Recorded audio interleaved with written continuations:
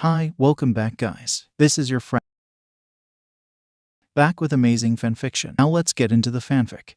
Hugo had been very paranoid for the last week, ever since that shitty nerd's quirk came in. It had turned out to be a shitty quirk, perfect for a shitty nerd like him, allowing him to go into reflective surfaces. Granted, it was not that bad. He could go inside them pretty fast. However, the surface had to be big enough for him to go into, and he could still get damaged inside when the surface was damaged. So a shitty quirk suited for a shitty coward like Deku. And Hugo had made sure that he and everyone else knew. So why was he so paranoid lately? Because he had recognized that glint in the nerd's eyes, the same one he had seen in Auntie and Ko's eyes whenever the hag was being especially aggravating and Auntie decided to rein her in, usually via mild humiliation. So he knew for sure Deku was planning something, just not what. Well, whatever it is, I can crush any attempt of a prank that a weak crybaby can come up with, Katsuki thought as he ambled into the bathroom to brush his teeth. Unlike the old hag, I can just expo what in the fuck. His inner monologue came to an abrupt stop when, in the corner of his eye, Katsuki spotted something in the mirror. A closer look revealed that yep, that was the nerd alright, standing right next to the window behind him in a striped shirt, khaki pants, and suit jacket combo that looked extremely familiar for some reason. How the fuck had he gotten in here? Doesn't matter, he thought. Already whirling around to kick the nerd's ass, I'm gonna kill that nerd for breaking into my house. He was then left confused when the sparking and popping palm hit nothing but air. The nerd had somehow vanished. Now, contrary to his appearance, Katsuki was very smart for his age. That's why when he turned back around to find Deku now standing in his reflection's place, Katsuki immediately connected the dots. Deku has been hiding inside the mirror all along. Fucking nerd. I know this is your quirk. I don't know how you get in there, but are you dancing? What the fuck? Indeed, Izuku was dancing in place, hands moving up and down, body swaying side by side in an increasingly familiar dance. Barely registering the yells of the old hag from screaming so early in the morning, Katsuki felt dread pooling in the pit of his stomach. Because there was no fucking way the nerd was. We're no strangers to love. God fucking damn it. Katsuki couldn't help but scream. Because fucking shit, it was the 25th century and somehow the nerd had still found a way to fucking rickroll him. Be quiet, brat. It's too damn early for your bullshit. The voice of his mother rang out from behind the door, prompting him to yell back at her, taking his eyes off of the mirror as he did so. And as he expected, Deku had vanished from the mirrors by the time he turned back around. Yeah, you'd better run, you damn coward. I'm gonna kill you when we get to school. Growling to himself, Katsuki got started on brushing his teeth, determined to kill all the germs in place of the fucking nerd. As he got to rinsing, Katsuki started planning the best way to kick Deku's ass 6 ways to Sunday. He was at step 5 when he glanced at the top of his cup, still halfway filled with water. You know the rules, and so, the sudden reappearance in music made him flinch so badly that not only did it make the water he was going to spit out go back in, but it also went down the wrong pipe. As Katsuki spent the next few minutes coughing, choking, and somehow still screaming at both Deku and his mother, who started screaming at him when he started screaming at Deku, he swore revenge on the nerd for putting him through this humiliation. Still grumbling a while later, Katsuki sat down to have breakfast, murder on his mind and hot sauce on his toast. Are you okay, Katsuki? What got you and your mother yelling earlier? His dad asked, voice filled with concern. Mind your own business, old man. It's just the usual, grumbled Katsuki. And it was true, he and the old hag yelling at each other was nearly routine. The old man was asking more out of habit at this point. Don't talk to your father like that, you brat, yelled the old hag, also mostly out of habit. Electing to ignore them both, Katsuki focused on his breakfast, taking a bite out of his toast and absently listening to the news playing in the background. Earlier today, an incident occurred at the Royal Palace of Morocco, where the International Monaco Cup took place. A group of terrorists infiltrated the cup, posing as competitors, intending to assassinate the king. However, thanks to the quick thinking of Prince Pirat Balnaz and his quirk, Clown, they were quickly distracted and detained. What the hell kind of quirk is Clown? What the fuck can he do? Live in a society? Katsuki snorted to himself, deciding to pay attention to the news for once. This might turn out to be interesting.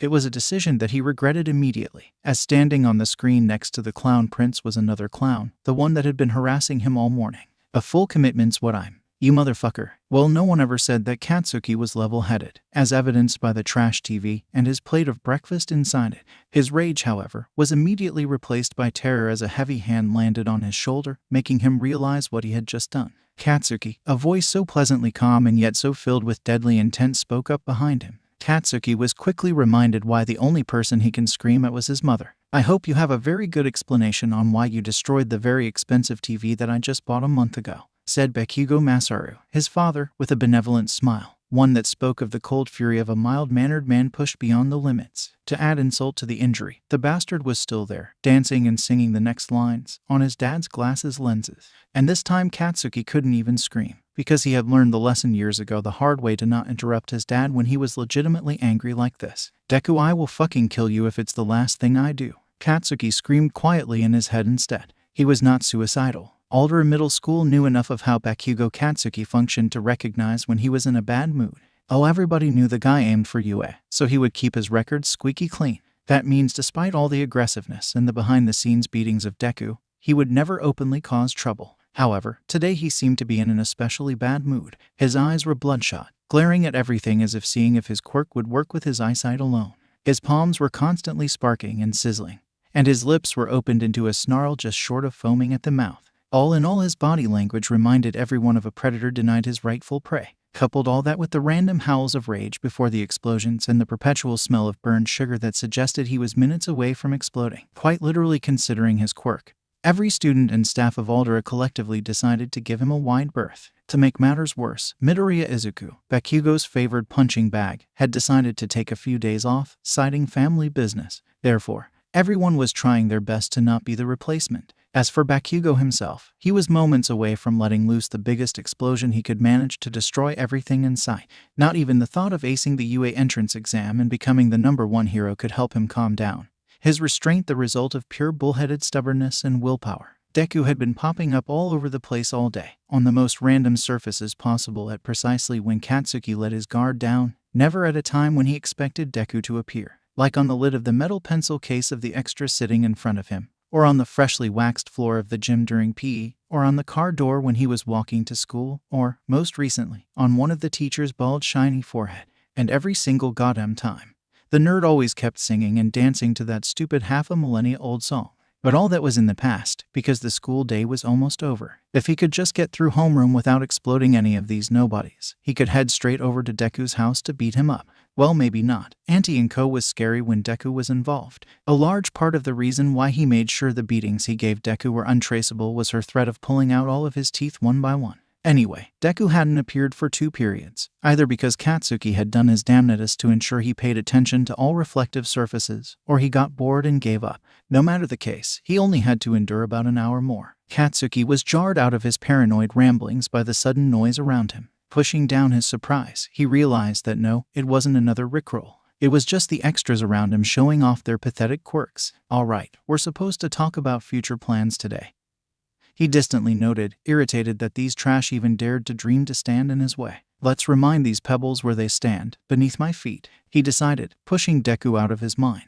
The nerd must have given up on UA if he preferred to waste time with these pranks rather than going to school. Many years from now, Bakugo Katsuki would grudgingly admit that he had made one of the classic blunders that ended the lives of many heroes and villains alike. As he jumped on top of the table, preparing to deliver a verbal beatdown of epic proportions on these extras, he got complacent and forgot to check for any reflective surfaces like he had been doing since morning. One of the students in his class had a quirk that let him absorb light and use it to glow like a glow stick. As he was showing off his quirk, the light hit the students in front, one of them having a quirk that allowed him to suck in air and inflate his head like a balloon. And sharing the property with an inflated balloon, the student's cheek turned reflective. Never gonna give you up. Never gonna let you down. If Katsuki had been more cautious, or less conceited, he wouldn't have seen that by not jumping on the table. As it was, however, when he turned around to yell at his classmates, the sight of Izuku dancing on Balloon Face's shiny cheeks caught him off guard enough to make Katsuki trip and fall off the table. His excellent reflexes saved him from face planting, but by then, the damage was done.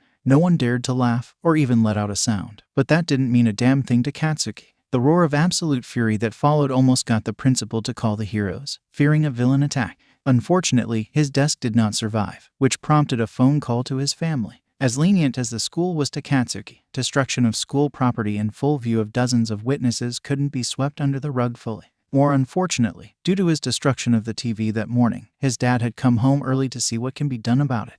Thus, he was the one to pick up the phone, instead of his mom, who would just yell at him and be done with it. Katsuki decided then and there on his name as a future #1 hero that Deku would forever be his nemesis. In one of Katsuki's eyes, if one looked carefully enough, they could see a tiny Izuku, still in the same outfit, laughing to himself. He had managed to jump back here from Fukura's cheeks before they deflated.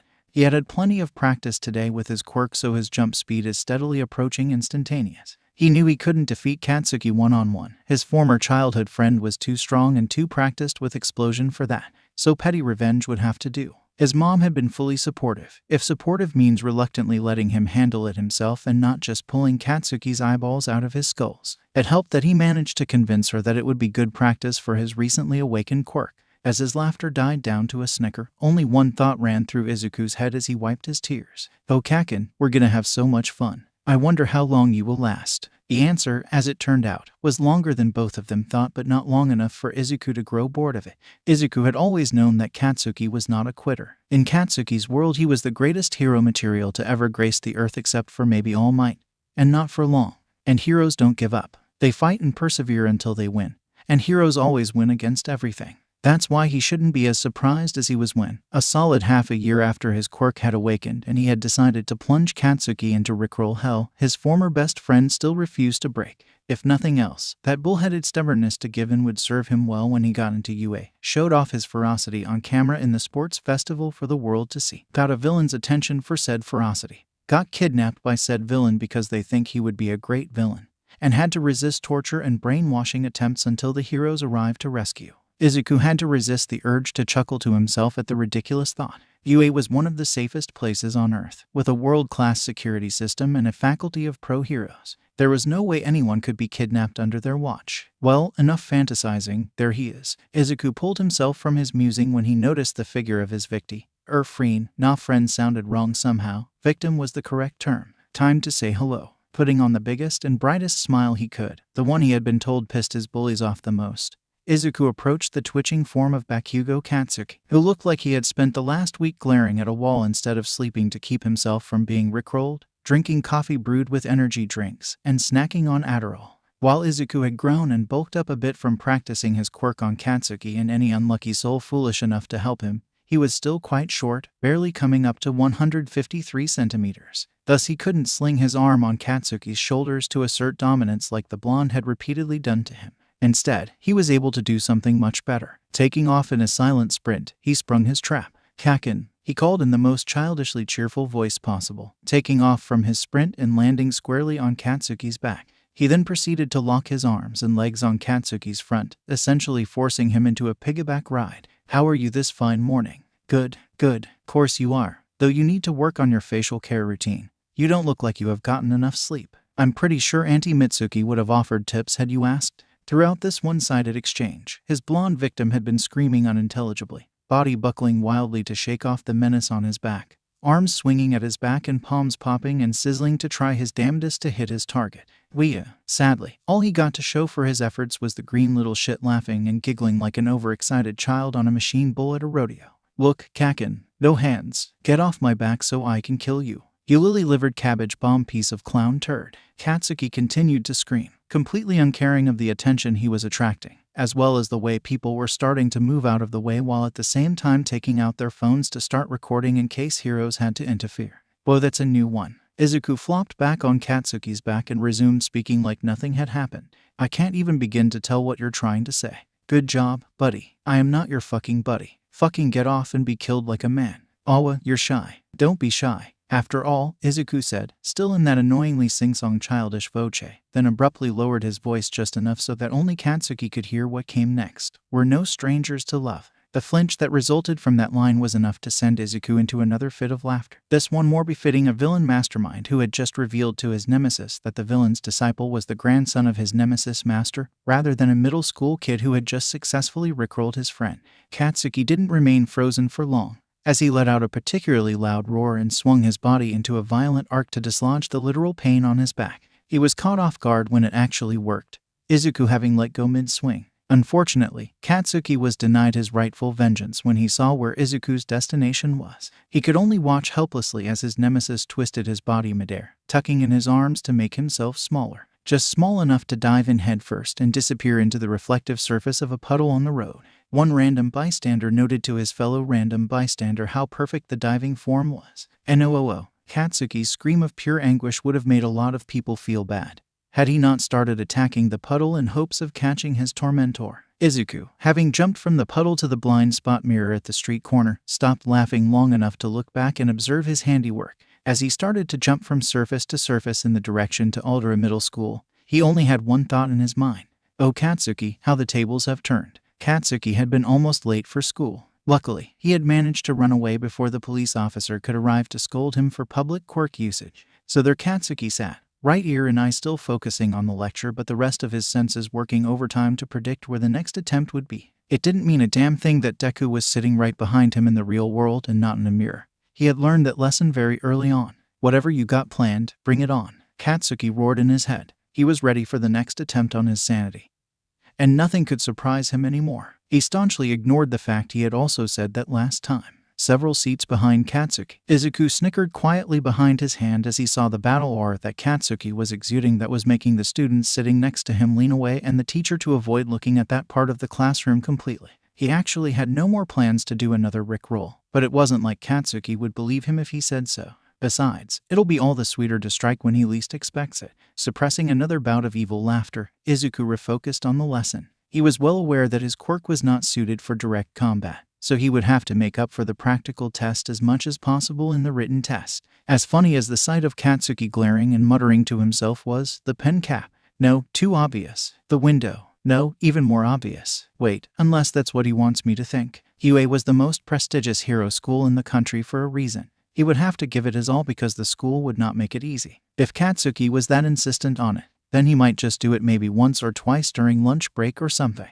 I'm home. Oh, welcome back Izuku, called out Inko from the kitchen. Did you stop by for eggs like I asked? Sure did, Izuku answered, starting to put the groceries away. Had to stay behind a bit to talk to Mr. Araki, but thankfully I managed to jump to the store on time to catch the sale. Izuku, his mother's tone made the teen flinch. Even more when he saw the frown on her face. What did I say about using your quirk in public? It's fine. It's fine. I made sure no one saw me jumping in or out. And you know how fast I am between jumps. Izuku used beg for mercy. It was not very effective. That is not the point. I only allowed you to use your quirk to practice it on Katsuki and his posse because they bullied you. If you're just going to use it whenever you want, how can I trust you to go off alone to UA unsupervised and be responsible? Inko had not raised her voice once during the whole speech, but that didn't make the cringe any less painful. She was right, of course. He had been riding on the high of getting a quirk. Plus, with his success in getting back at Katsuki, he had also been getting cocky, using man in the mirror whenever and wherever he wanted, especially against Katsuki.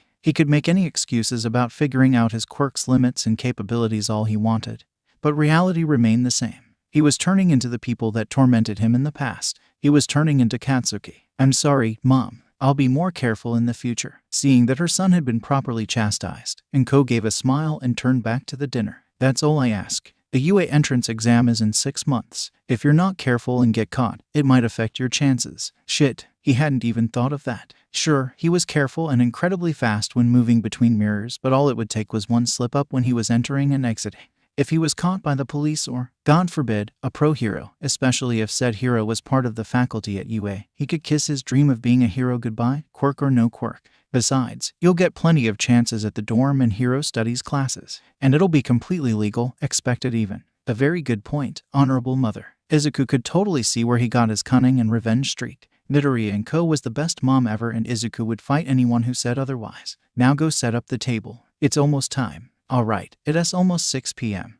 Izuku hurried toward the dining room, bringing with him the bowls and utensils. He was just finishing setting the table when Inko brought the food out, just in time, as the tablet placed at the empty seat received a call. Good evening, guys. Whatcha cooking today? The face of Midoriya Hasashi appeared with a large smile on his face, already sitting at his own table with a plate of waffles, bacon, and his own bowl of miso soup. Both mother and son returned the smile, sitting down with their own meal. Good morning, dear. Mr. Kishimoto went fishing and gave me a good amount of squid and shrimp, so I bought some clams and tried that jambalaya recipe you sent me. Ooh, that's a good one. You'll love Cajun cuisine. In fact, Izuku couldn't help but smile wider. His dad was always busy, so this time of the day was the only time they managed to talk to each other. For about half an hour when his dad had breakfast and he and his mom had dinner, the Midoriya family was together and whole. And then she wrapped her cape around her body and disappeared. How cool is that? Oh, that reminds me, Izuku. I know how Edna is with her no capes, but hear me out. My company just developed this material and with your quirk. As the family happily talked about everything and nothing, in the back of his mind, Izuku felt like he had forgotten something. Bah, if he forgot, then it couldn't have been that important. In contrast to that happy scene, things weren't quite so peaceful at the Bakugo household. Damn it, brat. If you're not gonna eat, then go to your room to study or something. You're fucking annoying. Katsuki, are you sure you're okay? You look worse than that time Ms. Nekomime's dog got rabies and had to be put down. And that was the 5th time you almost exploded the plate. I quote him fine. He was not fine. None of them understood his struggles. Not his shitty parents, not the extras at school, not the faceless background characters outside on the streets. Aside from the attempt this morning, fucking Deku had not given another try. He could keep the honor student act all he wanted. The idiots might have been gullible enough to be tricked into thinking Deku spent all day just taking notes and paying attention to the lessons and not planning another attempt on his sanity.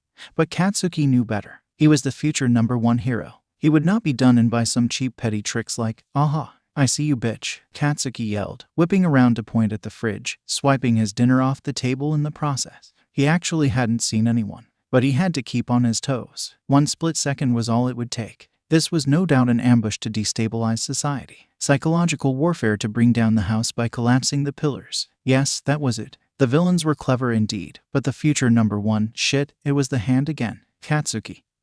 His dad began, go to your room and rest. We're seeing a psychologist first thing tomorrow. What? Both he and his mom yelled at the same time. How about that? They finally got along on something. Masaru, you can't be serious. There's only 6 months left and this isn't something bad. Mitsuki. Oh damn, the old man was using the voice. It's much better to take care of this when we still have time instead of in the middle of crunch time. Katsuki is smart and can afford to take a few days off. What do you think will happen if he goes into the exams looking like this and then gets disqualified for attacking a proctor or something? Or has a breakdown 2 days before the exams and doesn't make it there altogether? Katsuki got even more pissed that, instead of arguing further, the hag just sat back down with a huff. He conveniently ignored the fact that the old man was making perfect sense. Letting out a sigh, Masaru took one look at the scowling face of his wife and son and decided to defuse the situation. He was always able to read his wife like an open book and could recognize when she agreed with him but was just clinging to stubborn pride to not be seen as a loser. Look, tempers are running high, so let's leave this alone for now. The trip tomorrow is non-negotiable though.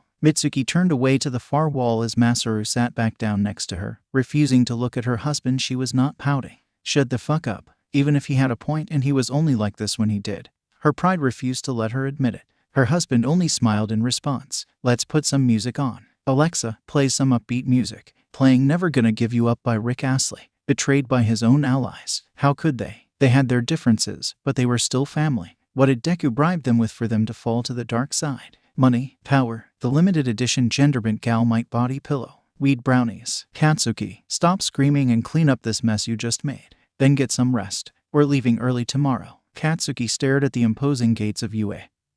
Hands in his pockets and jaw clenched. He was finally there, at the beginning of his origin story. The previous week his therapist had finally cleared him to attend the UA entrance exams. That's right, Bakugo Katsuki was finally ready to get started on his journey to be the #1 pro hero, despite the numerous trips to the therapist to try to work out the many problems he had had and was still having. He was barely at the starting line but he would. Morning Kaken. Fuck. Okay, calm down Katsuki. Stay focused on the goals. Ace the written test. Ace the practical test. Ace 3 years of school. Become #1. Prime numbers 2, 3, 5, 7, 1, 1, 1, 3, 1, 7, 1, 9, 2, 3, 2, 9, 3, 1. During the many trips to the therapist, they had discussed extensively about the 6 months of what Katsuki had dubbed Rickroll Hell, as well as his relationship with Deku that had led to it. The whole thing was complicated, and he hadn't even the faintest clue where to start tackling it except to not default to screaming and violence whenever Deku was involved. However, old habits die hard, and the irritatingly cheerful voice that had repeatedly driven him to insane rage for months did not help. Make no mistakes, Katsuki still hated Deku's gut, and he was sure the feeling was mutual. However, even if he did intend to get revenge, right before the UA entrance exams while surrounded by pro heroes was not the time and place to do it. Feeling his composure returning, Katsuki opened his eyes to face Deku only to be caught flat-footed, contrary to his expectations. Deku only had a teasing smirk on his face as opposed to the evil one that suggested he had a plan to goad Katsuki into getting himself kicked out. His body language was also completely relaxed, with no signs of being up to something. All in all, Katsuki was absolutely sure the fucker was up to something. I'll admit I had my doubts when Auntie and Uncle brought you to the therapist, but you actually did pull it off. Good job, buddy. I'm not your fucking buddy. Fuck. Katsuki had to cringe when Izuku's smile became just a bit strained. Damn reflexes. Wait. Shit. Give me a second. Fuck. Katsuki backpedaled in a vain hope to not give Deku a reason to start whatever it was he was planning, starting to go through the method that he found most effective. Ace the written test. Ace the practical test. Ace 3 years of school. Become number 1. Prime numbers 2, 3, 5, 7, 1, 1, 1, 3, 1, 7, 1, 9, 2, 3, 2, 9, 3, 1. When he was sufficiently focused, Katsuki reopened his eyes. He was surprised to see Deku still standing there waiting patiently. Better? Deku asked calmly, left eyebrow raised inquisitively. Yeah, that was all Katsuki could say in response to that, so he decided to get straight to the point and get it over with. Look, whatever you got planned today. Nothing at all. Izuku cut in, amused by the skeptical look on Katsuki's face in response to that. I know there's a lot of animosity between us, but I do want to see you do well. Believe it or not, I'm just here to wish you luck. After a long moment, Katsuki decided to return with a simple nod. If there was anything Katsuki had learned in the past year, when Deku decided to do something he would always find a way to get it done. Come hell or high water. He would just have to take his word for it. I can't let you say I distracted you before the exam as an excuse when I beat you now, can I? And the familiar rage and anger was back. Katsuki hated how easily the nerd could rile him up like this. Bring it, bitch. When I ace this shit, I'm gonna make you kneel in front of me with your forehead pressed to the floor like the bitch you are. He settled for this instead. The nerd was aggravating, but competitiveness he could deal with. It spurred him on. Probably what Deku planned when he said that as well. Bastard. With that, Katsuki chose to turn around and walk inside. If the nerd decided to play nice today, then he could afford to do the same. It had been a peaceful couple of months, and he did not want to encourage Deku to restart Rickroll hell, or God forbid, start something worse in the middle of the exams. Katsuki. Fuck, Deku was using his actual name. What now? I do mean what I said. I look forward to trolling you at the UA dorms. Letting out a long sigh to accompany his scowl, Katsuki resumed walking. Yeah, sure, whatever. It ain't gonna work. Izuku smiled and decided to follow Katsuki inside. One day they would have to grow up and be responsible pro-heroes. When that day comes, this petty rivalry would be a waste of both their time and effort, so might as well get started on putting it behind them. Besides, he was completely confident that they would both make it in. There would be plenty of chances to prank the shit out of him at the dorms. Why rush with this many witnesses and figures of authority around? He had plenty of time. Ada Tenya's upbringing as the youngest of the Idaten line of heroes plus his education at Sumi Private Academy instilled in him the value of tradition and adherence to the rules. Rules are the foundation of stable society, and as a hero in training it was his job to make sure both him and his fellow students hold themselves to the highest standards by following them. That was why he was irritated by the pair of troublemakers that he saw at the school gates. Really, making a scene right in front of this prestigious academy's gates. He didn't know what their grievances were with each other, nor did he care. They should have resolved it somewhere that didn't distract the rest of the participants. He was even more irritated when they arrived at the practical test site and one of them was there. The green-haired one who looked to be the less aggressive of the two but was the instigator. At first he was willing to leave him be. It was, after all, none of his business. However, the delinquent had started looking around at the other participants instead of focusing on getting ready himself, likely looking for an easy target to harass. When he stared at a nervous-looking participant just a little too long to be appropriate, Ada decided upon himself to be the one to have to set him straight. If he ended up hated, then so be it. Unlike the nervous participant, he knew he could take care of himself if the delinquent turned out to be confrontational. After all Might said sticking your nose into things you're not involved in is the essence of being a hero. Putting a hand on his shoulder to get his attention, Ada waited for him to turn around before he started berating the troublemaker. Ada also noted that the guy was quite short, barely coming up to Ada's chin. That was good. He might be less confrontational if he was physically intimidated. What do you think you're doing? That person appears to be trying to focus, so what reason do you have to keep staring at them? Are you planning to sabotage other participants to increase your own chances? Despite Ada's harsh words, the delinquent seemed completely unperturbed, simply continued to stare at him with an eyebrow raised. 1 second passed. 2 seconds passed. Ada opened his mouth to continue, only to notice the troublemaker's eyes to suddenly be filled with tears. Every single person present in test site B was completely thrown into a state of confused panic as the one they assumed to be a delinquent started crying.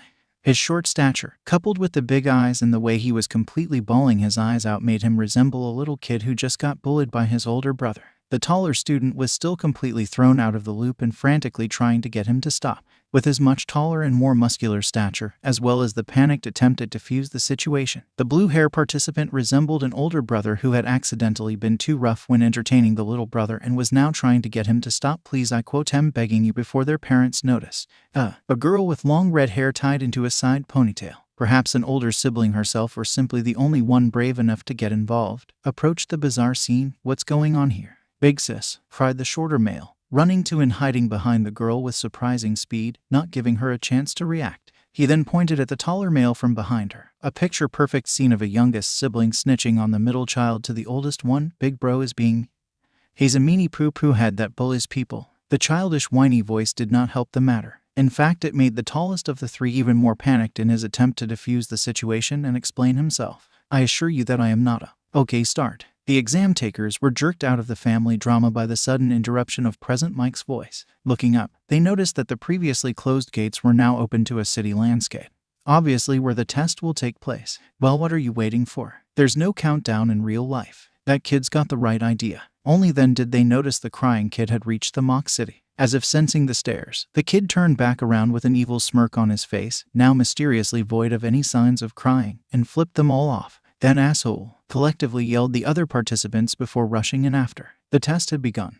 If any fan of the R18 hero Midnight was to look into the judge's observation room, their image of her would have been irreparably damaged by the sight of her almost convulsing on the ground in laughter. Her usual air of sexy confidence was completely absent as she struggled to catch her breath due to laughing too hard. The judges had seen the confrontation at Test Site B, of course. Their job was to observe and take notes of everything. Attitudes, chemistry with other participants, crisis management, and many more were taken into account along with their performance itself before any of the tests were carried out. They were looking for hero material, not just any random kid with a strong quirk. Every year there were always a couple of students who, both excited by the prospect of freely using their quirks and nervous by the exams itself, fought the first person they thought looked at them funny. And that was not to mention the ones deliberately sabotaging others. Almost every single time, they were subdued, escorted out, and blacklisted, depends on how much trouble they caused and their attitude. Therefore, everyone was prepared for a confrontation to break out and intervene if necessary.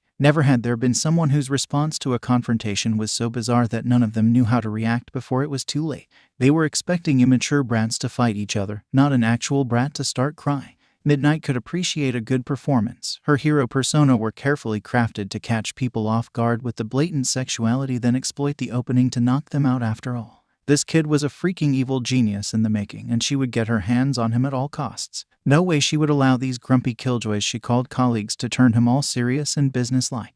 With that in mind, Midnight reined herself in long enough to approach Nezu, the principal of UA. "Nezu, baby, honey, big boss, love of my life, I have a favor to ask." She couldn't even do the usual sultry, seductive voice when trying to convince someone. She could barely get that out without being interrupted with the occasional inelegant snorts of laughter. "Approved, as long as I've got my share of lessons and he passes," Nezu instantly replied, mind whirling with possibilities. That young and already utilizing psychological warfare and manipulation of social expectations, Nezu had to get his hands on him. The rest of the faculty collectively decided to ignore that side of the room. It was the kid's own fault for attracting the attention of those two. Wait a second. Does Test Site B have a contestant with an invisibility or telekinesis quirk? The blood hero, Vlad King, asked his fellow judges. "Look, there are robots destroyed or deactivated and participants yanked out of danger by apparently no one." Ectoplasm, another pro hero and judge, scrolled through the list on his tablet before replying no. The invisible one is number 177,013 in Site D. Closest thing they got in B is number 127,749, zero gravity, or number 125,698, air gun. Both quirks are possible but not really. Wait, that's the crying little shit, ain't it? Did he just jump into one of the building's mirror? Snipe, another pro hero and judge, interrupted, rewinding the footage to point it out. What's his quirk? Could that have been him? Okay, hold on. Ectoplasm replied and resumed scrolling. Number 129,472, quirk, man in the mirror. He can enter reflective surfaces such as mirrors or water surfaces, jumping between different ones with high speed. High speed is an understatement. Even with specialized cameras we could barely catch any movement. He can also interact with any objects reflected into the surface when he's inside it. Any interaction will happen in the real world. Looks like he's the one. The cloning hero finished, letting out a long weary sigh. Vlad King commented, "That kid is going to be a pain in the ass to grade, isn't he?" Most likely, yes, replied Ectoplasm, voice still calm. In any case, Nezu's voice rang out, apparently done with any scheming he had with Midnight. I do believe it's time we release the zero-pointer. Power loader, if you would, said Pro Hero, simply nodded before putting in the necessary commands and raising the plastic cover for the big red button of doom. All right, kiddos, let's see what you've got, he thought, before pressing the button. Jump to that window. Push her out of the way of that rocket. This looks important. There we go. 3 more points. To Midoriya Izuku, the past year was cathartic, in a way. For 13 years he was tormented and treated like a subhuman for supposedly not having something widely believed to be essential in a human being. Oops, that was close. Jump to that 2-pointer's eyes. Behind you. Pay attention, dude. Thanks for the big-ass ball of metal you fused together, though. It didn't matter that the official verdict was that he either had a passive quirk, or one with no obvious trigger. All that mattered was that he couldn't do anything cool, anything heroic. To everyone that received "I don't know what my quirk is" from him, he might as well be quirkless. Damn, this guy's hair is shiny. Is this his quirk? Steel hair. Oh, no, it's just hair gel. Damn, bro, did you use the entire bottle? Oh, there's an off switch. 2 more points. Really, he shouldn't have been as surprised as he was when he finally found out what his quirk was and nothing changed. For years, Izuku was a reminder that things could have been worse, something for them to lord over because, well, at least I'm not quirkless Deku. Acknowledging his worth would mean he would rise up the ladder, which would mean someone would have to take his place. And who would want to do that? That's a neat quirk. The robot sped up when he touched it and couldn't stop. Momentum-based. Hey, this is the hero course. What do you think you're doing? Man in the Mirror was everything he could have asked for in a quirk. It was fairly powerful, yet not so much that it comes with a steep price tag for use. It was straightforward and yet so versatile in usage. Best of all, it required the kind of creativity and analysis that provided him with such a fun puzzle every day. And yet, it was not enough. He could not explode things with his palms. He could not breathe fire. He could not control things with his mind. He could not punch the school to rubble. Therefore, he was still useless Deku. Does suspending the robots in place count as disabling it? I mean, she's using it as a shield to stop the bullets, so maybe it's just sooner or later. Let's move this arm right at this angle. There we go, 6 more points. So he decided that, since nobody wanted peaceful but useless Deku, spiteful and chaotic Izuku was what they would get, spending the last year figuring out the ins and outs of Man in the Mirror. Then using that knowledge to get back at his past tormentors helped him regain the sense of confidence that he had gradually lost over the course of getting the shit kicked out of him over the years. It also didn't hurt that he showed them, repeatedly and on multiple people, that his weak and useless quirk was definitely not weak nor useless. The proof was right there every time Bakugo attempted to get back at him. Why is she just standing there? Unsuitable quirk. That's really too bad, and I do feel for you, but you're giving up a little too early. Plenty of the others are focusing on rescues or finding other ways to immobilize the robots, and you haven't done a thing since the start. Now there Izuku was, in the infamous UA Academy's Hero Course entrance exam, defeating villains, and most importantly, helping people. The part that the Izuku from 1 year ago would never even dream of being able to do. He wasn't just doing okay, he was absolutely killing it. He had managed to rack up a pretty decent score, helped a bunch of people in trouble, and tested a good amount of hypotheses he had for his quirk that he couldn't before. That went just as planned. I need to come up with a name for this special move. Spectre, can't touch this, perfect illusion, funhouse mirror. In short, Izuku was having the time of his life, until the rumbling started and the test site devolved into pandemonium.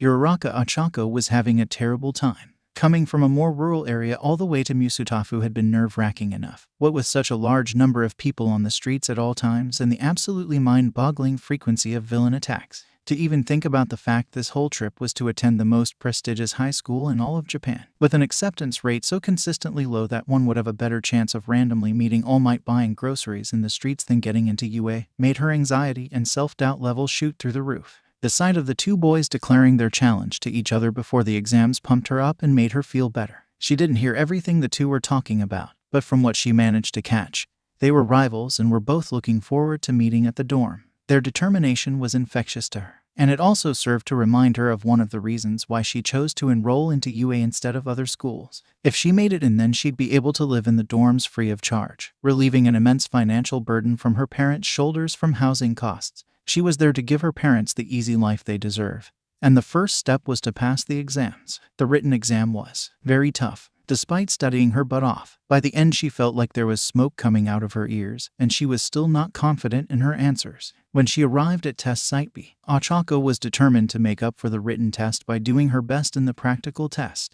She was delighted to find one of the boys from this morning was also at her test site. Just the sight of him filled her with confidence, his short frame radiating self-reassurance. When the tall glasses-wearing boy began berating him, she was moments away from coming over to take his side. She did find it strange that the shorter boy was looking around instead of getting ready, but she chose to be a sensible person and mind her own business. The taller boy singling him out like that was unacceptable. If anything, he was the one distracting others by making a scene. When the green-haired boy began crying, she was so stunned that it stopped her in her tracks. His confident image completely crumbled as he bawled his eyes out like a little kid. She was so confused and disorientated that she completely forgot about her plan of approaching the two. When it was revealed that he was just screwing with them all, she was pretty upset, as was the rest of the participants, before reluctantly admitting that it was a pretty smart, if devious, plan. After that, she was more concerned about her own work and didn't really look around for him. Achako had to wonder if she should have looked around more. Perhaps if she had done that when the ground started shaking, then she could have seen the giant piece of concrete knocked loose by the zero-pointer coming towards her. Now she was trapped, pinned under the piece of concrete which was too heavy to crawl out, in a position too awkward to reach it with her fingers to activate her quirk. The only thing she could do was to cry out as loud as she could, hoping someone could hear and turn back. As the zero-pointer rolled closer and closer to her, Achako couldn't hold back her tears of frustration and pain. Okay, fine. She supposed it could be argued that everyone thought it was going to be just an exam. Therefore, nothing serious was going to happen, and so they chose to focus on getting to safety and get more points first. However, as someone who deeply admired heroes and aimed to be a rescue hero like Achako, it irked her something fierce when none of these supposed hero hopefuls even acknowledged her cries for help, let alone turned back. Worse, her ankle was twisted and possibly broken, judging from the increasing pain. So now her only choice was hoping the zero-pointer would leave her alone, and that she didn't let her parents down by being too weak and unobservant, and that they didn't waste all that money on sending their useless dog. Where do robots sit? A vaguely familiar voice spoke up somewhere to her right, jarring her out of her mental spiral of self-depreciation and hatred.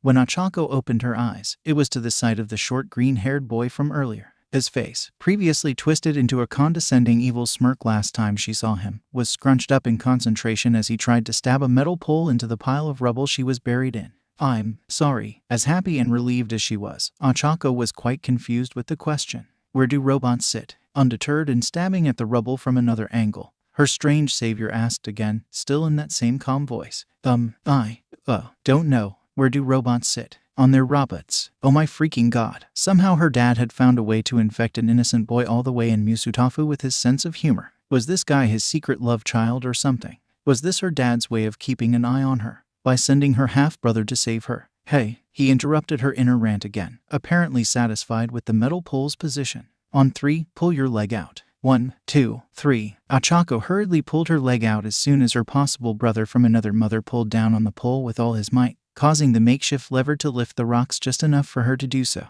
Right, can you walk? Her stepbrother asked in a concerned voice, dusting off his hands as he did so.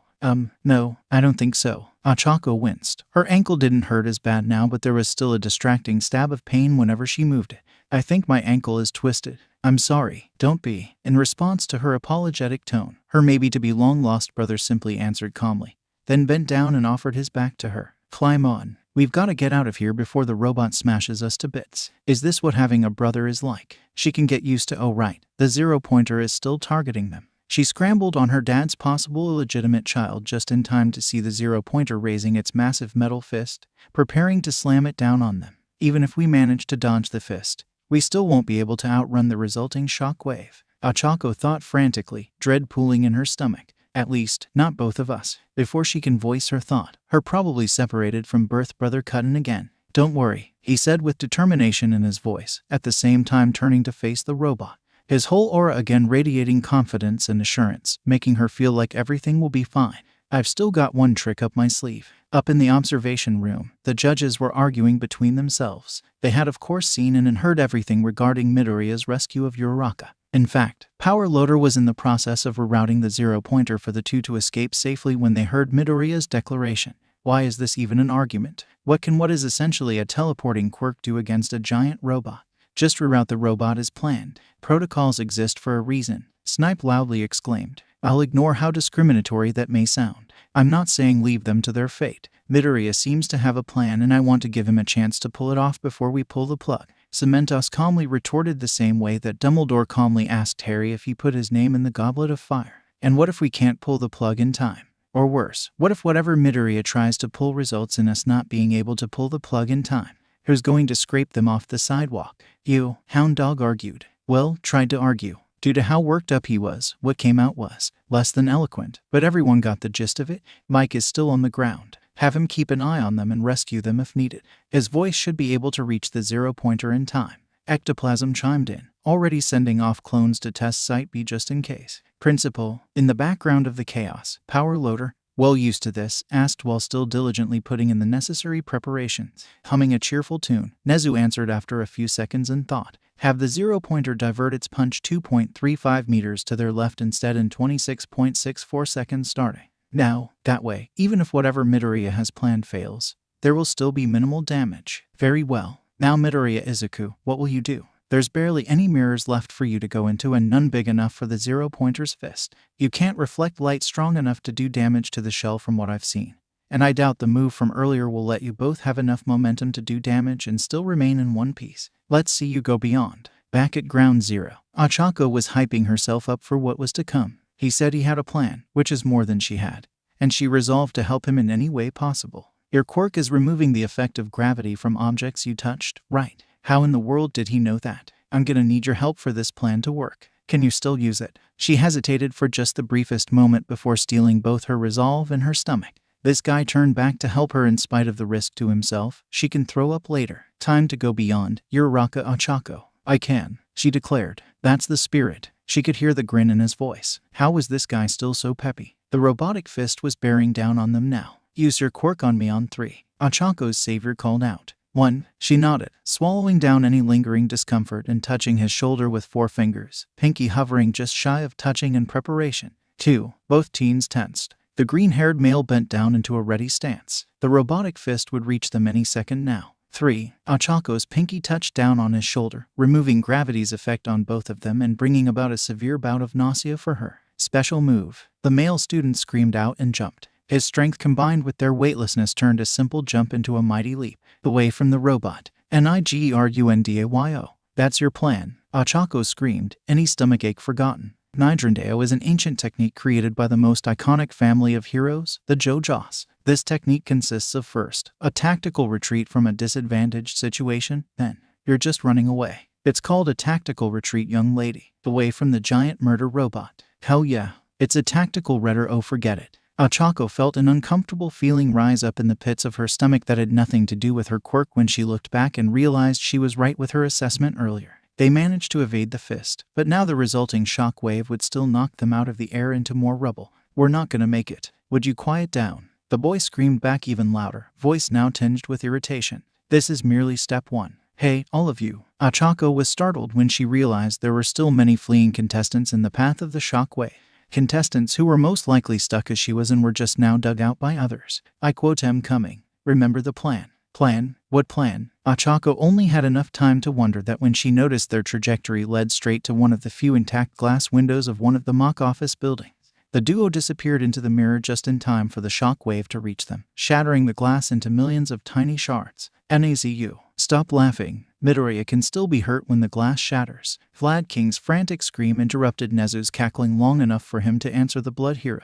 Oh, ye of little faith. Nezu sighed in disappointment at the hero and gestured towards the screen. Look at this. Then slow down the footage and do it again. Ochako didn't remember much from when they entered the window except a sensation not unlike when her dad accelerated the car too fast, a dizzying rush of colors and scenery, and an increasingly cramped feeling like when she took the train to UA during rush hour. All of it combined did nothing in favor of her stomachache. In fact, it only made her feel worse. However, she stubbornly held on, until, mercifully, everything came to a sudden stop. Okay, you can stop now. The strained voice of the boy whose back she was riding on was the last straw. She let go of both him and her quirk. She vaguely felt several people letting go of her as well before bending over and puking up everything she had left in her stomach.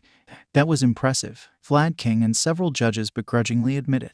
Just seconds after Midoriya disappeared into the glass window, they witnessed a big ball suddenly appear and hang for several seconds in the air at the test site starting point before it dropped down and unraveled, revealing itself to consist of almost a dozen contestants stuck together. While some collapsed into a heap or wandered off to deal with their discomfort, at the very center, the headache of every judge in that room laid still in exhaustion with a triumphant smile on his face. Indeed, Nezu cheerfully replied, hands flying over his console. Number 127,749. Anti-gravity removes gravity's effect on objects. Number 119,837. Forever in one keeps multiple things stuck together in a shape of a ball. Number 125,230. Rhythm Nation can tag multiple things, and anything that happens to one will happen to the rest of them. Number 120,937. Goodbye Agony temporarily lessens all quirk drawbacks happening to one person. Number 139,512. Don't Stop Me Now doubles a moving object's momentum, thereby increasing its speed. Number 118,613. Unstoppable. When moving above a certain speed, the user is impervious to harm. Number 117,410. Stop and Stare. When looking at something, stops all of its movements and also anchors it in place. Nezu rattled off profile after profile, flying up on the monitor and connecting to their corresponding contestant in the pot. He first got the students not essential to the plan to help dig out the stuck ones that then grabbed the anti-gravity girl to reach the last window standing to use man in the mirror. He then jumped out of it moments before it was destroyed and continued to jump all over the test site to grab the other pieces for his plan. Ectoplasm started, grudging respect in his voice. He then grabbed the Forever in One boy to make sure no one gets dislodged in the jumps, and the Rhythm Nation girl so that everyone will move and stop at the same time.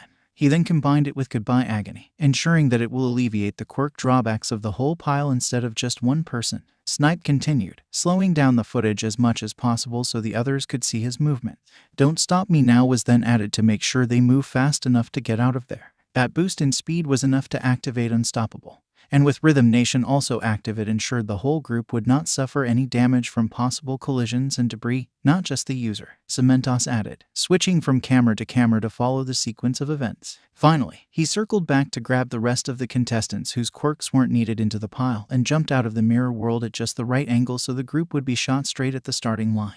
The Stop and Stare girl was responsible for stopping the flying ball of contestants so they wouldn't crash. Midnight finished. A grin that both terrified and aroused her colleagues grew wider and wider on her face. How terrifying. To plan all that in a span of the few seconds that the zero-pointer appeared. 13 added. Midoriya would make a splendid rescue hero. To plan that whole operation in seconds to ensure as many people were rescued as possible was nothing short of incredible. He had earned full rescue points from her. No, that's not it. All Might, who so far had been sitting quietly in the corner, disagreed. The terrifying part is him being able to take note of how so many quirks work, as well as their strengths and weaknesses, all the while racking up his own points, then coming up with a plan that utilizes the most useful ones and convincing all those other kids to go through with it in the short amount of time he needed to reach the anti-gravity girl. Such talents reminded the number one hero of one supervillain who was able to build an underworld of crime with them before he was stopped a few years ago by his own hand.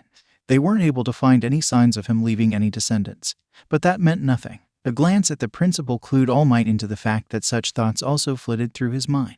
Satisfied that Nezu would keep a close eye on the boy, All Might started making some plans of his own. I'll apologize to him if this is mere paranoia, but it's better to be safe than sorry. Midoriya Izuku, in another corner, Eraserhead contemplated which of his underground colleagues to contact regarding certain kids in the pile, as well as which therapist to contact for himself. With his luck, that problem child would end up in his class one way or another. Told you I had a plan. Ochako had to resist the urge to punch the voice belonging to the hand gently patting her back in comfort. He did rescue her, after all. I am gonna kick your ass. She settled for threats of violence instead. Even that one sentence cost her all her remaining stamina. In response, the prick only smiled wider, his obvious exhaustion not affecting his cheer in the slightest. I gonna kick your ass. I'm Midoriya Izuku. Wanna be friends? Oh my freaking god. He is her dad's illegitimate secret love child. No one else could say something so lame so confidently. And Uraraka Ochako. Thanks for rescuing me. And sure, let's be friends. Time's up.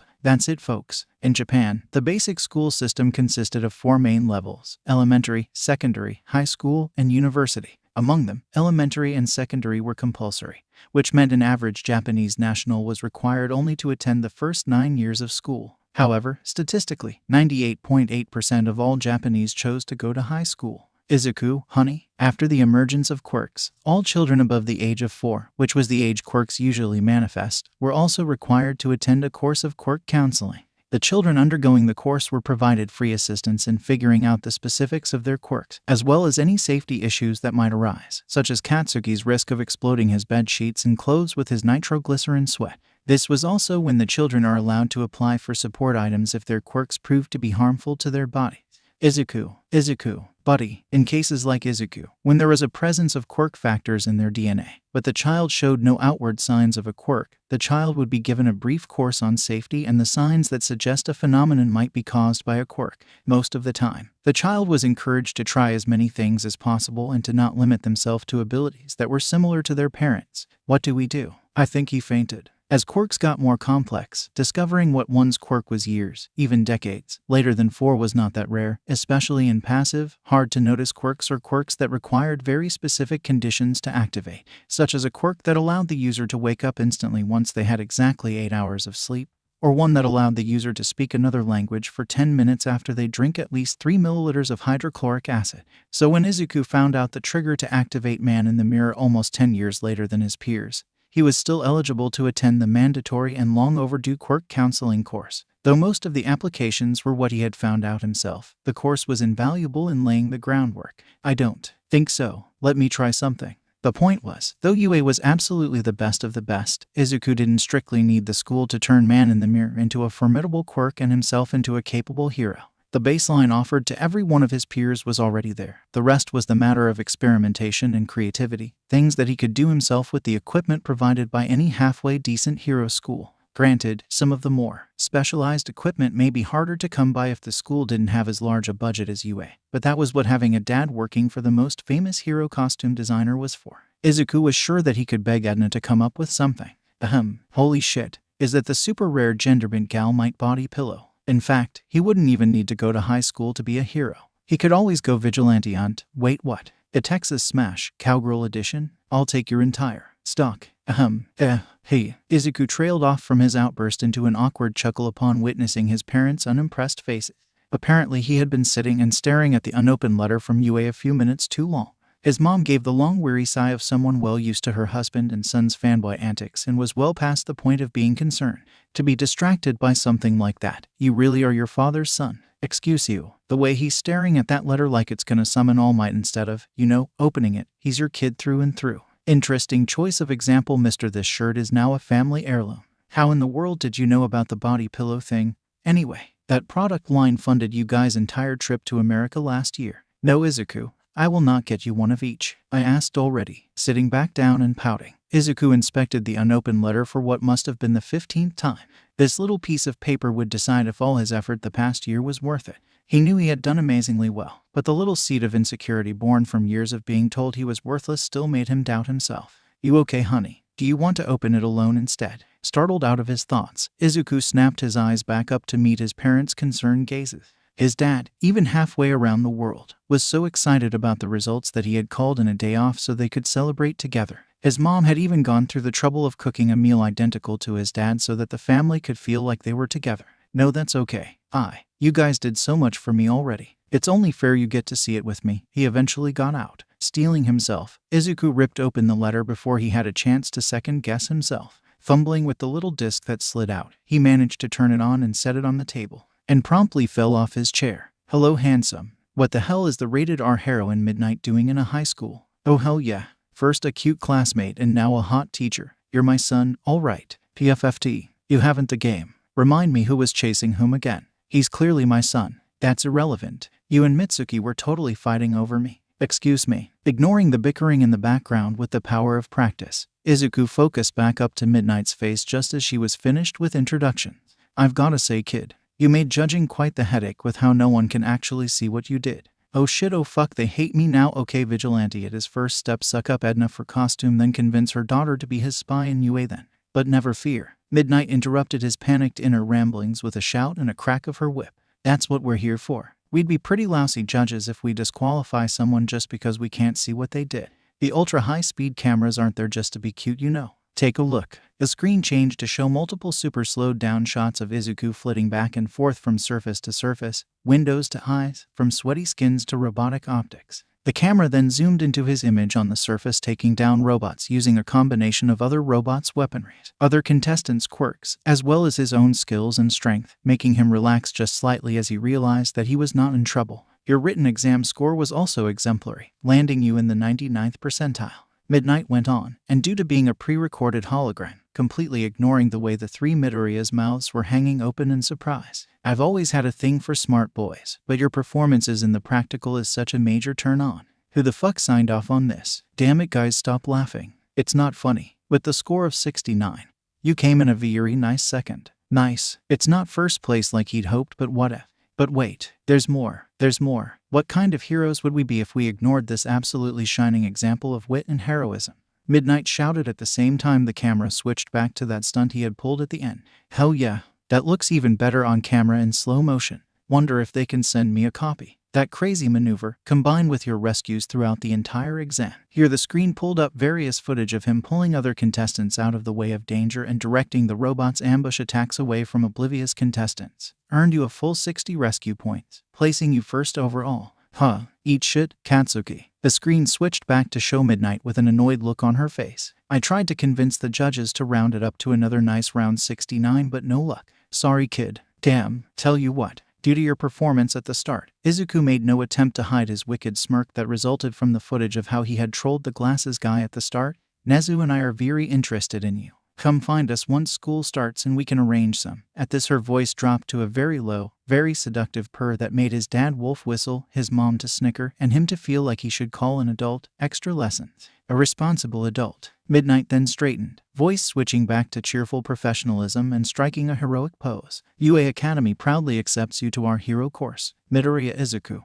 welcome to your hero academia. The hologram turned off at the same time Izuku was pulled into a spine-breaking hug by his mom. Oh my baby, I'm so proud of you. I've never doubted you for a minute. You're brilliant, just like your dad. She almost babbled out through the tears. On the tablet screen, his dad snorted. Whether in disagreement or due to bawling his eyes out, nobody cared enough to find out. Oh please, that deviousness and noble soul can only come from you, dear. Oh Izuku, just imagine the stuff we can cram in your costume. I have to brag to Edna. Let's see her daughter do better than first freaking place. A ding from his phone made Izuku notice that he had just gotten a new message from Uraraka. Yuo, I passed.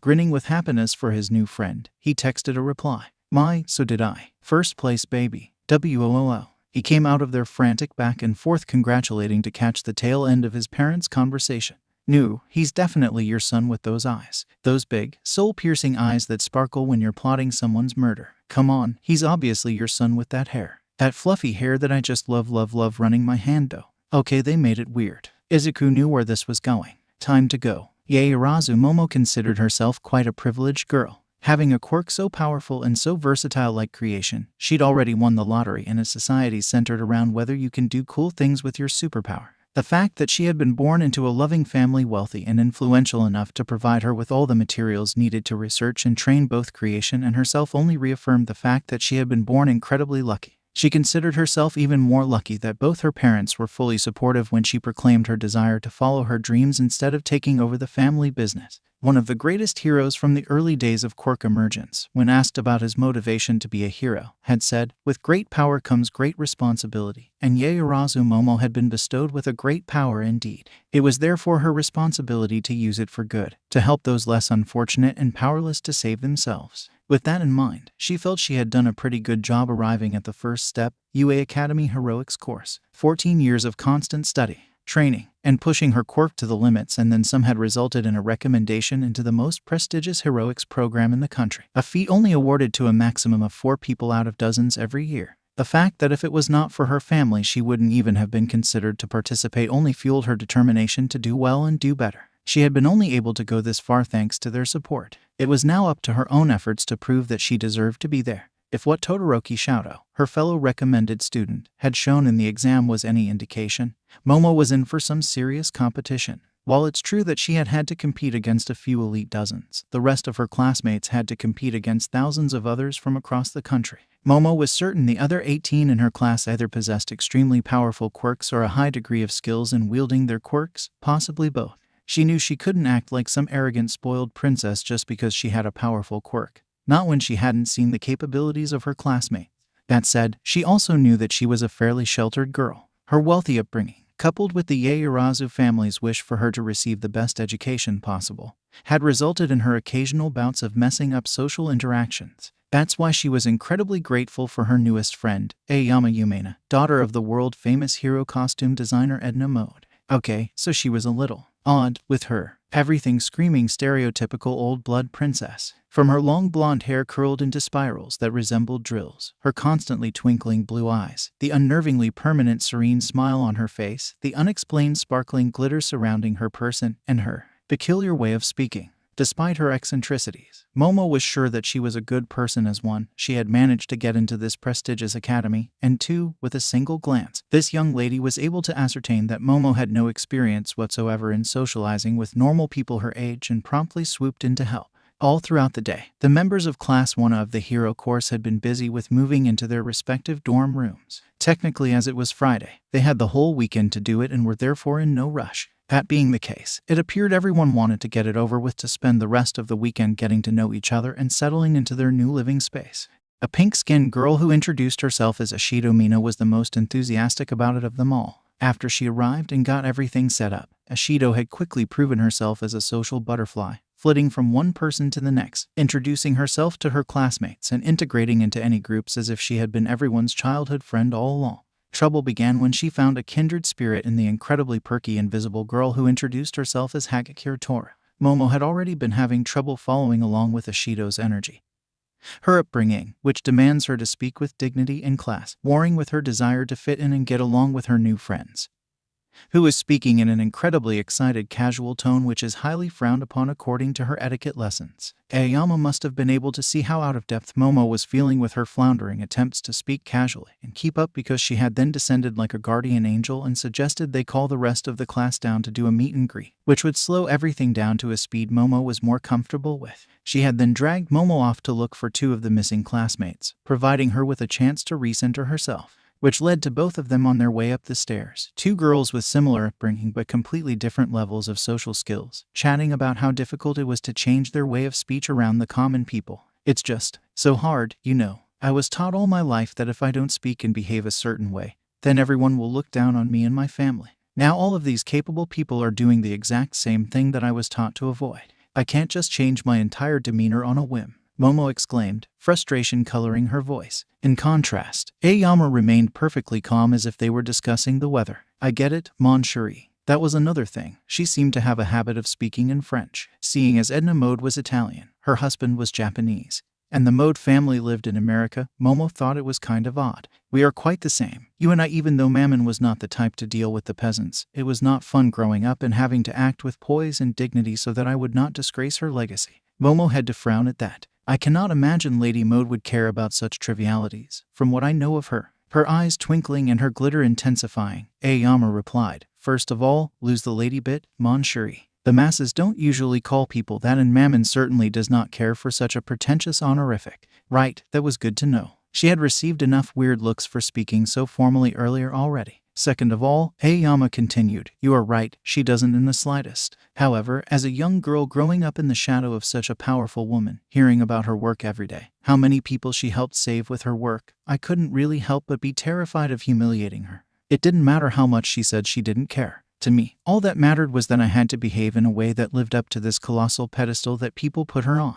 No wonder why the two girls naturally gravitated towards each other. Kindred spirits naturally seek out those who share their suffering. Well, you seem to be doing all right for yourself now. Much better than me at least, Momo said with a smile. Aoyama's response was a quiet chuckle, her smile turning the slightest bit melancholic. Mon chéri, you wouldn't say that if you met me a year ago. I simply have more experience dealing with less roturiers. If it wasn't for that gentleman, I'd have been a lot worse than you. Oh my, how exciting. Can this be a hint of a forbidden romance? Like how Lady Moon learned to find joy in life after meeting the knight of commoner roots known as the Mad Lightning in the novel The Lady's Secret Nightly Passion that she absolutely had not read or had hidden in her room. She just had to know more. That gentleman, Momo probed in a very poor attempt to hide her excitement and curiosity. Aoyama simply agreed calmly before pointing ahead. That gentleman over there. Momo whipped her head around, in a rather undignified manner, to see her new friend pointing at a short green-haired boy standing in front of a door that, she assumed, led into his room. His lazy slouch, coupled with his casual t-shirt that said t-shirt on the front and khaki shorts, did absolutely nothing to invoke a knightly image. In fact, it seemed he was going out of his way to appear the exact opposite, just like the Mad Lightning. How riveting. Oh hey Yumena. all settled in. Noticing the two girls, the boy lifted a hand for a lazy wave. I have indeed. However, I am now quite upset, mon chéri. Whipping out a folding hand fan from somewhere, Aoyama used it to point at the boy, voice raised and glitter sparkled at full force. I have repeatedly implored you to call me Yum, have I not? For I am the woman of my dreams. Yes, yes, you said that before, the boy interrupted with a roll of his eyes. Even the way he interrupted her is just like Lady Moon and the Mad Lightning's first meeting. Then why, pray tell, must you shun this honor? To call a girl by a shortened nickname is the dream of all hot-blooded teenage boys, is it not? I told you, if you want me to call you that, then call me Izu. Equality, baby. How lewd, Aoyama exclaimed and recoiling her body away exaggeratedly. Opening up her fan with a flourish and used it to cover her face, just like how Lady Moon reacted to the knight's casual commoner behavior. To make a girl address you so casually. A teenage boy's depravity truly knows no bounds. What's next once I concede Midoriya? Will you make me walk with you to class? Use your grubby paws to hold my hands in public. Momo had exactly zero idea if Aoyama was joking or not, but judging by the way the now-named Midoriya groaned in exasperation, that was not a one-time thing. Look, just, who is this? What do you want? The boy looked so done that Momo kind of felt bad for him. This is our camarade de class, Yaoyorozu Momo, Aoyama replied in turn, the fan and all traces of theatrics gone to the winds. And our other camarades de class have graciously arranged a meet and greet, so to speak. We volunteered to get you down. Well, nice to meet you, Yaoyorozu. In a move so practiced, Momo was convinced the previous back and forth was at least somewhat rehearsed. Midoriya proceeded to ignore Aoyama in favor of greeting her with a smile. Well, at least she knew that he was friendly. Then he turned to the other side of the hallway. And it was only then that Momo noticed another person there. It was a blonde boy with red eyes whose body language reminded her of the standoff scenes in those old cowboy movies that her father loved to watch. His arms were tense and curled as if ready to bring up to defend against any surprise attack while his hands were loose at his sides, palms forward, ready for offense. An emitter quirk requiring the use of his hands, perhaps? You heard them, Kaken. Wanna go? Midoriya asked the now-named Kaken, voice tinged with amusement. Kaken's answer was an animalistic growl. How uncivilized. Oh well, I tried. Midoriya turned to face the two girls and sighed resignedly, apparently having given up. Not to worry, I'll do his introductions for him. I know all of his likes, dislikes, and hobbies. Kaken twitched violently at that. How curious. He can stay in his room if he wants. Alone, by himself, with no witnesses to anything that can happen in. Oh hell no. Fuck that. Out of my fucking way. Momo was badly startled by the boy's outburst before having to hastily get out of the way as he stomped past them downstairs. How uncouth. Despite her wish to get along with her classmates, Momo had to turn up her nose at the vulgar display of barbarism. Midoriya only chuckled in response. He'll get around. I'll make sure of it. What is this feeling of pity for Kaken in Momo's heart? How curious. After you, ladies. As the trio made their way downstairs, Momo could only wonder if all her classmates were this eccentric, and if she would be able to handle them. UA Academy had an extensive dorm system offered to every one of its students for no fees. In every best high school list, this dorm system was always quoted as one of the reasons why the academy remained at the top. Every course had its own area in which their dorms were situated. In each course, every class had their own building for them to use in their 3 years of schooling, with every new class moving into the building of the graduating class. In each building, there are a total of 32 rooms, distributed on the 4 upper floors, split evenly down the middle according to gender. Each room was furnished with all the daily necessities, like a bed, a walk-in closet, a toilet, bathroom combo, and, most importantly, air conditioning. The first floor was designated as a common area with a living room, a kitchen with a fully stocked refrigerator, and a TV. Now, because each class only had 20 students in total, that might seem excessive. However, a past principal had announced that, since they were dealing with hormonal teenagers with diverse and dangerous superpowers that required a wide range of resources to use, it was better to be found excessive than wanting. He had then ordered an expansion to all the dorms, a refurbishment of all dorm rooms, along with more buildings, just to be safe. Coincidentally, that was the year that Cementos was hired. It was also the year he was, coincidentally, able to buy a house for his parents, paid in full. His contract packet was also, coincidentally, much thicker than his colleagues. Of course, all of those events were, simply, coincidences, in the building designated for that year's Class 1A. Hero course, all of its 20 students were assembled in a rough circle around the coffee table in the common room. A girl who was pink from her skin to her hair with black sclery and horns jutting out of her hair grinned before jumping up and down excitedly, nearly vibrating in place. Ooh, I'm so looking forward to this. We're gonna be classmates for the next 3 years and then eventually co-workers. Isn't it exciting? She nearly screamed, making a few people inch away from the overwhelming positivity. Since we'll be essentially living together for the next 3 years, we thought it was a bonity to set this up. A blonde-haired, blue-eyed girl sitting a few seats away from the pink girl spoke up calmly. Her face remained fixed in an unnervingly permanent, serene smile. That said, let's introduce ourselves so we have at least some basic information. Names, quirks, something about yourself, whatever you want. A pile of floating clothes in a rough shape of a teenage girl piped up a few more seats away. I'll go first. The pink girl volunteered, apparently too excited to wait to get started. Judging by the way she had been fidgeting the 20 minutes it took for the whole class to get down and gather, she couldn't. I'm Ashido Mina. My quirk is called acid. I can spray acid of differing strength and viscosity out of my body. Suddenly, Ashido backflipped off the ottoman she was sitting on into a handstand before dropping down onto a back with her feet still in the air. She then proceeded to spin on her back, into a shoulder spin, into a windmill, before her feet touched the ground and she stood straight up again, striking a pose with arms crossed. And I breakdance, she exclaimed to thunderous applause, making her preen at the attention. She had worked her ass off for those moves. They'd better impress people. These guys were still so serious, though. This was something to get to know each other better, not an interrogation. She thought something this extreme would loosen them up, but maybe another push would be needed. I will now be taking questions, Mina exclaimed again, now striking a different pose with one leg bent and the other straight. Her arms were still crossed, but now one hand was pointing a finger at the gathered class. Hopefully there wouldn't be any weirdos asking why she looked like a demon. Is your pink skin the result of your quirk changing its pH level, or are you just born with it?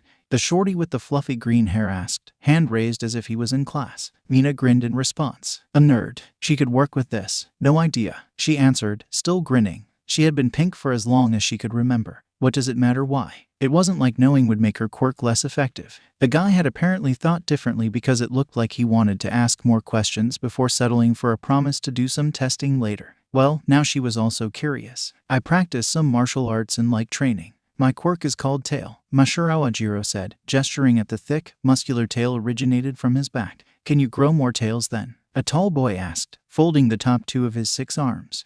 No, that's it. Just the one. Sorry to disappoint. The 6-armed boy shrugged at the same time a red-headed boy piped up. We should definitely practice sparring together, dude. A few sessions and a few dozen bruises later, he would come to regret that decision. What about the second tail at your front? Is it, A slapping sound interrupted a short girl with a row of purple balls along each sides of her head, forming twin pigtails. Is your hair naturally that spiky? Or is that a result of your quirk? Ribbit. Neither. Kirishima Ijiro grinned, showing off his shark-like teeth. I use hair gel. Mondya, a blonde, curly-haired girl whispered in awe. How much did you use? A whole bottle per day. Surprisingly, not that much. Medusa's Inhuman series doesn't need much for my whole head. And it holds pretty well. The talk then got sidetracked into a talk of cosmetics and products available that was suitable for heroes in training. Due to my quirk, I am pretty sensitive to cold weather. Ribbit, please don't mess with the AC of the common room or I'll go into hibernation and might not wake up again. Ribbit, a Suitsuyu droned with a blank face, eyes wide and unblinking. Noted, frogs are scary. And please call me Tsu. Ribbit, she finished with a smile. Frogs are cute. I can shoot electricity from my body. However, I can't control the direction. If I overuse it, I get dumb for a little bit. I'm like, whoa. What do you mean by that? Is your quirk giving you brain damage? Do you realize we'll most likely be overusing it for training? Kaminari Denka blinked in confusion at being interrupted.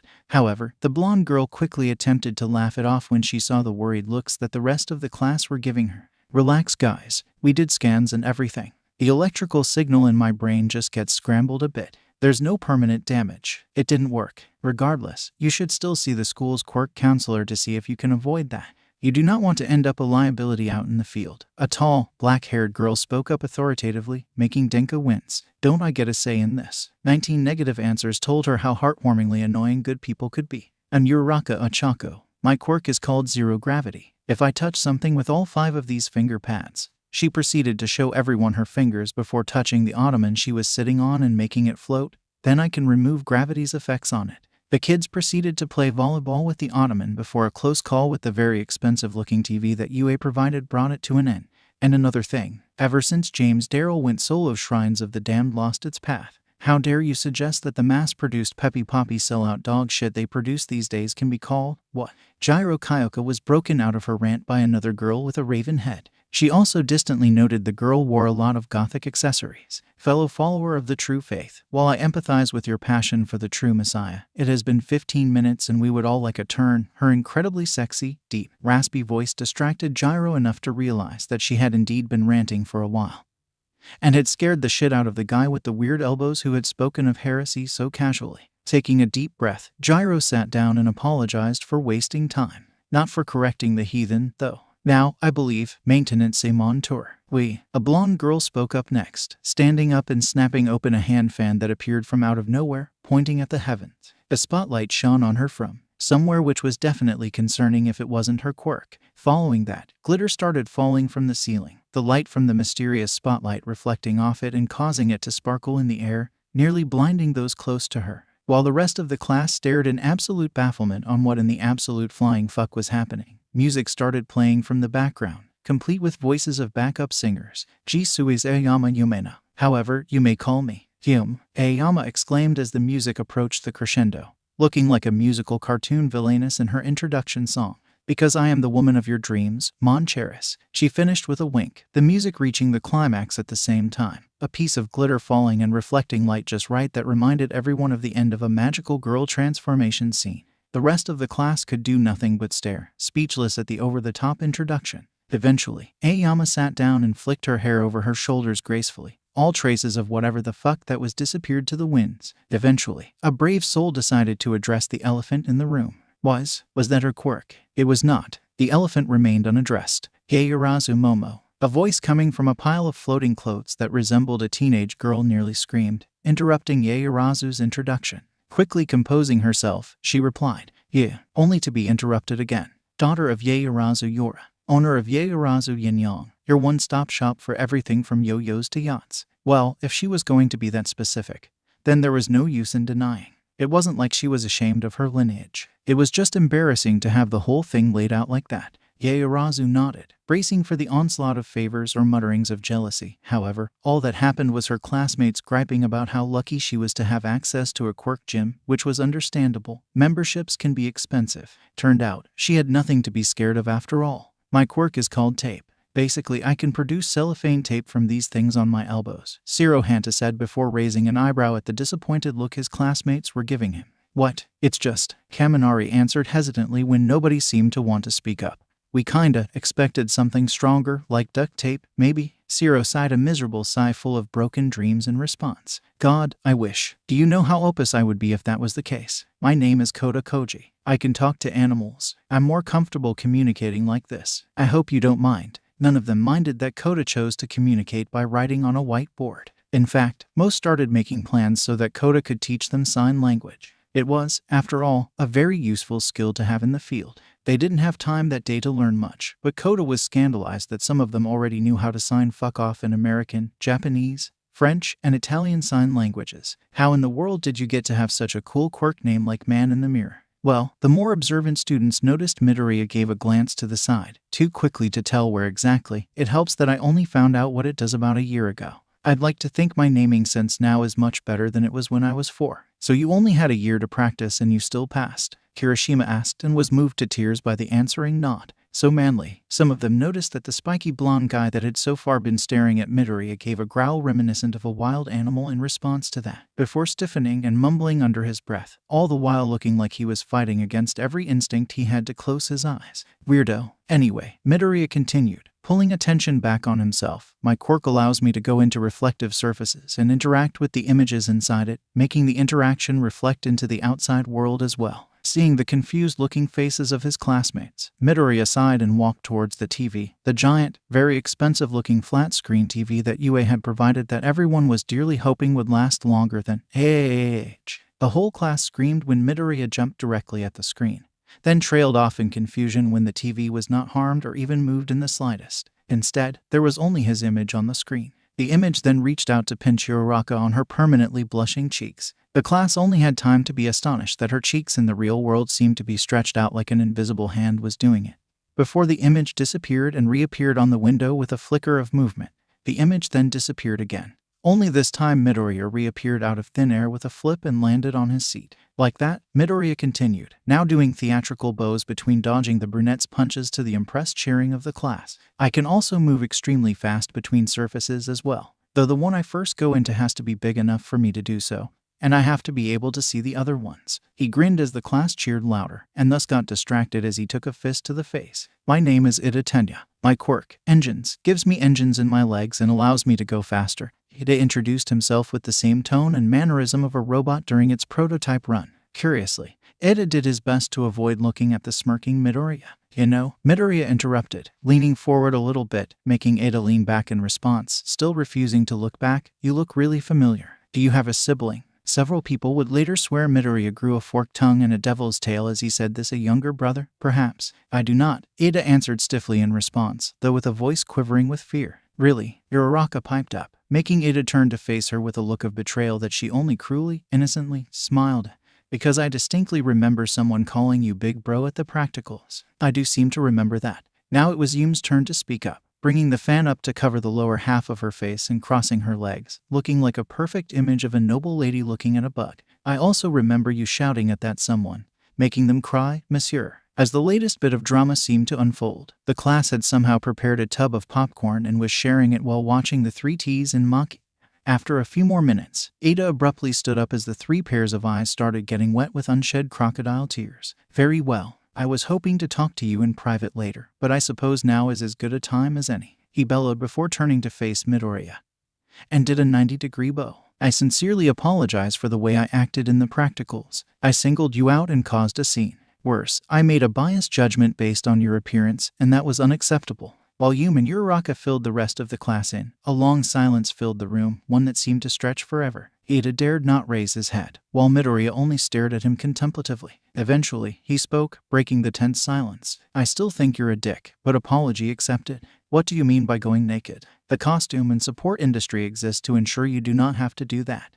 Sorry. Hagakure Toru meekly apologized to the outraged blonde who was displaying more emotions than she had the whole time Hagakure had known her. Say inadmissible. Yum twinkled angrily, brandishing and pointing her fan at the invisible girl like a saber. This, madam, is an insult to everything the modes stand for. We will personally design you a costume and you will wear it. Or else. Yum stomped away in a huff, slender fingers flying through her phone's screen to contact her family. Mode. As in Edna mode. I like to experiment with my sugar intake by baking. So if you see pastries on the kitchen counter, go ahead and take some. Sato Rikito had no idea the impending civil war he would unwittingly start with his delicious pastries. Being from an all-male, meat-loving family. Oh my. Yaoyorozu Momo, having had access to a team of personal chefs, also had no idea and thus poured more gasoline into the fire. I shall provide tea then. I brought a stash of Da Hong Pao with me and would love something to pair it with during afternoon tea. The other girls, as well as some of the boys, on the other hand, knew perfectly well what that meant,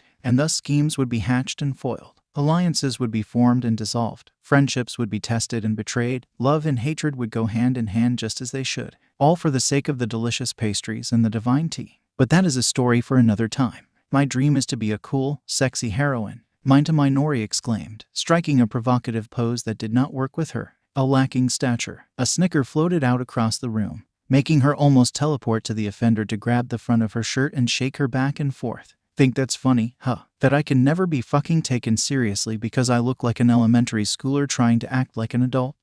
That I only attract the weirdos because the decent ones are all afraid of being accused of being a pedophile? Huh? I will deep throat you with my balls, bitch. Dude, stop. Please, you're gonna stretch my collar. I'm sorry. Kaminari managed to get out between shakes, which was impressive with how dizzy she was. I don't want your fucking apology. I want my Mintadas to evolve into Minipais. I want the secret to Uraraka's Achachas and Yaoyorozu's Momos. I want HRK. Once again, Asui came to the rescue. Hey say something to make it less awkward, Midoriya. I get how frustrating it is to be lacking in height. Let's do our best as shorties. Good job, my boy. As expected from the main Chara. We can team up. You can be Smurfette and I can be Papa Smurf. No, you idiot.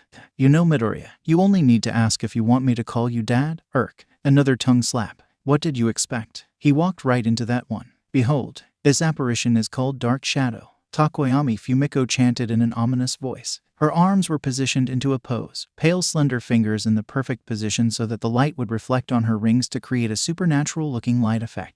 That looks like a stand. I can't be the only one thinking it's a stand, right? That's definitely a stand. A stand was what commonly used to refer to a kind of quirk that took the form of a separate entity that fought for their user, seen mostly in people with Joestar blood in their veins and some of their associates.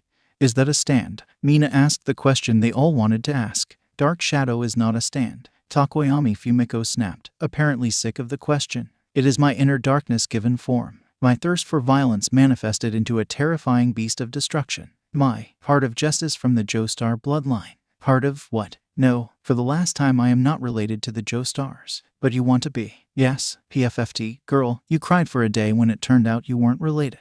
Don't try to play it cool. Dark Shadow. It talks. A sentient stand. It is not a stand. Unfortunately. Bakugo Katsuki. My palms secrete a nitroglycerin-like substance that I can ignite at will. Bakugo sat back down with a huff, apparently unwilling to elaborate further. He likes classical music. Midoriya spoke up with a smile, making everyone, including Bakugo himself, snap their eyes to him, especially ones from the late 1980s. Weird choice, I know, but at this he smirked directly at the blonde, who had now adopted a look of horror upon realizing what would happen next. He is never gonna give that up, I'm afraid. The message was loud and clear: play nice or regret it later. Interesting taste in music. Juru piped up, interrupting Bakugo from his brief paranoia-induced semi-breakdown.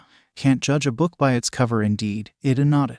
He had learned that particular lesson the hard way. Bakugo screamed, quietly, in his head, just to be safe. Todoroki Shoto. My right side can make ice. My left side can make fire. I will not use my left side in battle. A silence followed by the cold and stoic declaration, a silence which was then broken by Zero. What about using it to fry bacon? Exactly 1 second passed. Acceptable. Why the fuck is that fucker allowed to be like that and not me? Can you even tell us apart? I heard that past a certain altitude, everything just looks like tiny dots. Midoriya squinted his eyes at Shoji's face, no doubt blinded by the sun being so close to Shoji's head. Can he even hear us? The sound of the winds rushing past his ears from so high up must be deafening, right? Gyro added with a lazy grin. I will climb him like Mount Everest. Just you Irk. You know who that was. In response, Shoji closed his eyes and took a deep breath. With an exhale, he then fixed each of them with a stare from his vantage point beyond the clouds and spoke. Worry not. My quirk gives me excellent sensory abilities. I can see and hear microorganisms just fine.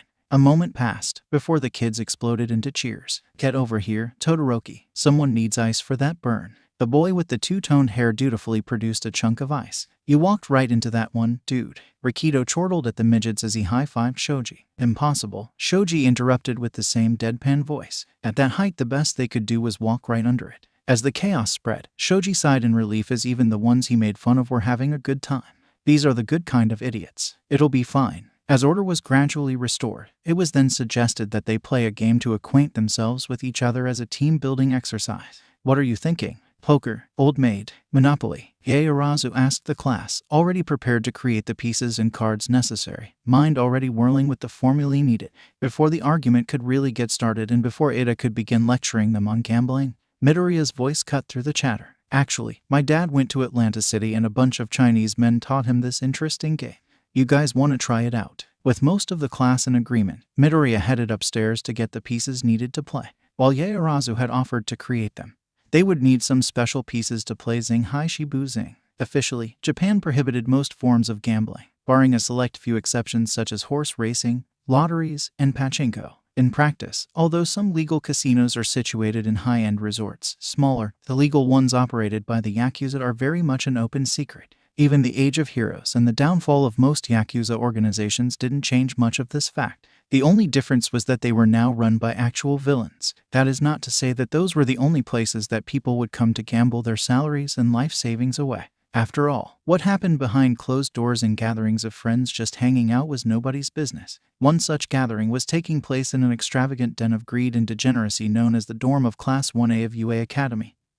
Hero Course. In the common room, a tournament was taking place, in which all 20 of the teens attending the class had bloodied their teeth and stained their souls, made new friends and allies one moment only to betray them the very next. Out of 20 combatants, only 4 remained, standing at the top of the pile of corpses that had once been their classmates to prove that they had the smart, the skills, the cunning, and, most importantly, the ruthlessness needed to be the champion that stood at the top. Huh, go fish, Bakugo exclaimed with manic excitement. grabbing the discarded domino tile to add to his hand after winning the rock, paper, scissors. Not so fast. Yaoyorozu responded with equal enthusiasm. Interrupting Bakugo's move, I activate my trap card. Uno reverse. As the two stood up to exchange seats, Bakugo very reluctantly and loudly doing so, Midoriya narrowed his eyes at Tsu's wide unblinking ones. The girl had just called Riichi earlier, which resulted in her discarding the domino tile that Bakugo had taken and was now in Yaoyorozu's hand.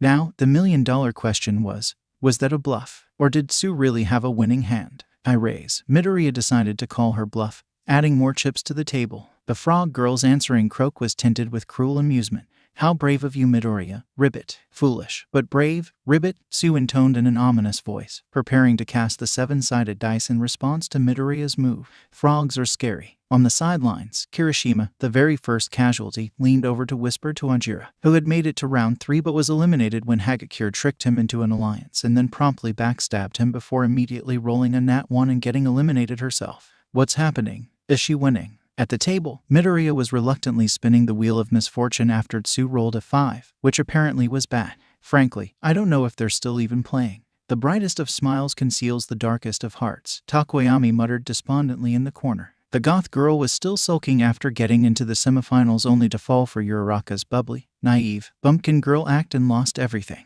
Uraraka had learned from the best. In another corner, Minda was still sleeping peacefully. The diminutive girl had suggested that all the girls play in bunny suits and the boys play topless except for shirt collars, cuffs, and ties. Zero had planned to just tape her up to shut her up.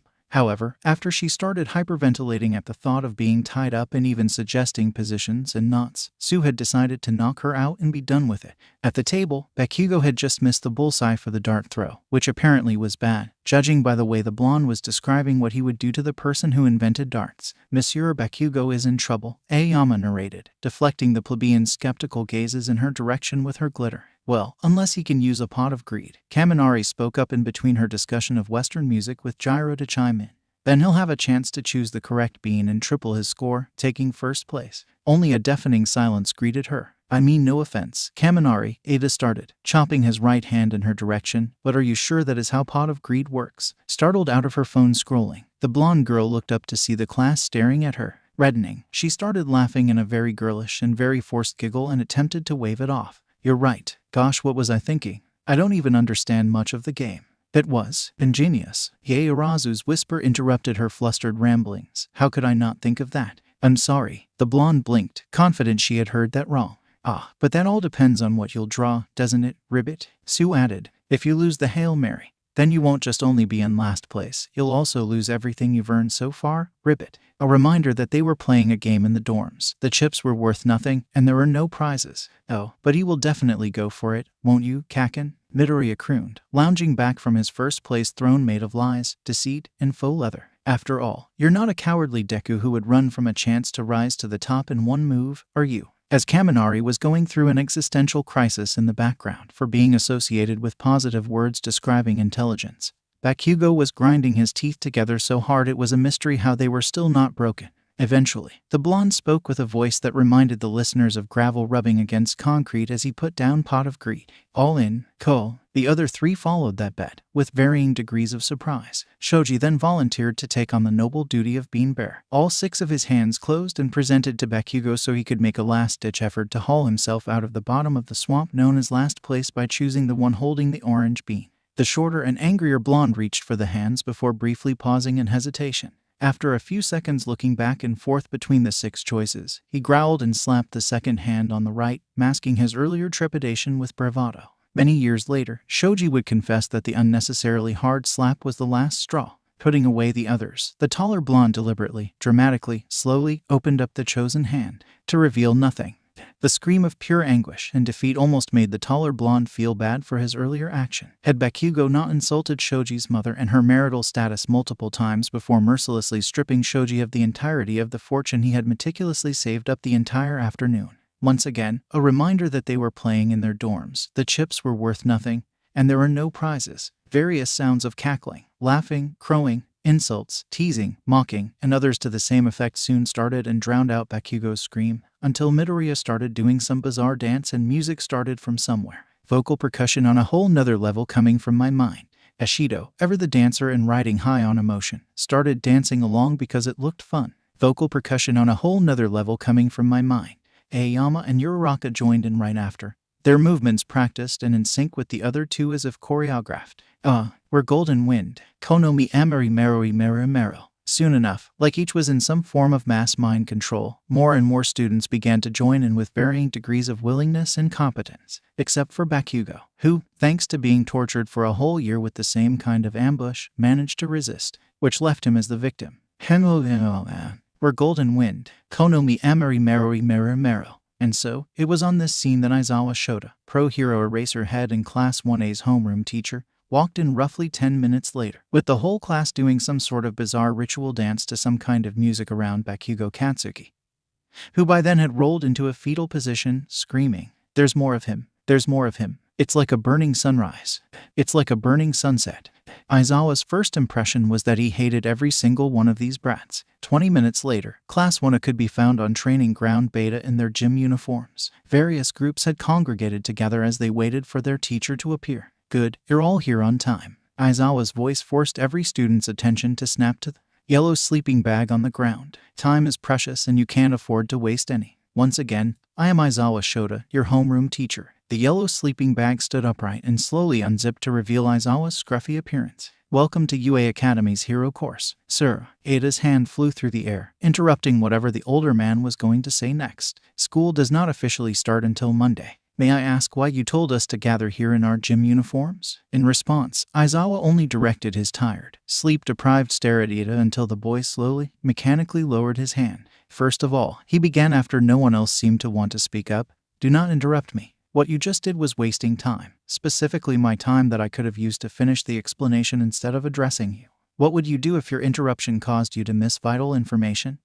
The chastised boy looked down in shame. Memories of his outburst in the practical exams briefing sprung up, as well as his brother's lecture the following day. Second of all, the stare then encompassed the rest of class, making them stiffen up. "You are correct. School has not officially started yet, and I usually don't do this until Monday so that you'll at least have a taste of being a UA student."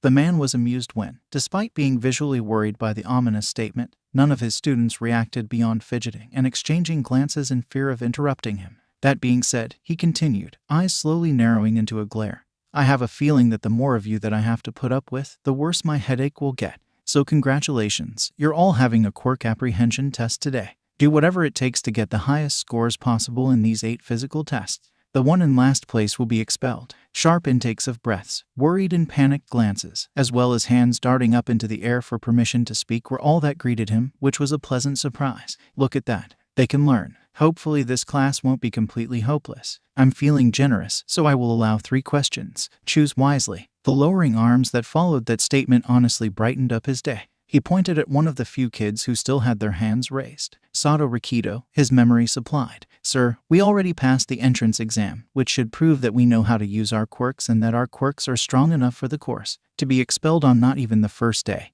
Isn't it a little unfair?" "Life isn't fair," Aizawa responded evenly, not fazed in the slightest. "Being good enough is not good enough. You can't save anyone by being honorable. You get no prizes from Santa for being a good kid, and birds aren't real." There were 2 very offended gasps that originated from Takoyami Fumiko and Kota Koji that he chose to ignore. Next, using the confusion as a smokescreen, Aizawa swiftly moved along, pointing at Yaoyorozu Momo. "Are there any limits on what we can do to maximize our scores, sir?"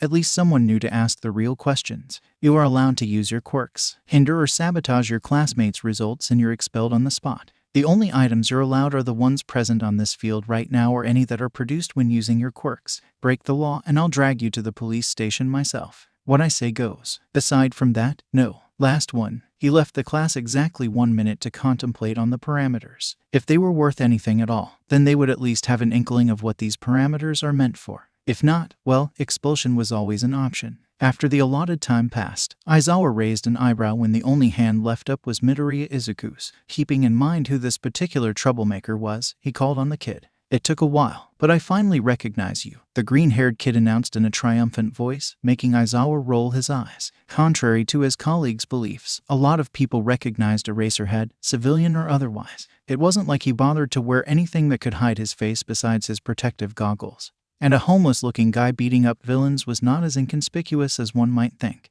If this kid thought just because he knew his hero name then he would get special treatment, he had. You are the homeless hero, Hobo King, aren't you? The exclamation cut through his mental monologue as well as the class chatter like a drunk driver through the red lights. So, we have a comedian this year. Aizawa directed his gaze, which was now slowly narrowing into a glare that had put the fear of God into countless villains. At the brat, only to falter when he saw the starry fanboy look that he was more accustomed to seeing directed at his ash. Your quirk, Royal Beggars, is so cool. It allows you to steal the physical stats of any living thing you touch to add to your own. Granted, it's a temporary effect, but you become an absolute monster the more people you fight. And the way you use your quirk is so creative that Yao gave Mesamaniita-san. This is bad. This is very, very bad. The starry fanboy look had slowly transitioned into the fanatic obsession that Aizawa usually saw on the news whenever All Might himself was involved. How had the big blonde oaf handled this? How in the hell was Aizawa supposed to handle this? He became an underground hero specifically to avoid this scenario from happening.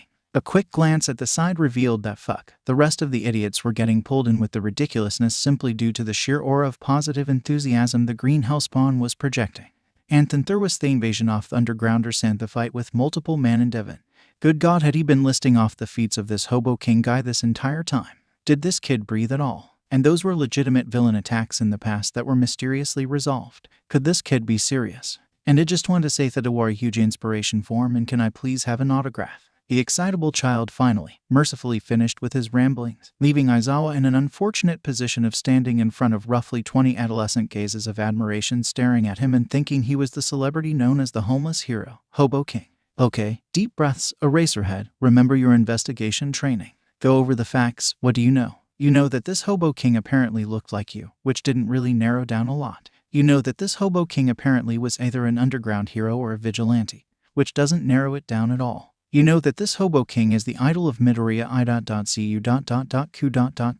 Aizawa's panic was promptly replaced by cold silent rage as he remembered exactly who he was dealing with. This brat was the little troll that Nezu and Kayama had their eyes on.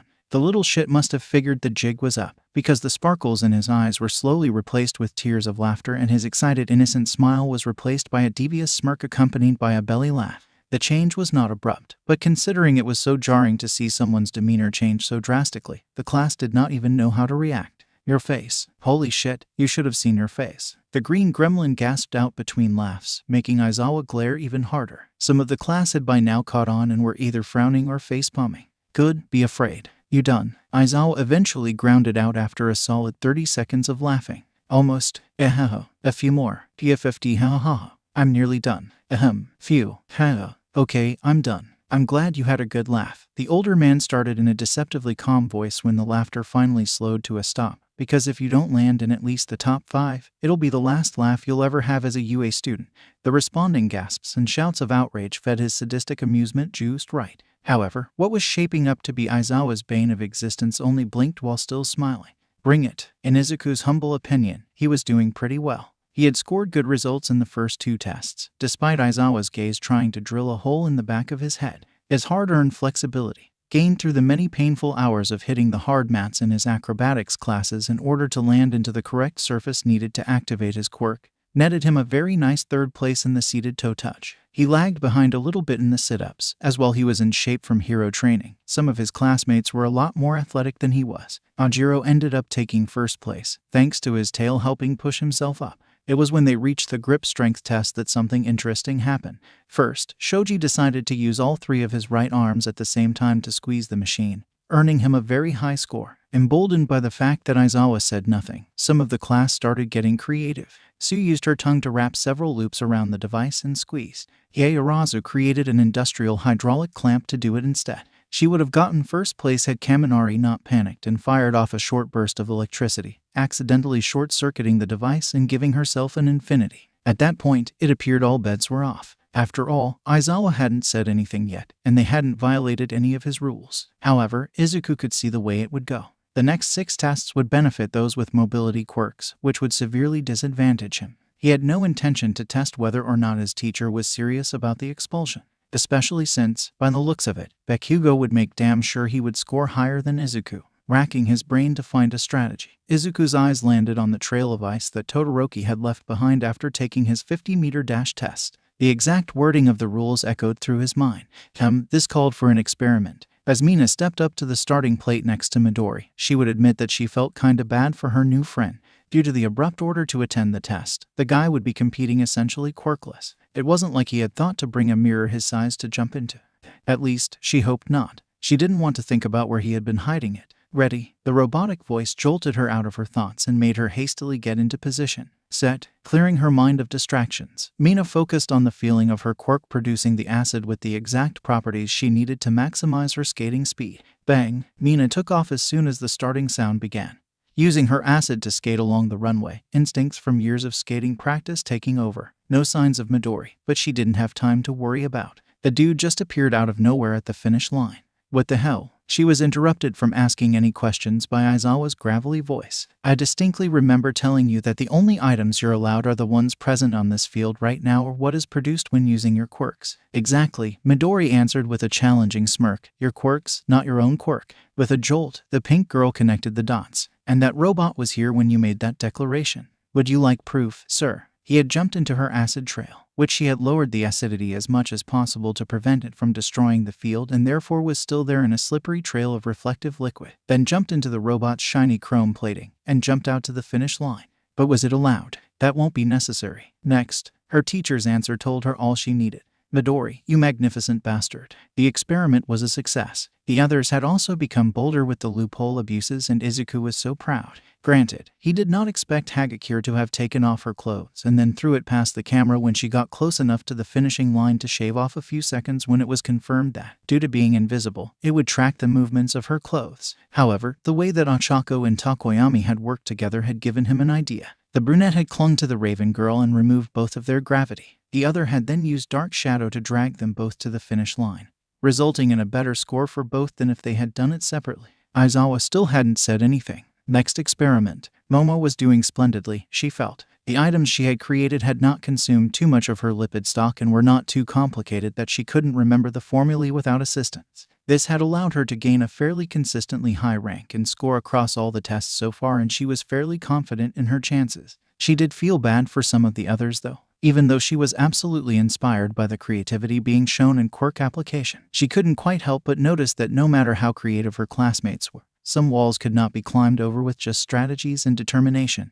Hagakure's quirk couldn't help her be faster or stronger. The only thing Kaminari could do was shoot out electricity. Sato couldn't activate his quirk at all due to having no sugar and had to rely on his natural physical abilities. Unlike her, who could create anything she needed out of her own body. Her friends had to struggle to claw their way up the ladder. She supposed that guilt was why, when Midoriya asked her to create a mirror for some experiments, she so easily complied. If her helping can lead to him discovering some new application of his quirk, then she would be happy. Besides, it wasn't like Midoriya would bring it into use and he just brought the mirror into use in the standing long jump. Momo stared dumbfounded as her new, possibly soon to be expelled, friend propped up the mirror at an angle, contorted his way into its surface, shot himself out of it, and cleared the sandbox. Surely it couldn't be allowed, right? It was not against the rules because he had made use of Ashido's acid before, but Mr. Aizawa just called for the next students. Apparently Yue was a lot more free-spirited than she thought. Izuku really needed to talk to the others about Yaoyorozu. He had nothing against the girl, of course. She was a sweet girl, very smart, very helpful. However, she had the tendency to feel guilty whenever others were having a harder time than she was and became extremely easy to manipulate. They had to nip this in the bud before she got scammed by some scumbag taking advantage of her kindness. Anyway, another successful experiment. Some of the others even took his cue. Sato asked Yaoyorozu for some sugar, which meant Izuku won the bet on whether he needed actual sugar or if it was code for cocaine. Zero asked Minda for some of her balls to act as a weight for his tape so he could throw it farther and yank himself farther when he jumped. It spoke of how seriously they took Aizawa's threat that Minda hadn't made one lewd comment this whole time. Izuku was actually proud that, despite the imminent threat of expulsion, his class were still willing to help each other. The robotic beep, marking the end of his turn to do the repeated sidestep, jarred him out of his contemplation. The mirror he had asked Yaoyorozu for earlier could split into two, and he had set them up so that he could jump back and forth between them, unless any of his classmates could go above light speed.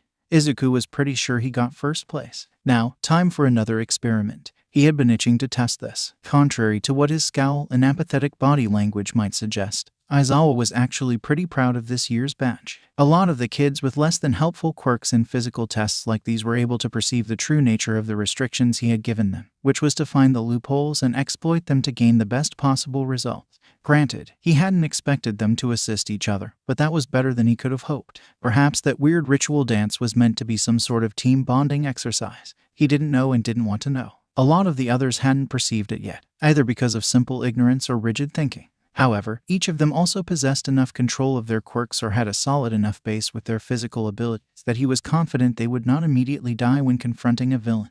Other problems, such as Todoroki's refusal to use the fire side of his quirk, Bakugo's aggressiveness, or Ada's rigid adherence to the rules, could be fixed in the next 3 years, as long as they could live long enough to do so. Speaking of adherence to rules, Midoriya, the problem child and Aizawa's main source of headache, had apparently decided to try something with his quirk for the ball throw. If he actually planned to jump out of the mirror holding that ball so it could go farther, then he's primed for expulsion. There was no way he would be able to land. Oh, only the ball flew out. Interesting. It appeared he could choose to release his quirk on individual objects he brought in with him. By the way the kid was muttering to himself, it seemed to be a new development. What a versatile quirk. Aizawa mused to himself as Kayuka stabbed one of her earjacks into the ball and prepared to apparently blast her heartbeat to that spot to give it a boost. Though there is still the distance run. You should be safe now, but let's see what you do this time. Izuku stared straight ahead, resolutely ignoring the tired glares directed at the back of his head from his classmates, especially the explosive blonde one. As soon as the starting signal for the distance run sounded, he had started his strategy. He had jumped into the mirror set up nearby specifically for him to do so and then proceeded to jump to his target and chill until Aizawa called for a stop. What was his target? Yaoyorozu's moped's rims. Yes, a moped. The girl had created a fucking electrical moped to run the course, complete with a helmet. He simply took advantage of the bullshit by utilizing his own bullshit. Bullsheption. Anyway, Aizawa had definitely seen him do that and still allowed it, despite his classmates' loud protests. Hence the glaring. It's a waste of time to announce it one by one, so here's the results. The older man's voice reminded everyone of what was at stake. The last one would go home before the semester even started. Aizawa's phone then projected a hologram upwards, showing the score. Izuku was shown in 4th place, making him sigh in relief and a bit of amusement when he noticed that Katsuki was in 5th place. Those emotions were ruthlessly torn apart by the reveal of the name at the bottom, Hagakure Toru. Even though most everyone saw it coming, it was still painful watching the invisible girl's body crumble onto the ground. Even though they barely knew each other, for the last few hours, Class 1A had played together, laughed together, sweated together, and cried together. Toru had been a part of Class 1A and her heartbroken sobs tugged at most of everyone's heartstrings and triggered every single protective instinct they had. The girl had tried her best. It wasn't fair that her dream would end before it even began due to not being given an opportunity to show what she was capable of. As everyone was gearing up to defend the invisible girl and yell for Aizawa to reconsider, his tired voice cut them off. By the way, I was lying about the expulsion thing. It was just a logical ruse to get you to perform at your best. A stunned silence followed that declaration, before it was broken by yells of indignation and Hagakure's cries of relief. The only person to notice Midoriya Izuku had gone suspiciously silent was Bakugo Katsuki. The blonde was the only one that knew him enough to recognize what he was thinking. To Deku, regardless of Aizawa's real intentions, their teacher had become nothing more than a bully who enjoyed playing mind games with people weaker than him for his enjoyment. And there was nothing that Deku hated more than bullies. You do realize, the sheer contempt in Midoriya's normally cheerful teasing voice was enough to make the few who heard him shiver. That I will get you back for this, don't you, sir? In response, Aizawa simply snorted and turned to walk away. There should be a stack of syllabi in the dorm's common room. Read it, prepare for it, and don't be late on Monday. As the rest of the class crowded around Hagakure to comfort her, Izuku simply narrowed his eyes at Aizawa's retreating back. It was on now, fucking asshole. Meanwhile, Katsuki was just glad Deku had another target to divert his attention. Flack. Toshinori suppressed a wince at the sound that was located somewhere to his left. It was the sound of someone's jaw audibly clicking, caused by a too-wide yawn. He had attended enough ceremonies in his career as All Might, the #1 pro hero, to instantly categorize it as one whose owner didn't bother to hide, either because they just didn't care, or they wore a mask loose enough to accommodate that kind of jaw motion, judging by the lack of any muffling in the sound. There weren't any mouth-covering masks involved, which disqualified Snipe and Hound Dog. The volume and the sheer audacity of this person also left out Cementos and Ectoplasm. Eraserhead was also fast asleep on the ground in that hideous sleeping bag of his. With how masculine it sounded, he concluded that Present Mike was the culprit. Case closed. Another job well done. All Might. He wasn't the symbol of peace just because his strategies were to punch problems away. Toshinori suppressed a groan of his own. Great. Nezu's speech bored him so badly that he was playing yawn detective now of all things. And the principal was still talking with no signs of finishing up. It was at these moments that he kind of regretted taking up his master's philosophy. His signature smile was getting tiresome to hold. He was also really jealous of how effortlessly Aizawa had crawled into that sleeping bag of his to take a nap. The man was functionally dead to the world, despite the surprised glances and conspiratory whispers to his direction from the other faculty members. Apparently, he would usually force the class to skip the opening ceremony as well as most of the first day in favor of doing the Quirk assessment tests ahead of time. No one had expected the man and his full class to show up, and with not a single student missing for the ceremony, Toshinori supposed since that class had already done the test on Friday.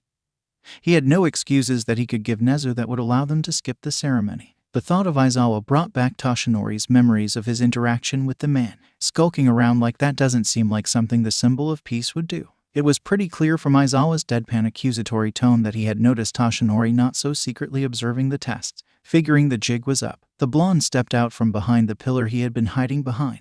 Perhaps a direct conversation with the man in charge of the boy he was suspecting to have some connections with All for One will provide some new perspectives. Speak for yourself, Eraser. Toshinori made sure to keep his voice cheerful and genial as he began to speak. To get through your tests. And not of a single student expelled. This class either has great potential, or you're losing your touch. An annoyed look crossed the exhausted-looking man's features, while his glare would have made lesser men wet themselves. They simply don't have zero potential. That is all. Now what do you want? Or do you have so much free time that you can snoop around in that muscle form just to make small talk? Straight to the point. Toshinori had been warned that Aizawa was a rational man who despised niceties. Well, when in Rome, as they say. May I ask your impression of young Midoriya? Perfect. It was direct but still vague enough to mask his real intentions. It worked a little too well. Didn't peg you for the type to play favorites already. The other man commented with a raised eyebrow, making the blonde almost choke on his blood in surprise. Toshinori rushed to deny, but the sheer absurdity of this situation provided a space for Aizawa to cut in. Save it. I don't care what your connection with him is, but he's in my class now and that means he'll be treated like any other student. Got it. Seemingly satisfied with the silence his taller colleague gave, Aizawa continued. As for my impression, he's got a versatile quirk, with a decent amount of creativity to come up with many applications for it. His willingness to bend the rules is both good to have as a hero, and a pain in the ass as a student. Did your golden boy fulfill your expectations, Mr. Symbol of Peace? He is not I don't care. Get out of my way. The conversation was a private one, so naturally, that meant that the rest of UAS faculty had known by the end of the day that All Might had already found a favorite student, when school had not even started yet. Toshinori's futile attempts at coming up with an explanation had only resulted in advice for the newbie, conspiratory winks, discreet thumbs up, and pats on the back. It was getting very annoying. That was not even counting Nezu's resulting animalistic cackles when he had come to ask for help. He had no doubt the rat knew exactly what was going on, and how to explain it in a way that wouldn't allude to the fact that Toshinori had suspicions that young Midoriya had involvement with Japan's secret emperor of Shadow. Yet the principal only kept laughing harder until the blonde eventually gave up and left. Granted, in any other scenario, that might have been true. The kid was smart, creative, and tenacious. His skill in quirk analysis was borderline prodigious, and his sense of strategy in combining them was even more so, as was shown in the practical exam. All in all, he could very well have been another Night Eye, and one of All Might's favorites, if it was not for that familiar glint in his eyes before he humiliated young Ada, and when he swore revenge on Aizawa. He had seen one similar to it countless times before and during the devastating fight 5 years ago that resulted in the hole in his stomach. He was well aware that all of this could just be excessive paranoia stemming from his lingering PTSD from that fight. However, his master and the 7 others before her had given their lives to bring down that monster. He'd be damned if it was his naivete that brought him back to power. Last but not least, you might have heard of the rumors, but allow me to formally introduce the newest addition to our faculty, and newest teacher of practical heroics, the #1 hero, All Might. Having his name announced jolted the man out of his thoughts. Calling on the well of power that was one for all out of instinct, he buffed up. The steam that accompanied his transformation blew the curtains he had been sitting behind apart, allowing him to step forward for a dramatic entrance. I am here to teach. When his appearance threw the gathered teens into an even more chaotic frenzy, Toshinori decided to put Midoriya aside for now and focus on his prepared speech. That he had definitely prepared and was not just making up as he went. Clack. Ajiro winced at the loud sound that several of his classmates' jaws made. They were walking to the introductory tour of UAS facilities after the ceremony had finally, mercifully, been over and done with. Guys, come on. At least cover the yawns up. I know the ceremony was boring, but at least try to be manly about it. Good thing I'm a girl then, isn't it? Kaminari piped up beside him. Or are you saying these? Aijiro had to hastily look away as Kaminari gestured at her Kamimaris. Look manly. Yeah, hi. To Aijiro's horror, Mina had decided to join in the teasing. Do you think mine look manly as well? You can show me your manliness anytime, anywhere, Kirish. Ack. Aijiro thanked the heavens for Mintus and Tsu's interruption as the girls forgot about teasing him in favor of the diminutive girl instead. Unfortunately, that meant the boys were free to join in. Can't believe it's only the 4th day and girls are already all over him. Siro commented teasingly, to Aijiro's embarrassment. Must be the quirk. Girls love it when guys are rock hard for them. Shoji added, making Koda blush from the vulgar joke and Aijiro's jaw to hang open. Such foul innuendos is unbefitting of guys. Hagakir's excited yell cut through Ida's offended bellow. Apparently, she and some of the others had secretly been passing notes with their yearmates in other classes during the principal's speech, and started chattering away as soon as it ended. True to their fame, they were now in several group chats consisting of students from any manner of courses. 1B just invited us to come to their dorms this evening to hang out. Looks like they got curious with us, or something. Aijiro instantly grinned. What did it matter what they were curious about? Socializing and networking was manly as hell. The fact that they would stop teasing him would just be a bonus. Midoriya, aren't you coming over to 1B for dinner as well? Yeah, but figured I would make something to bring over, too. Housewarming gift, you know. Sato nodded thoughtfully and proceeded to make his way into the kitchen as well, just as Midoriya put the finishing touches on his crab cakes. Good point. Guess I'll bake some cookies for desserts. While the larger boy remained oblivious to the fact that the secret war over his pastries would spill over to his sister class due to his actions, Todoroki had followed in. Would you like me to fry some bacon? A brief, awkward silence that always seemed to happen whenever the red and white-haired boy spoke occurred. Thankfully, Tsu had heard everything and came to the rescue. It's okay, Todoroki, ribbit. We don't want to call Aizawa this early into the year to send someone to fix the kitchen. Again, ribbit. Apparently Tsu had not come to the rescue and had instead decided to murder Todoroki instead.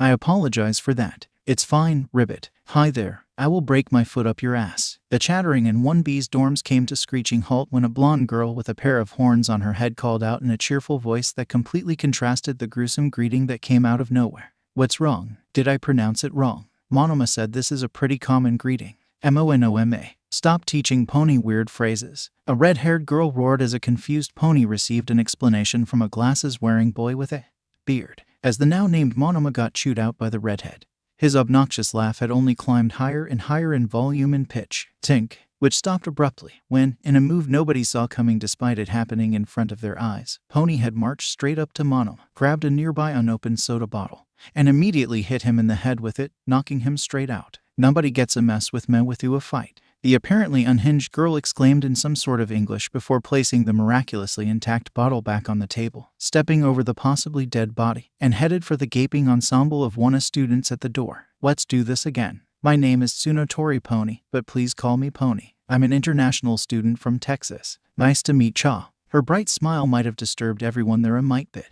We're all Americans like this. Big sis, big bro is being mean again.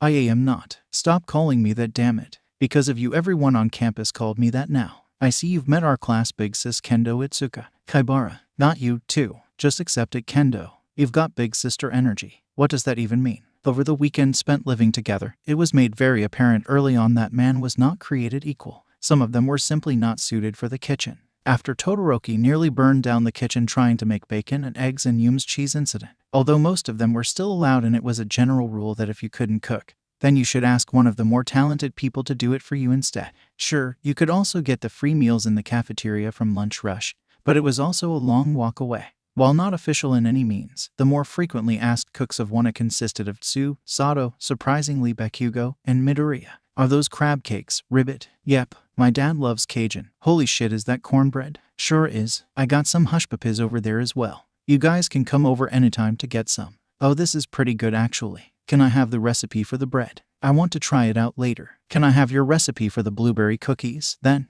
are we trading recipes? Can I have the mapo tofu one? My tongue is on fire and I'm dying, but I feel alive.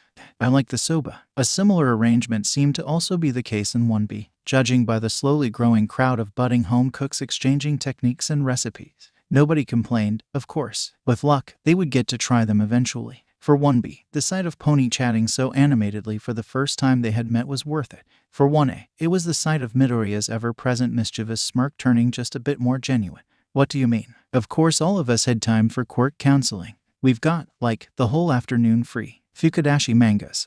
Speech bubble shifted to A symbol showing his surprise, before displaying his thoughts in writing form. What? Don't tell me you guys didn't have to do the Quirk assessment tests. That's so unfair. How typical of UA to prioritize. Tink. Everyone carefully inched away from the Coke bottle that would later be renamed the Concussionator. We did that on Friday. You guys didn't. No, we fucking did not. Owasiosu grunted from the couch, getting up to make room for someone else to get wrecked in Mario Kart. Was that why everyone was staring when we showed up this morning? Ajiro inquired, starting to feel disturbed by how inconsistent UA was, and especially their homeroom teacher's scheduling. I talked to an upperclassman I know and apparently one who notoriously skips the ceremony every year, only to then show up the next day with, like, half a class left.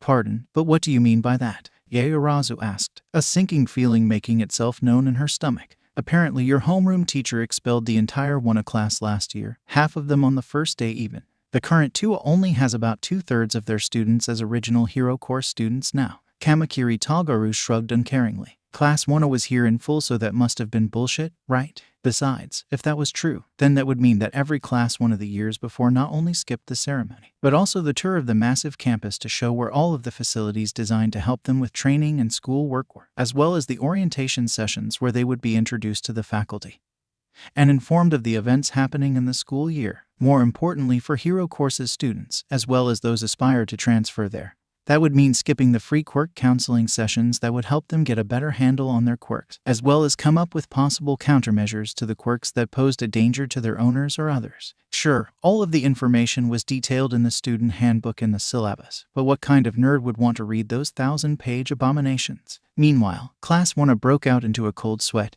and none more so than Yaoyorozu. The girl had been so sure the logical ruse was just that, a ruse. But to think that their teacher really could have been so cruel that he would end their career right then and there. That was a mighty blow to her people-reading skills. Someone did get expelled though. Midoriya's devilishly innocent voice piped up, making the rest of his classmates wonder what the hell he was up to this time, and their sister class to descend into chaos. Come on, guys, don't tell me you forgot about him already. That guy with the quirk unsuited to help with those bullshit tests and got expelled. I think his name was Shoto or something. Hell, don't tell me.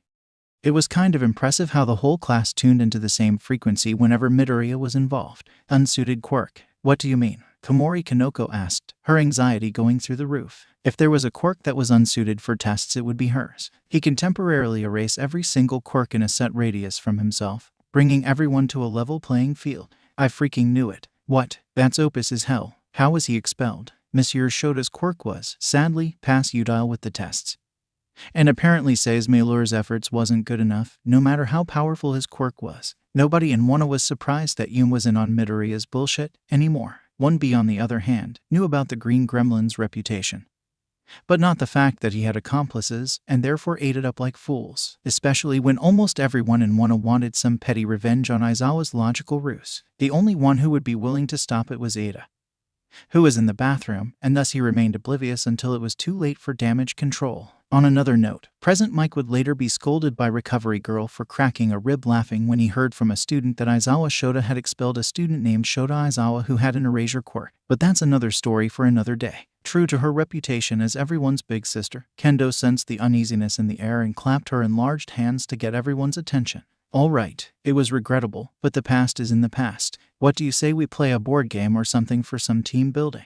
A shiver ran down each of 1B's students' spine as Bakugo loudly demanded a rematch on something, and Midoriya's challenging smirk got a little too wide. Kendo would later acknowledge that it might not have been her best idea. We're golden wind. Konomi Amari Maroi Mero. What is happening? What did you people do to my class? Answer me. Bakugo, who was determinedly disassociating, snapped out of it long enough to shoot the screaming Monoma a rare pitying look. First time. It's like a burning sunrise.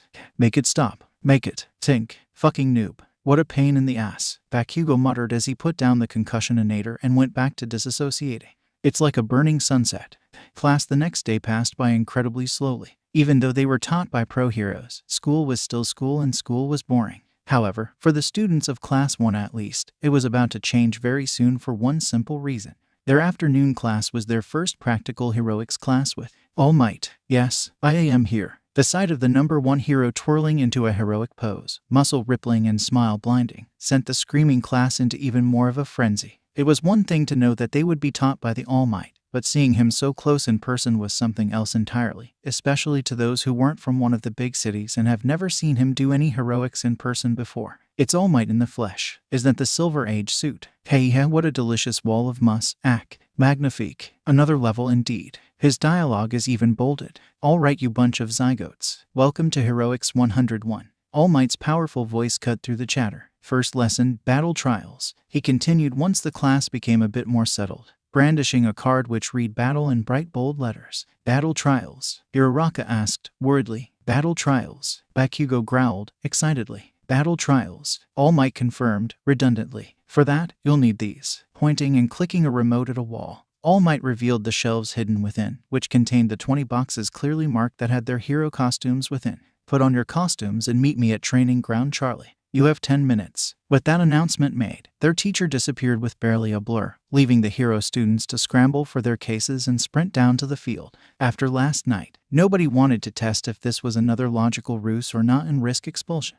Every student in Wano for the past month had come to terms with the fact that they were going to UA, and spent the whole weekend mentally preparing themselves to learn how to be a hero. However, as they stood on the training field of UA, in their first heroics class, in professionally made hero costumes, in the presence of the symbol of peace and their fellow students in their own costumes, the feeling of whoa, I made it finally made itself known. Sure, they all knew instinctively this was only the starting line, but damn if that didn't feel good. Looking good, ladies and gentlemen. Remember, as long as you have those costumes on, you are heroes. Their teacher's voice snapping them out of their own awe. The class were focused on All Might to see him standing in front of a cityscape.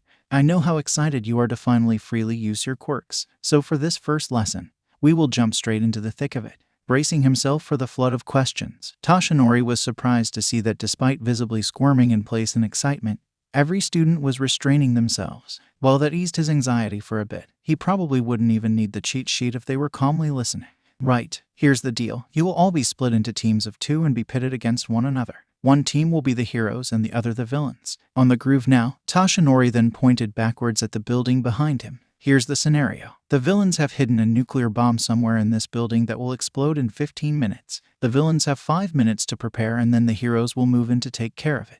The heroes win if one of them touches the bomb, or if both villains are captured. The villains win if time runs out, or if both heroes are captured. Any questions? Oh wow, they were raising hands and waiting to be called and everything. This teaching thing was easier than he thought. What counts as a capture, sir? If someone is wrapped in these capture tapes, then they are eliminated. How will the teams be chosen? By drawing lots. Remember, you won't always have a chance to choose who to work with in the field. How fucking violent are we allowed to be? Reasonably so. I will stop it if things go too far. So use your common sense. Will the losers be expelled? I am not Aizawa, so no. Satisfied that every question has been answered, Toshinori reached into the boxes containing the lots and drew out 2 marked balls. The first to go are Team B as the hero and Team D as the villains. Villains, follow me. Heroes, stay here until I give the starting signal. The rest of you head up to the monitoring room. A few minutes later, Toshinori watched on the monitor as young Aoyama got into a brief argument with young Midori.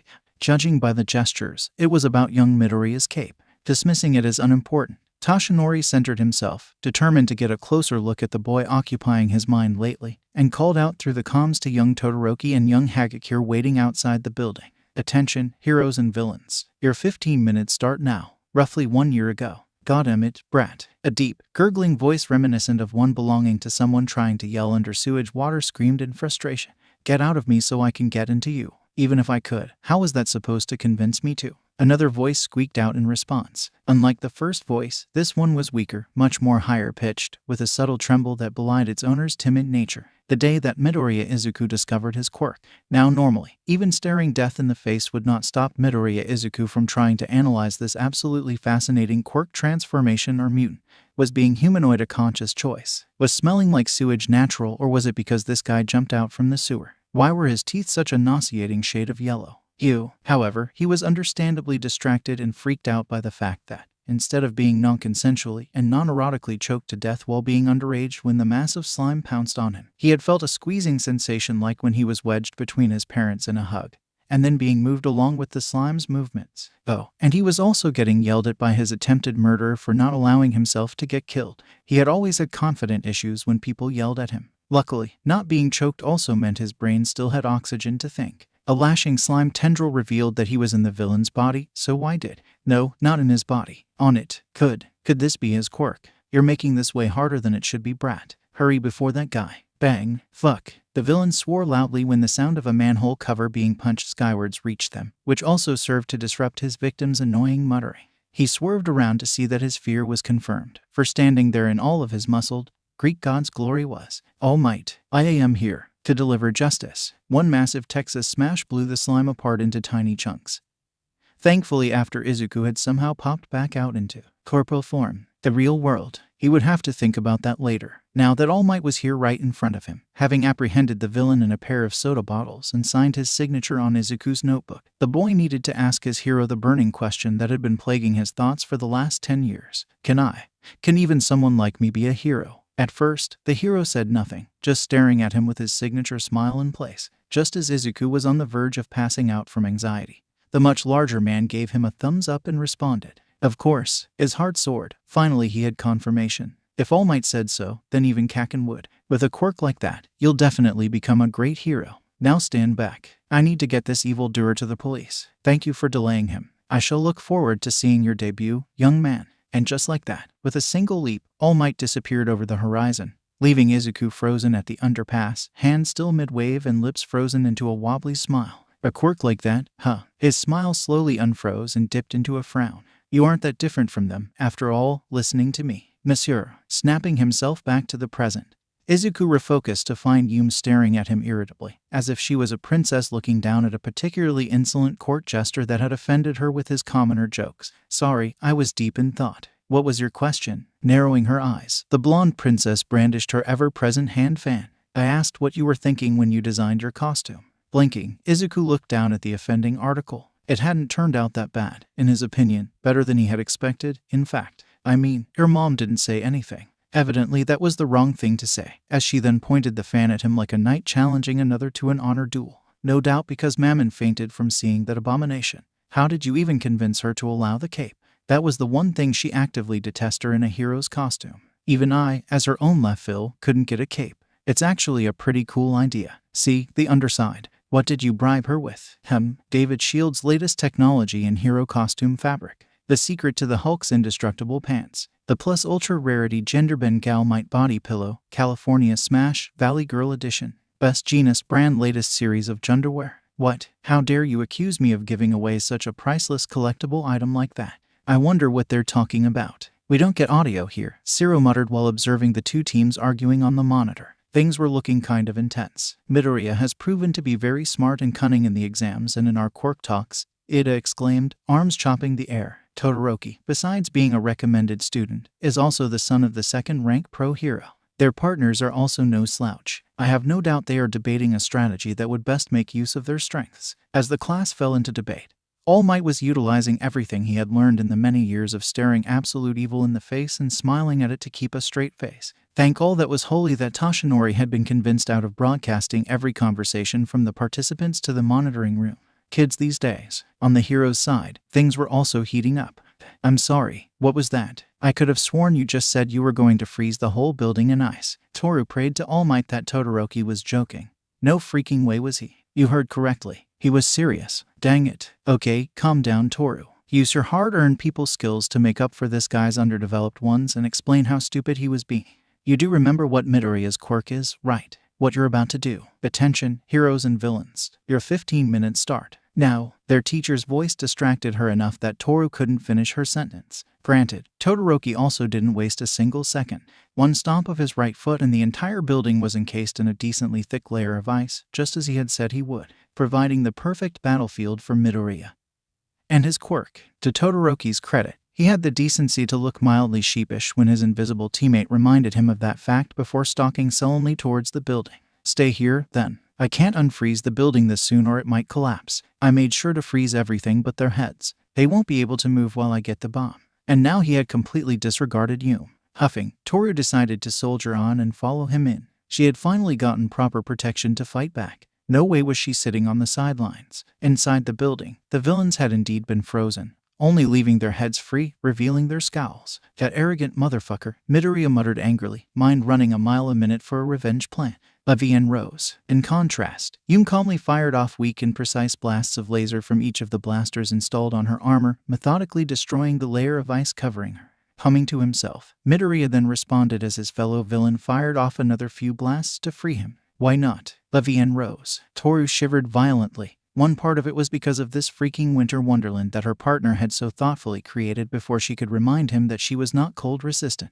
At least she wasn't naked, like the original plan had been. After the Friday get-together in which Yum had found out about it, she had made Toru promise to wear a proper costume to protect herself, which was scarily heartwarming. Tiptoe through the window. By the window, that is where I'll be. Come tiptoe through the tulips with me. After some talks with Midoriya and the sessions with the school's quirk counselors, it had been determined that her quirk was not just simply invisibility, but light refraction. She had been unconsciously bending the light hitting her body to make herself go invisible this whole time. As Midoriya would say, it might not have meant much to know the exact mechanics of her quirk, but now that she was aware, Toru could try to consciously control that aspect. Tiptoe from the garden, by the garden of a lily tree, and tiptoe through the tulips with me. With that knowledge, Mode Designs had sent over a prototype costume based on an old design for a family friend with a similar quirk. However, good as they weren't miracle workers. Due to the rushed order, the costume consisted of only a black and white jumpsuit that, with some practice, she could turn invisible with her at will. While it didn't have much offense-wise, it was just tight enough to retain some heat from her form, and for that she was incredibly grateful to 1A's flamboyant cryptid.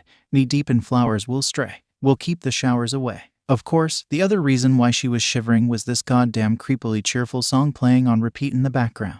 It had started as soon as they entered the building and had been changing pitch, tone, and even volume randomly, distracting and startling them every time they got used to it. This had Midoriya written all over it. Okay, fine, maybe it was only affecting her. Todoroki was still stone-faced in his march forward, his stride purposeful and uninterrupted. And if I kiss you in the garden, in the moonlight, will you pardon me, and tiptoe through the tulips with me? Irike. With the combination of the last lyric being practically screamed into her ears, the presence of something moving out of the corner of her eyes, and the giant-ass iceberg zipping through the air, its pointed edges just barely missing her, Toru could be excused for letting out a shriek of pure terror and giving away their position. Or not, judging by the clicking of Todoroki's tongue. How are you not freaked out by this? In response to her scream, the boy merely turned his back towards her and started moving backwards, his eyes and torso rotating this way and that, maintaining a wide range of vision to look out for any other sneak attacks. Because that was definitely Midoriya. Aoyama's not capable of moving like that, especially with her armor. Shoto had by then reached Hagakure and was confident in his ability to protect her. All it would take was throwing up an ice shield to block off any attacks from Midoriya.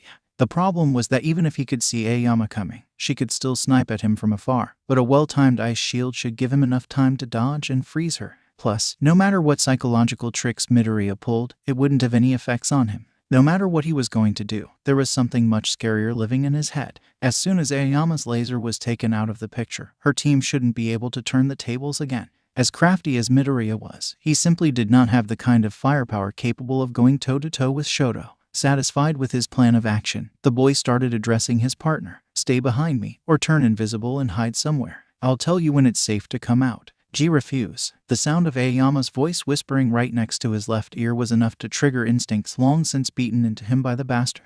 Shoto turned around and fired off an ice wave before she even finished, only for it to be immediately blasted apart by a laser beam from the blaster on her knee. Hastily scrambling back and out of the way, he started to take stock of the situation when there was no immediate follow-up attack. Of course, Midoriya had demonstrated he could take other people into his mirror world and move with them. He had been careless, and now Aoyama was barely 10 meters away from him, with Hagakure already inside the mirror world in Midoriya's grasp. He must have made use of his costume's reflective nature as well as his natural stealth to hide himself within the glittery world of ice that Shoto had created and pounced on Hagakure, not allowing her the chance to react before pulling her in. Thanks for the stage setup, Todoroki. You really shouldn't have. The guy's annoyingly cheerful voice called out as Midoriya peeled both himself and Hagakure out of the ice. The transition from 2-dimension to 3 disturbing no matter how many times he saw it. Shoto could tell that this voice Midoriya was using was one that had been carefully selected to go with his ridiculous appearance to irritate his opponents as much as possible. He hated every second he was forced to admit that it was working. The guy's costume was a dress suit, the kind that movie stars wore on the red carpet. But not just any dress suit. Oh no, that would be too boring for 1A's resident gremlin.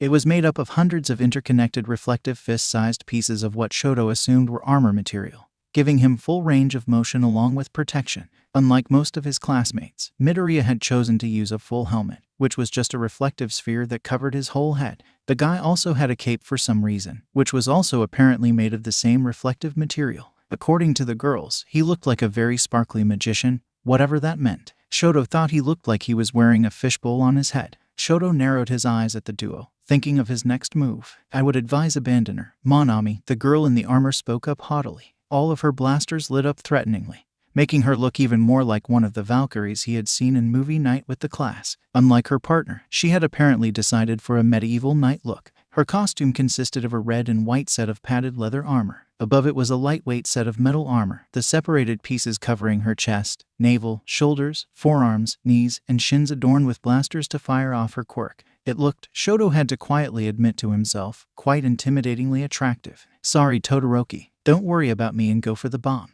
Not possible, even if he could succeed in getting away, which was doubtful considering their range. Midoriya could still hand Hagakure over to Aoyama to subdue and catch up in a heartbeat. It galled him to admit that in this environment, his green-haired counterpart had no equal in speed. Well, there was also another option. I know that face. Todoroki, Midoriya interrupted Shoto's contemplation, still holding Hagakure hostage in his arms between Aoyama and Shoto. You're trying to melt the ice to take away my advantage, ain't ya? Good plan except, Shoto didn't know how, but he could definitely see the evil grin underneath that stupid fishbowl of his. I thought you don't use your fire in battle. What a strategic blunder. Holy shit, Kirishima breathed, honestly anxious by the tense standoff. I can understand stalling for time, but why hasn't Midoriya captured Hagakure yet? 2-on-1 is better, isn't it? Gyro piped up next, twirling her ear jacks, a nervous habit she hadn't quite gotten rid of yet. Morons, it's much better with a fucking hostage than not. Bakugo ignored all the glares and the admonishments to his statement. If they couldn't handle some light swearing, what the fuck were they going to do when a villain, say, insulted their sexual preferences? Indeed, All Might cleared his throat, bringing everyone's attention to himself to defuse the situation. Tactically speaking, if young Midoriya captures young Hagakure, she would be out of the exercise and moved off the premise. With her in his grasps, young Todoroki can't afford to be too liberal with his eyes. The class chattered in revelation. See that eraser? He could totally do this. However, he continued, while it makes sense strategically, you should always try to finish any fight quickly and efficiently. The longer a battle goes on, the more likely something could go wrong. In the corner, Minda was muttering something about Hagakure being a lucky bitch. It's still only the second day, Todoroki, breaking your vow so soon. Meanwhile, Izuku was still doing his best to taunt his opponent. The longer he stayed here being mad, the less time he'd have to go after the bomb. Hagakure was planning something, but the next phase should make it irrelevant. Just a little bit more now. This is the smell of a liar, Monami. Yume had noticed the trail of ice creeping along the floor in her direction and was also doing her part to bring attention to herself while charging up the main blaster at her stomach. Just a little bit more now. Shoto was furious. These two had no idea what they were talking about. He would show them. He did not need the bastard's power to win. Midoriya had moved both himself and Hagakure next to Aoyama, no doubt planning to hide behind her laser again. This move Shoto was preparing should subdue her long enough for him to seal off the path. Just a little bit more now. Hagakure was angry at herself. Her friends had given her the means to fight back and she blew it. At least she wasn't out yet, which meant she could still assist Todoroki. This move was something she had been working on ever since she found out what her quirk could actually do. With good timing and luck, it should disorient these two enough for him to get away. Just a little bit more now. Several things happened in quick succession. Shoto fired off several ice spikes from several places on the walls and ceilings near Aoyama, planning to get her to back off, and from there, he could thicken them further and create a wall to hinder them.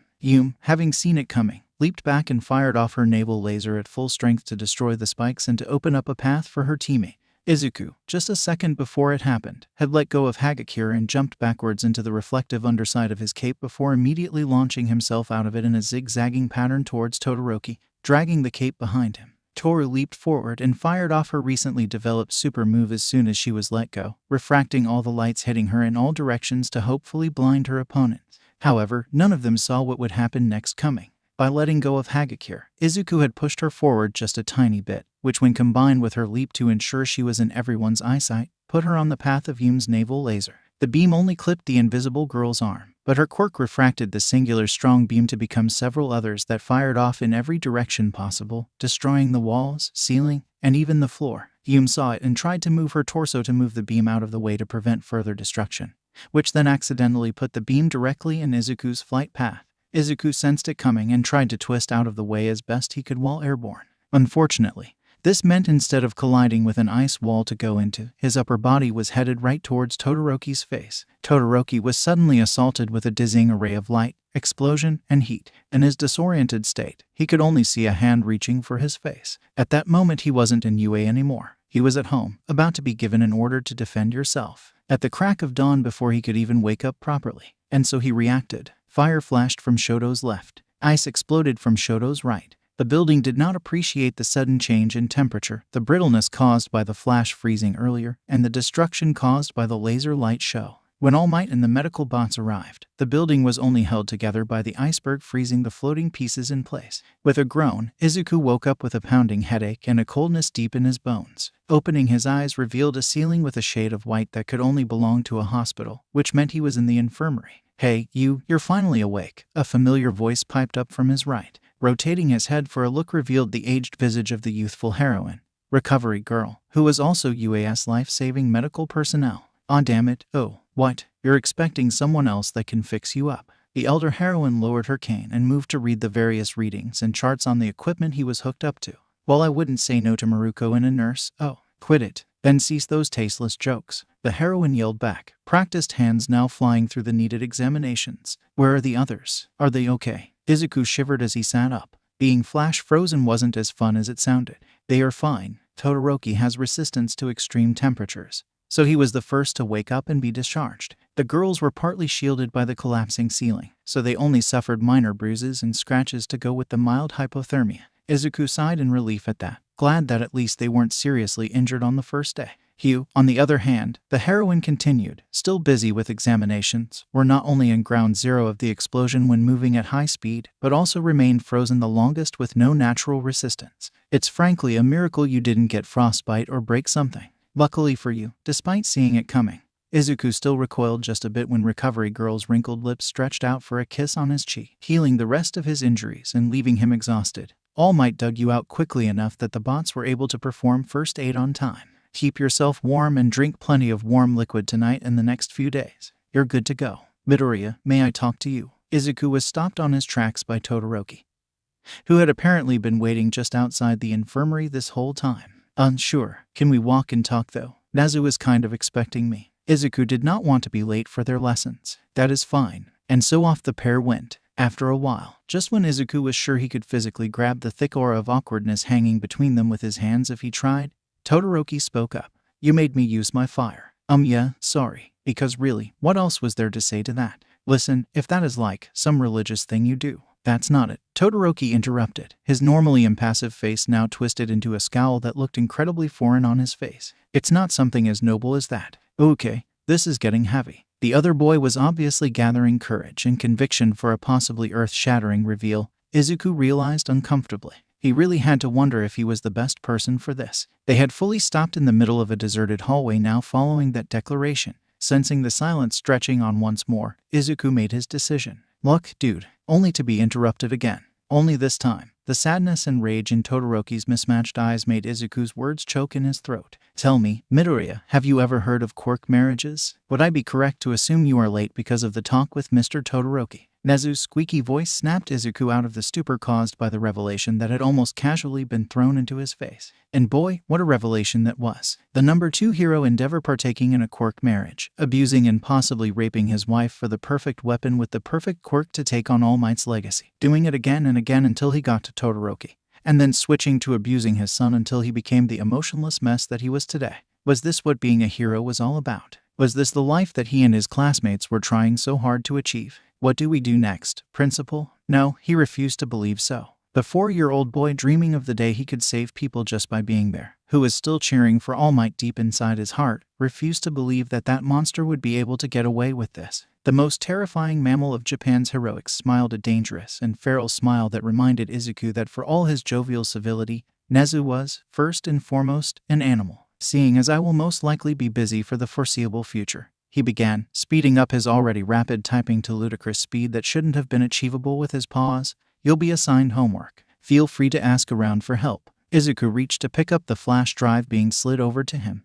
The resolute nod that he gave Nezu after plugging it in his tablet and giving a brief scan widened the animal's smile into a Cheshire grin, further twisting up the scar across his right eye into something ugly and jagged, like a lightning bolt from the gods preparing to strike down the sinners to cleanse the earth. Case file. TODOROKIENJI. The Flame Hero, Endeavor. Even though all UA students chose to stay at the dorm almost throughout the school year, they were not confined to the campus. Most prestigious academy in Japan or not. Teenagers are teenagers. Maybe they forgot something at home during the move-in. Maybe they missed their parents or the home cooking. Maybe it turned out they couldn't sleep without their childhood blanket. Maybe they just wanted to hang out with friends after class. Either way, students leaving and entering campus outside of school hours wasn't that strange, especially on the weekends. With that said, there were very few students who chose to leave on weekdays, especially hero course students, whose curriculum and schedule were so dense with regular schoolwork and hero work that they needed every second they could possibly get. Spending time commuting to school would mean losing valuable time they could have used to train, study, or even just catch a few extra winks of sleep.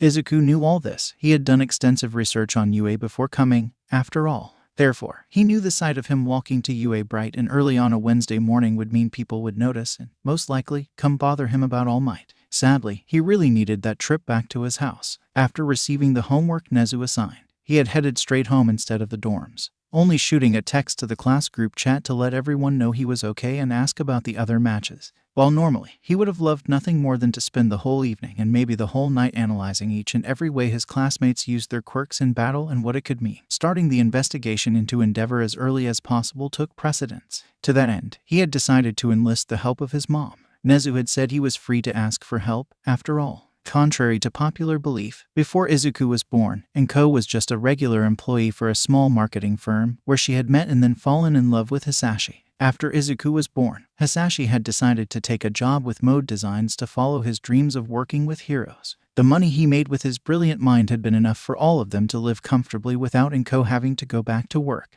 She took freelance jobs every once in a while since then for fun, but for the most part, she was now just a housewife. So no, Midoriya Enko was not a lawyer, or an attorney, or an ex-Yakuza turning over a new leaf, or an ex-soldier trying to get away from bloodshed, or a Russian spy defecting to Japan. What she was, however, was terrifying when it came to information. Once she wanted to know something, she would eventually find somebody who knew something about it. After Izuku had relayed to her what Todoroki had revealed, she had immediately set to work, calling up old associates from the firm, friends back in high school who were now working in law enforcement and healthcare, and much, much more. With how incredibly motivated she was, her wonderfully spiteful brain fueled by her terrifyingly kind heart, he had no doubt. "Hey, you're from UA, right?" The shout jolted Izuku from his muttering, making him fumble with the notebook he had been scribbling in. Paying attention to his surroundings for the first time, the boy noticed he had been surrounded by reporters camping out in front of the gates to UA. He really should have expected this. News of All Might's employment at UA had reached the public as soon as the man revealed himself in the opening ceremony. It only made sense the vultures known as the media would be here to catch a glimpse of the #1 teaching.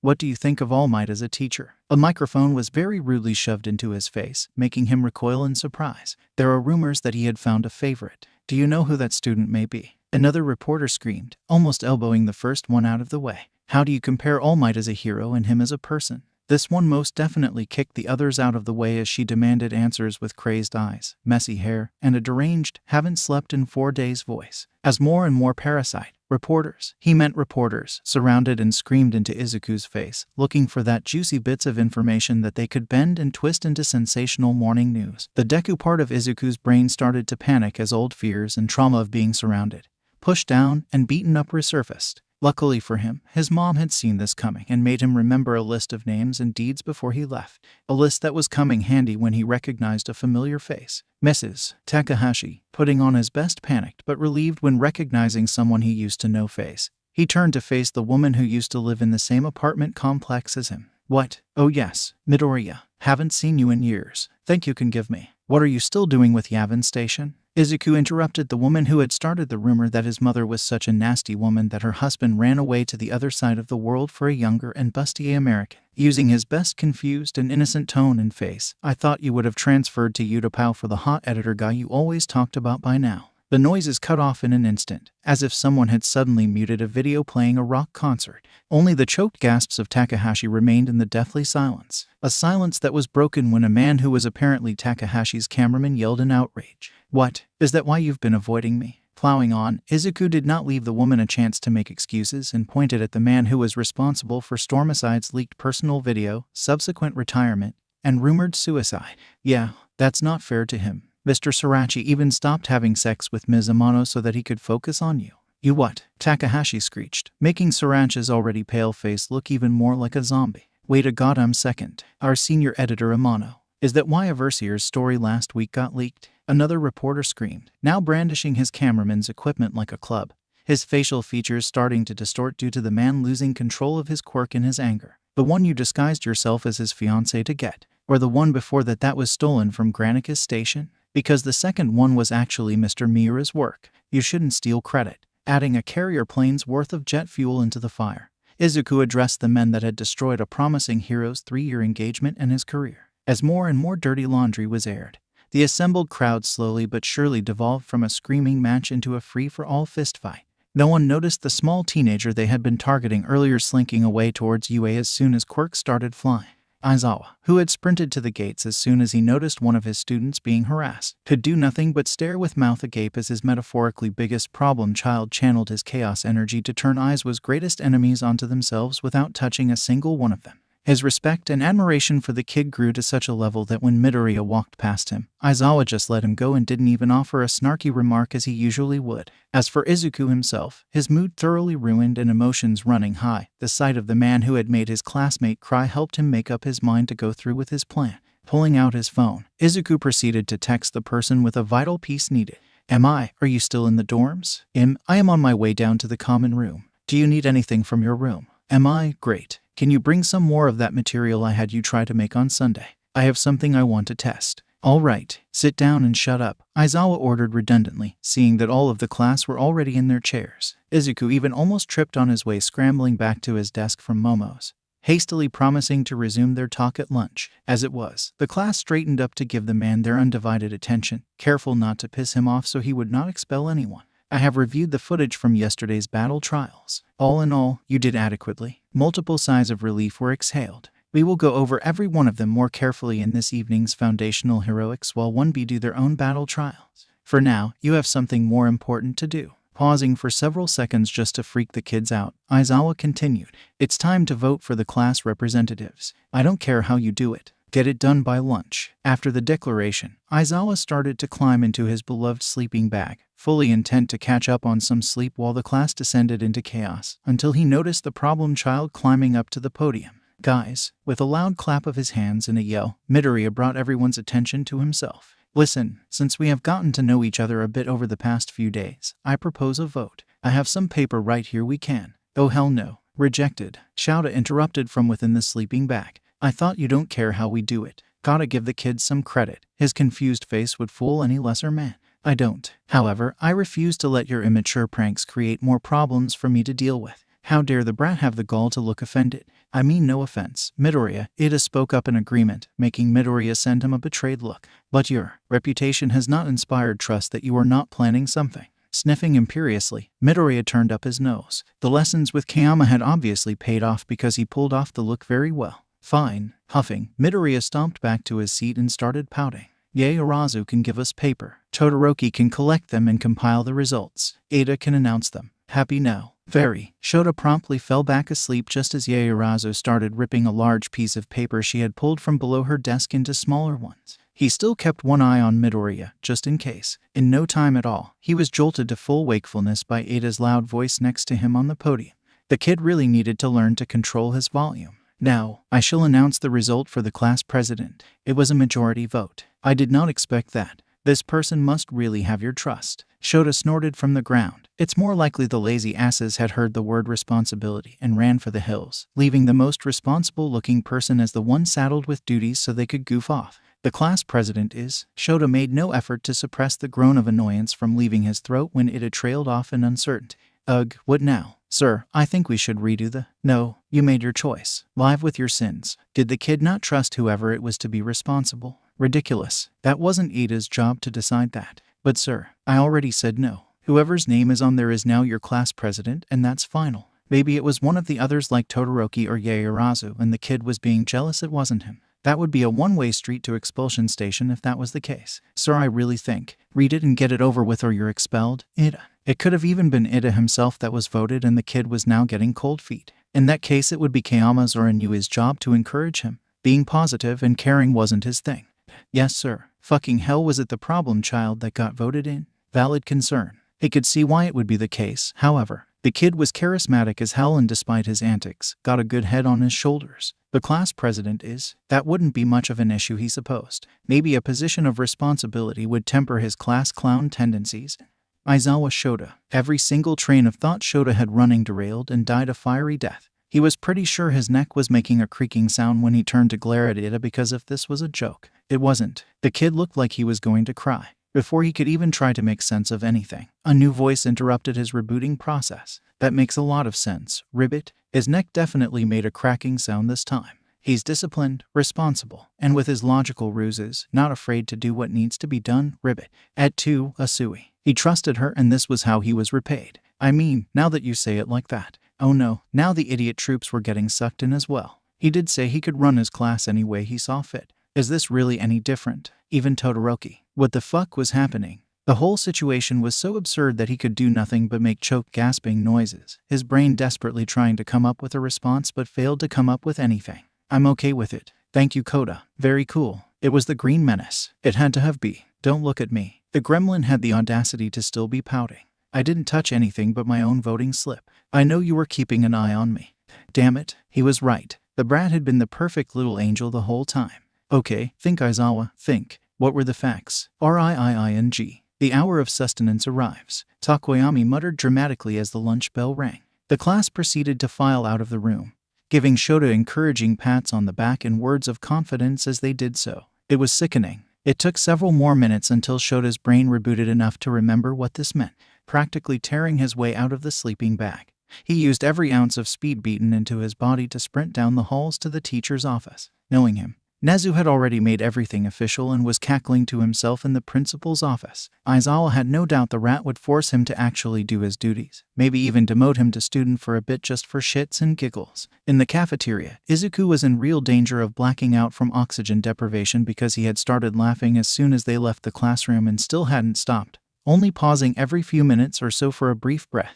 Midoriya, I must insist you cease this immature behavior. While I too do not agree with the voting results earlier, if it was the collective will of the class, Midoriya, are you okay? Izuku distantly noted a dull throb in the back of his head. Whether it was from the lack of oxygen or from when he hit his head on something when he fell off the chair, he was getting too lightheaded to tell. Most of the rest of the class, meanwhile, was taking turns patting Ada's shoulders. Oh, you sweet innocent child. Chui's adorable Moncheri. I don't know how, but you just became even more of a fucking imbecile than you already are. It's okay, Ada. Innocence is sexy in its own. Oh. While Ada was chopping the air and berating the others for being condescending, it was Sue that proceeded to ask the real question.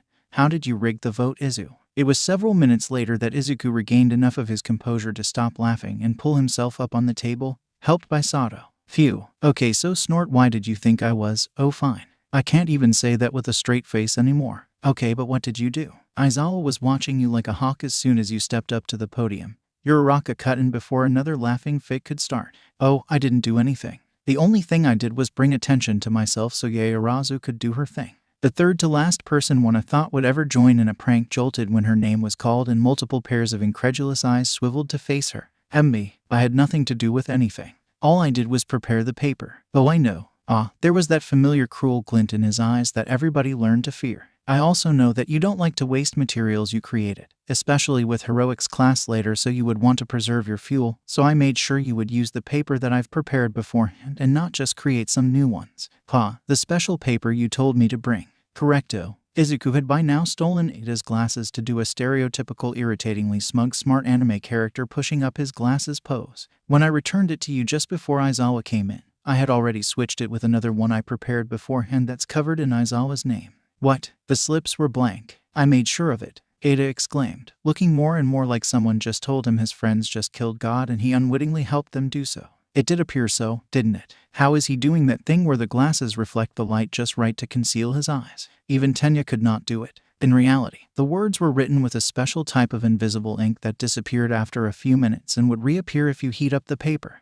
Okay, so what? The paper is designed so that anything written on it using conventional ink would disappear if you use an eraser on it, generating heat with the friction. It's part of our new eco-friendly, reusable line of printing supplies. Momo couldn't help but interject. That line of product was one of Yaoyorozu Yin-Yang's most recent inventions, touted as revolutionary in reducing carbon footprints. So that was why you had me collect the slips, Shoto spoke up in realization. Exactamente. Midoriya was beginning to sound unbearable smug now, with your left side's higher body heat. The regular ink would disappear while the pre-prepared ink would reappear when you touch it, leaving only Aizawa's name. And while not all of them would be turned, by appointing Todoroki to count the votes, you ensured enough of them would turn that Mr. Aizawa would get a majority. Mashura shook his head in disgust for believing that Midoriya had no ulterior motive, especially considering most of us would vote for ourselves, and half wouldn't care enough to point out the discrepancy while compiling, making him the perfect unwitting accomplice. Bakugo concluded, glad that finally someone else was the butt of the joke. How did you even know that would work? In fact, how did you know to prepare this beforehand? Mina asked in awe that Midori would come up with such a convoluted scheme just to prank their homeroom teacher. I read the syllabus and found out that today is class representative election day. That made a lot of jaws drop to the ground, incredulous that some nerd would actually read that novel-length monstrosity. And to be honest, I didn't think it would work that well. I didn't foresee Aizawa not caring enough that he declared it official before he heard the results, or for you guys to support it. Multiple shoulders shrugged in response. It was pretty obvious Midoriya had something to do with it.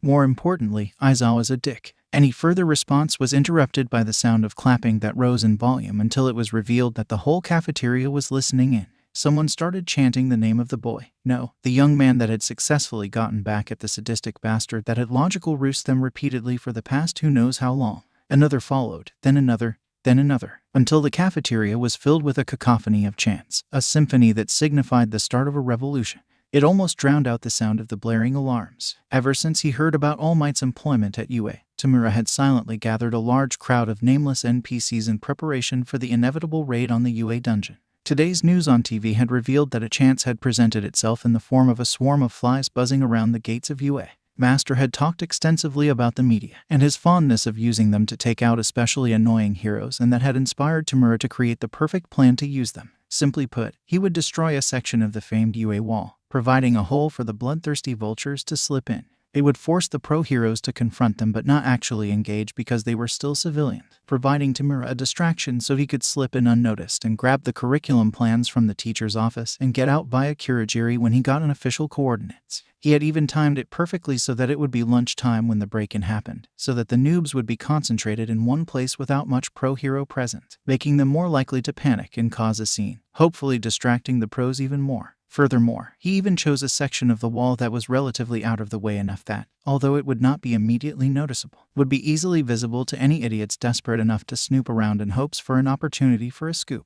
That way, no one would notice him slipping in first. To be fair, it wasn't a bad plan per se, considering Tamura put it together in less than 10 minutes after seeing the morning news. It wasn't Tamura's fault that he hadn't known about the wrenches unknowingly thrown into that plan by a particularly troublesome green-haired student. Due to having been teleported directly to the spot he planned and then lying in wait for the perfect moment to strike, Tamura hadn't known about the fact that only less than a quarter of the reporters still remained from the morning news crowd. Over half of the reporters were carted to the hospital, with half of the rest being arrested by the police due to being in a fight with Quirks earlier. The ones that remained were so tired, injured, and busy being chewed out by their editors that practically no one had come in after him. Thus, not many teachers were needed to confront the brave and idiotic few, which meant that Aizawa, who had decided to forego his usual lunchtime nap and had been frantically trying to find the paperwork overturn Nezu's decision to honor the vote to make him class president, had no reason to go out to the grounds and provide backup. And that was how Tamura's swagger into the teacher's office stumbled into a stop by the side of one of Japan's most infamous underground heroes, Eraserhead, standing in the middle of the room with one eyebrow raised, lips pulling into a bloodthirsty smirk, and posture shifting into battle mode. An awkward silence followed. Well, fuck me sideways with a baseball bat. The young villain did not like the aura of sadistic glee of a man finally finding a punching bag to vent his anger on that Eraserhead was exuding. Don't resist and I will. Slap. As sinister crimson eyes slowly narrowed at seeing nothing happened, glowing scarlet unflinchingly glared right back at the fingers still groping at the wall. Zero hesitation. Experienced villain. 5-point touch-based quirk. As Eraserhead fought against his own instincts to blink in order to keep Erasure active, Aizawa started processing the information that was presented to him to come up with a plan of action. Based on Eraserhead's experience, there were 3 ways this could go. Number 1. The most optimistic and most unlikely outcome to happen. The villain got scared shitless by the sight of a murderous-looking hobo flying straight at him that he just gave up. Disappointing, but ultimately safe. Safe was good. Number 2. He fought back, which the villain apparently had chosen. Quicker than most rookie pros could see coming. The villain whipped his other hand forward to throw some kind of projectile, most likely some kind of flash grenade, at Eraserhead. Not a bad plan, all things considered. At some point the information that Erasure was eyesight activated had leaked to the public, and some smarter and better funded villains had taken to carrying around some kind of Eraserhead deterrent.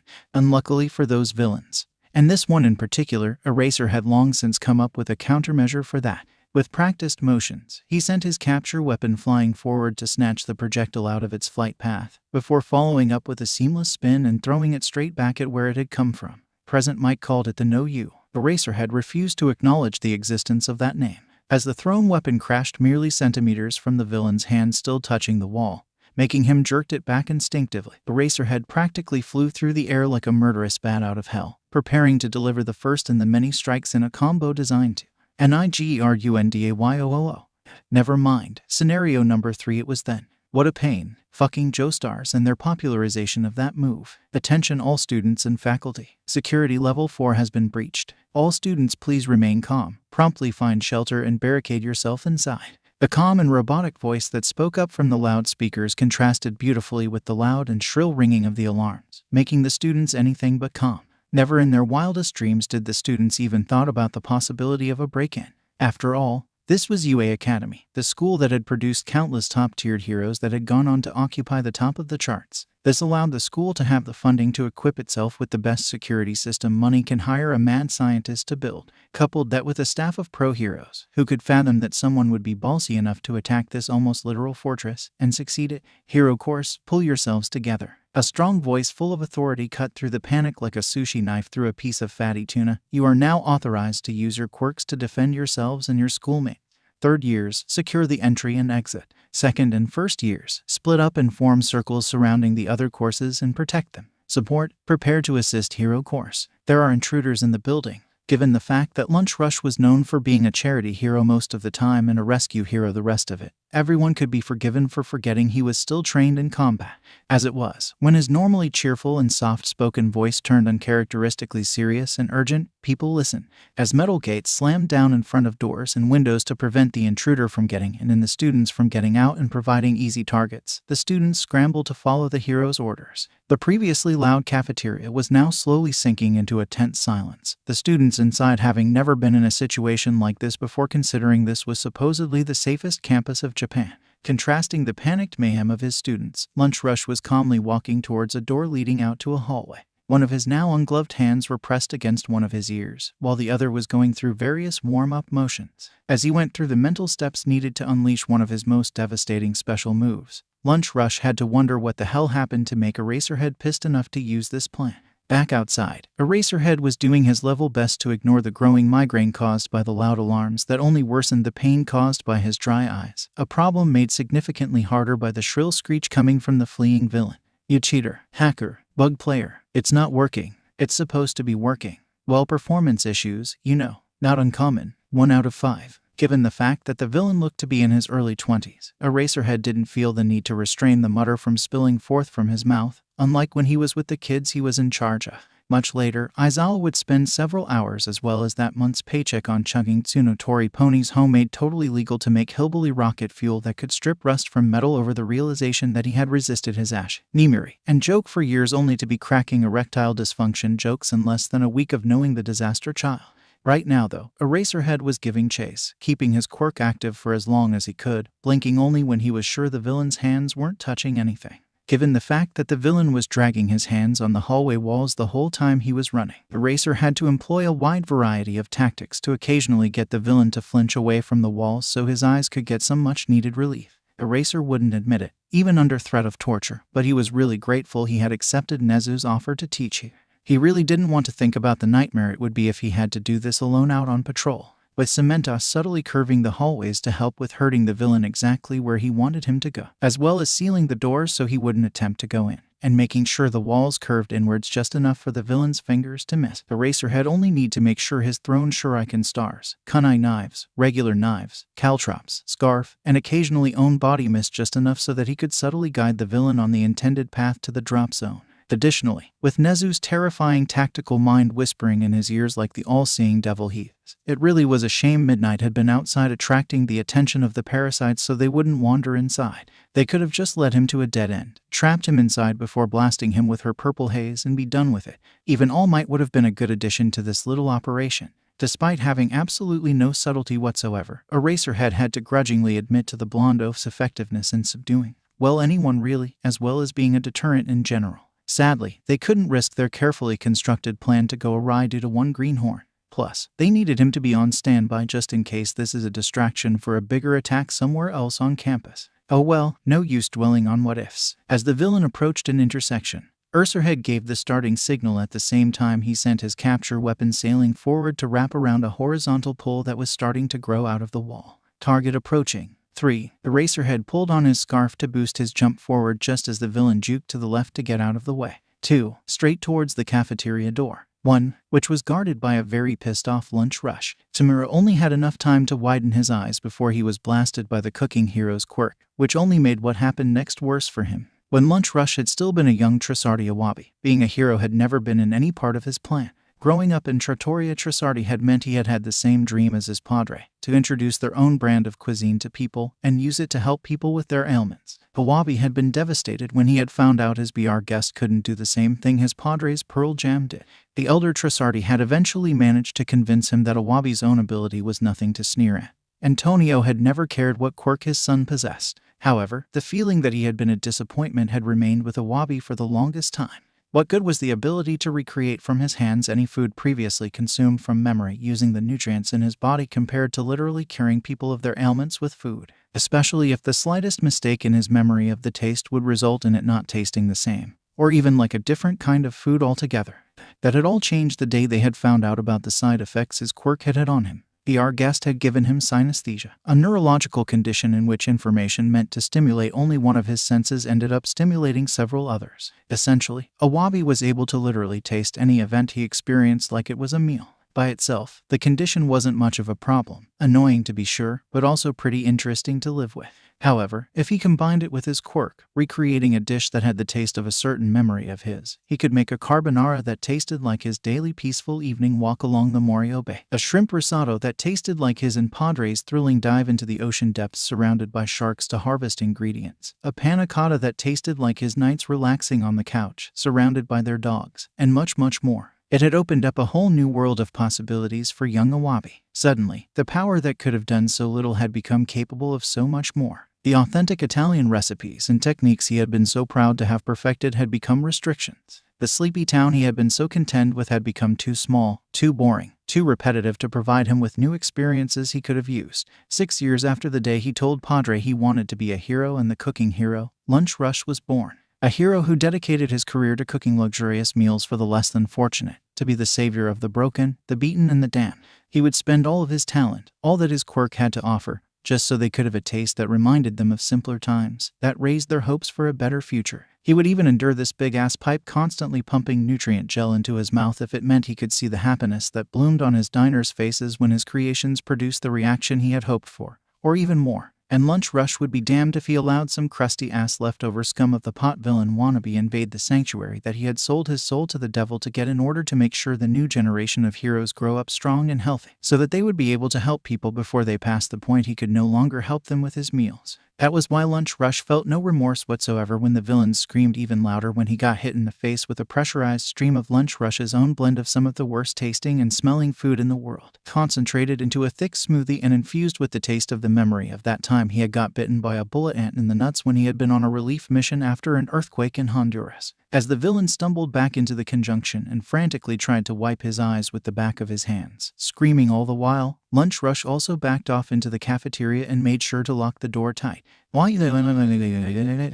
So the soundproofing can kick in and block out the incredibly loud scream coming from behind Eraserhead from bursting the kid's eardrums. Eraserhead, ears already plugged to prepare for this particular combo move with present mic, sailed through the air, riding the wave of destructive shockwave that even cracked the bulletproof glass that separated the campus building from the outside, making it just weak enough for Eraser's flying dropkick to use the villain's body to break through it, sending both of them outside in a shower of reinforced glass shards, metal and concrete, with the villain deafened from the scream, stunned from the impact, scratched up by the glass shards, and in complete agony due to the mixture of concentrated pain aggravating the wounds further. Eraserhead was already planning interrogation tactics as the capture weapon was sent flying forward to wrap the villain up. He was at step 6 when suddenly, a swirling mass of darkness opened up right beneath the villain and sent him to the shadow realm.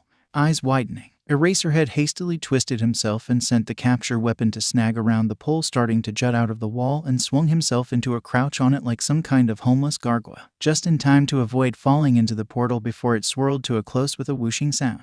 Nezu, eyes darting back and forth. Enduring the agony of his dry eyes, Eraserhead asked the communicator, which then crackled to life with his boss' squeaky voice. No visuals whatsoever on the school grounds. Looks like we've got ourselves a teleportation quirk. Fuck. Aizawa didn't deign to restrain the curse from spilling forth. Things just turned even more troublesome. He didn't know how, but Aizawa was definitely sure this is somehow Yaga's and the disaster child's fault. He would be losing what little sleep he had left in the future. Okay, I did not see this coming at all, Izuku muttered, scratching his neck in confusion. After the teachers had apparently chased off the intruder, the student body had been promptly escorted back to their dorms and placed on lockdown so that the faculty could do a security sweep of the campus and make sure there were no nasty surprises left behind.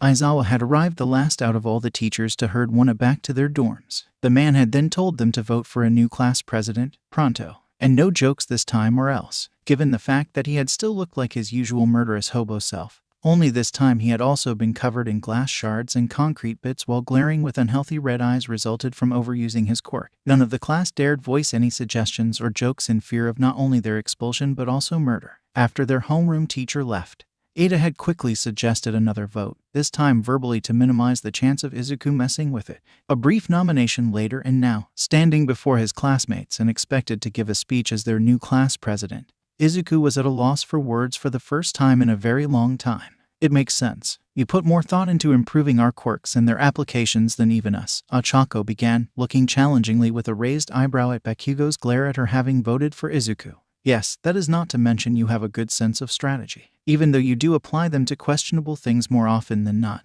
Momo continued while muttering the last part to herself, though not quite quietly enough judging by Midoriya's shrug. Trust is earned, respect is given, loyalty is demonstrated. Prove yourself worthy of all three and clear the shadow of doubt from your and our hearts, Takoyami spoke up next. Izuku really had to wonder if the girl googled these phrases beforehand to use at the perfect time or she really did pull it out of her perfectly shaped ass every time. I really don't know what to say. I guess thanks. Izuku idly wondered if the hair on the back of his head would end up thinning with how much he was scratching that spot in nervousness. Yue really did keep breaking his expectation. You'll do great, Daddy Smurf. I believe in you.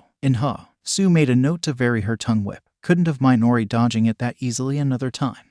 Thank you, Smurfette. Well, if you're sure then I gratefully accept. A smattering of polite applause greeted his declaration. After the scare this afternoon and seeing the way the class president of upper years handled the situation, all of Wana had received a reality check on what exactly being in a position of responsibility is like. Tenya had decided he wasn't ready for the level of responsibility as well as the calmness and flexibility needed to adapt, and decided he needed more experience as a follower first so he could learn to develop himself further. Momo had decided she was at this moment more comfortable assisting the leader than actually bearing the pressure of being one, and decided to aim for vice president instead. Yue had shown her she was still lacking the ability to make quick enough snap judgments, but she was still confident in her ability to make whatever is needed to get the job done. Yum didn't care for the position in the first place. The more she was occupied with keeping the others in line and running errands for the teachers, the less brightly she would twinkle. Ochako never saw herself as a leader. Ever since she had met Izuku, she had realized some were just more suitable to lead than others. She had full confidence Izuku would bring their class to greatness, and she would do her best to help assist her best friend do so.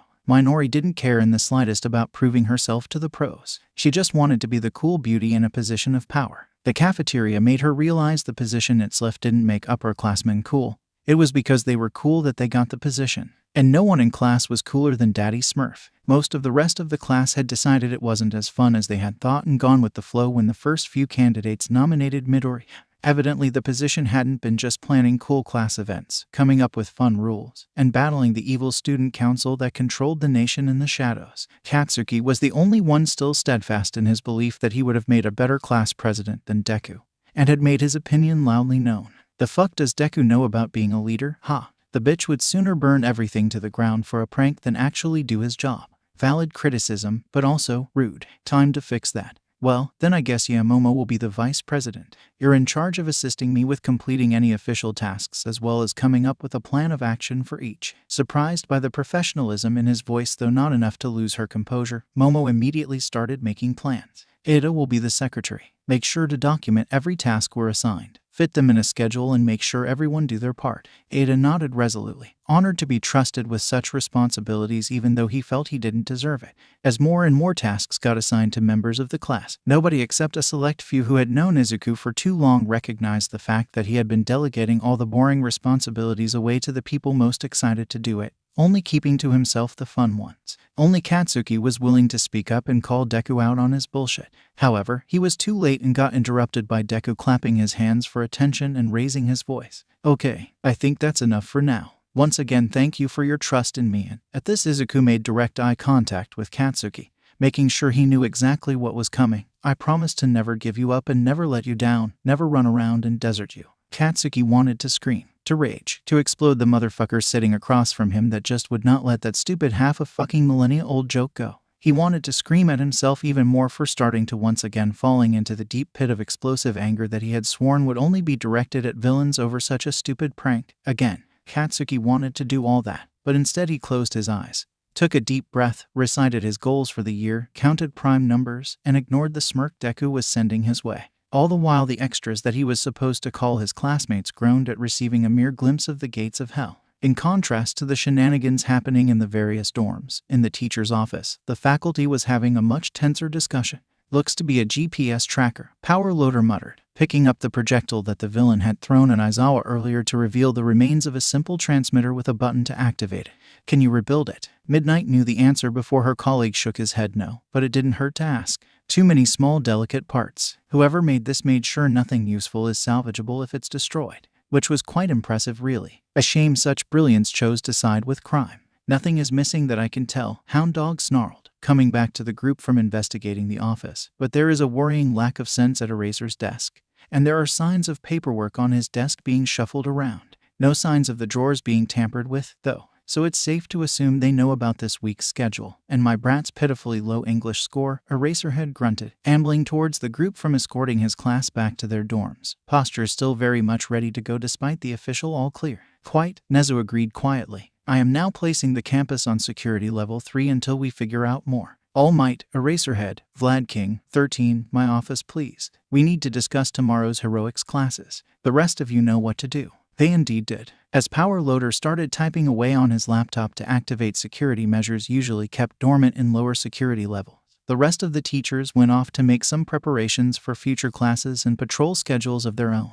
And as the quartet followed the one animal, Aizawa didn't bother to restrain the curse from leaving his lips or even lower the volume. Because fuck the blue-haired crusty villain breaking in and stealing his future sleep. In a bar deep in the seediest parts of Kamino Ward, Japan, where smart criminals exchanged information and stupid ones disappeared, a man let out a high-pitched scream, piercing through the deadly silence that hung in the air like a depressingly wet blanket that refused to dry. Or at least, he would have, had his throat still had enough strength to do more than let out pathetic whimpers not dissimilar to a kicked puppy. Before the gathered criminals could breathe a sigh of relief, a static-filled voice crackled to life, sounding disturbingly familiar to one the older criminals had been desperately trying to forget existed. Has he quieted down? While the entire bar flinched from the annoyed amusement emanating from the voice, the mass of swirling darkness in the shape of a bartender answered back as calmly as ever while still fixing everyone's drink orders. Yes, master. It seems the treatment has kicked in. About time, I suppose. Pausing for a brief second, the assorted villains didn't even have time to feel relief before an unbearable pressure pierced their very being, laying their beings bare for the mysterious master of the voice dissect and categorized into usefulness levels as he saw fit. Ladies, gentlemen, whatever you want to refer to yourselves as, apologies for the wait. Something told the gathered criminals this voice wasn't sorry in the slightest. Probably the uncaring way its owner referred to his supposed protege. As you may have guessed, Tamura's mission was a hit and miss ion. The voice paused, obviously expecting laughter in response to that awful pun that he totally hadn't spent the entire day coming up with in between Shigaraki's screaming. Nobody laughed. In fact, a random villain would later swear she heard crickets. Superb joke, master. Impeccable comedic timing. None except the bartender comes second in command of the gathered army of mobs, whose list of skills obviously either did not include the ability to recognize a good joke, or did include the ability to instinctively brown nose with a straight face. Thank you, Kurajiri. It's so hard to find a good audience these days. I swear, it's like someone used a quirk to steal the humor in your quirk factors. Another pause, signaling that it was a joke and everyone was supposed to laugh. Brilliant, master. Excellent reference. Once again, the gathered criminals were left begging for a presence of someone whose quirk can create laugh tracks, or for Shigaraki to start screaming again. Anything to make this less painful. Mercifully, apparently the master took the hint and turned serious once more. Now that the ice has been effectively broken, the criminals would beg to differ, but anything to move things along. Let's get back to business. No doubt you are wondering what will happen to the plans tomorrow. Indeed they did. They had been promised a chance to see the fall of the symbol of peace, with their supposed first-in-command out of commission after a simple reconnaissance mission. One did have to wonder how effective this plan was. Have no fear, while I will not step in, as this is Tamura's quest and I would not meddle. Kurajiri is his confidant, and should have access to the plans. Everyone present was still too tense to move, hence nobody saw the way Kurajiri's yellow eyes widened and his hand, which had been pouring and mixing in a dizzying display of skill and dexterity, to falter for the briefest of seconds, nearly messing up a villain's Bloody Mary. Tamura's treatment should be finished by tomorrow morning, just in time for the raid he had planned. In the meantime, Kurajiri will be filling you in. Be sure not to miss anything. The chuckles coming through the speakers were abruptly cut off as the named master ended the call, not even waiting for Kurajiri's usual praise, which was mysteriously not coming. Kurajiri, hands still mixing drinks, eyed the piece of napkin that Shigaraki had scribbled onto before rushing off that morning, only to come back a mess with what could be considered trepidation in his misty features if one bothered to look at him closely enough. Use parasites to get walkthrough. Gather fodder to PK noobs. Use cheat code to one-shot world boss. After a solid minute of trying to decipher what in the blue hell the rushed chicken scratch step 4 onwards was supposed to be, Kurajiri gave up and focused on completing the drink orders first and decided to make it up as he went. They were up against a bunch of kids with maybe a handful of pros and all might. How hard could it be? At that point in time, Class 1 had lived with each other for almost a week. As it happened with a bunch of superpowered teenagers living together, they started to learn about each other's quirks, as well as get used to their habits of abusing said quirks to make life more convenient. For example, they learned to watch their toes whenever Ajuru felt too lazy to walk and used his tail to push and steer his desk chair like some sort of tail-powered go-kart to move around the dorms. Kaminari learned to get used to people hanging out in her room in order to have better Wi-Fi signal, considering she got free tutoring out of it, and Midoriya couldn't stop quirk analyzing even if his life depended on it. The ones living next to Takoyami learned to make use of her very obnoxiously loud alarm clock with no snooze button known as Dark Shadow. That was why Ijuru's reaction to a face very much not his own staring back at him when he looked into the glass window on his way to the kitchen was only a flinch and choked gasp. Considering Kuda had screamed in a volume nobody had thought he was capable of reaching for every sentient being that could hear him to raise the building to the ground the first time it happened, he considered that a win. Instead, the red-haired teen only sighed a sigh of someone repeatedly tricked into looking at jump scares and falling for it every time. Midoriya, get out of there already. Must you do this every morning? Doing his best Sadako impression, Midoriya sluggishly crawled out of the glass, hair a puffy mess and covering his eyes, making it clear that he had still not woken up fully. Arg. He also tended to let out a very Kayako-like rattling groan when he did that, which did not help with the sanity of those who came down to the kitchen at 3 a.m. for snacks and caught him doing that. On the other hand, if they ever decided to do a haunted house in the cultural festival, Class 1 now had an idea of where to start. After finally crawling himself out of the glass and flopping himself on the dining table, completing his journey from the mirror hanging in front of his room, Izuku let out a now very familiar wail. Why does school have to start this early? Rikia, whose turn it was to cook breakfast, ignored Midoriya's whining and slid a plate of blueberry pancakes over. Dude, shut up and eat your damn breakfast. As the rest of the class trickled in, bets were paid off on who the green gremlin would freak out that day. As Izuku ever slowly resembled a proper human being, Ada's loud voice cut through the chatter. Good morning, everyone. I would like to announce today's schedule according to the syllabus. After Midoriya's prank the previous day had revealed the majority of his classmates hadn't even glanced at the general direction of the epic-length syllabus, Izuku had assigned the class secretary to remind everyone of the day's schedule during breakfast and the next day's due homework after dinner. Today we shall participate in rescue training. As I have announced yesterday, please make sure to bring the appropriate gears so as to not slow you down if you are still not familiar with the new costumes. A task that the bespectacled teen had taken to with his usual amount of annoyingly dedicated enthusiasm. Gamomo, despite still feeling thrown off by such a cute nickname, the vice president of WANA stood up to address the class at the call of her class president. Right, I hope you have read the suggestions of what to leave behind we sent you. Judging by the lack of eye contact, they hadn't, but if not, here's a quick version. As the girl read off the shortened list, Izuku let his mind wander off to what the rescue training would be and what changes the school could have potentially made due to the break in the previous day. He really hoped no more villains would break in to interrupt class again. So we'll take rescue training with 1B. Correct. After going over the performance of the battle trials, something they were supposed to do yesterday but got interrupted by the break-in, Aizawa had announced that their heroics class that afternoon would be a joint exercise with their sister class. Due to yesterday, it was decided that security would be increased. Normally that meant all off-campus classes would be postponed. However, judging by the way you are getting along with 1B, it was decided that more opportunities to work together was worth the risk. Even though Aizawa's face remained in his usual bored scowl, Wana could tell that he thought it was bullshit. Not to fret. With another 20 students present, it was deemed necessary that another pro hero should be present, bringing that to a total of 5.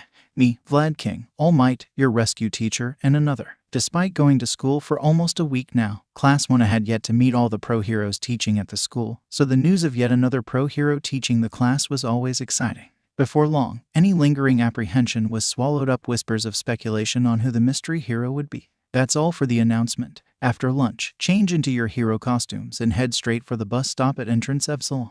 Class 1B will meet us at the site. Did you make changes to your costume already? Kaminari briefly stopped fidgeting with the new additions to her costumes to hold them up, allowing the other girls to have a better look at the sleek metal vambraces that covered her forearms and the back of her hands. Well, the fluffy green hobbit didn't really give me a choice after he saw the battle trial videos. Toru couldn't help but wince at the words in sympathy, as well as the memories of the blonde's battle trials. 1,000,000 volts of electricity sounds a lot scarier than the way it was used. He dragged you off to the support course after talking your ears off, too. Gosh, I wish that was it. The full body shudder that followed that statement was disturbingly familiar to whoever had been scammed by the aforementioned fluffy green hobbit into bettering themselves and their quirks. He told those support maniacs that I can make my own power source for the support items, another full body shudder, and then just left me there. Multiple gasps of horror rang out, before being replaced by worried questions for the girl being left in the pack of wolves about her well-being and sanity. In between are also words of encouragement and sympathy for the poor girl who had gone through such a traumatic eve.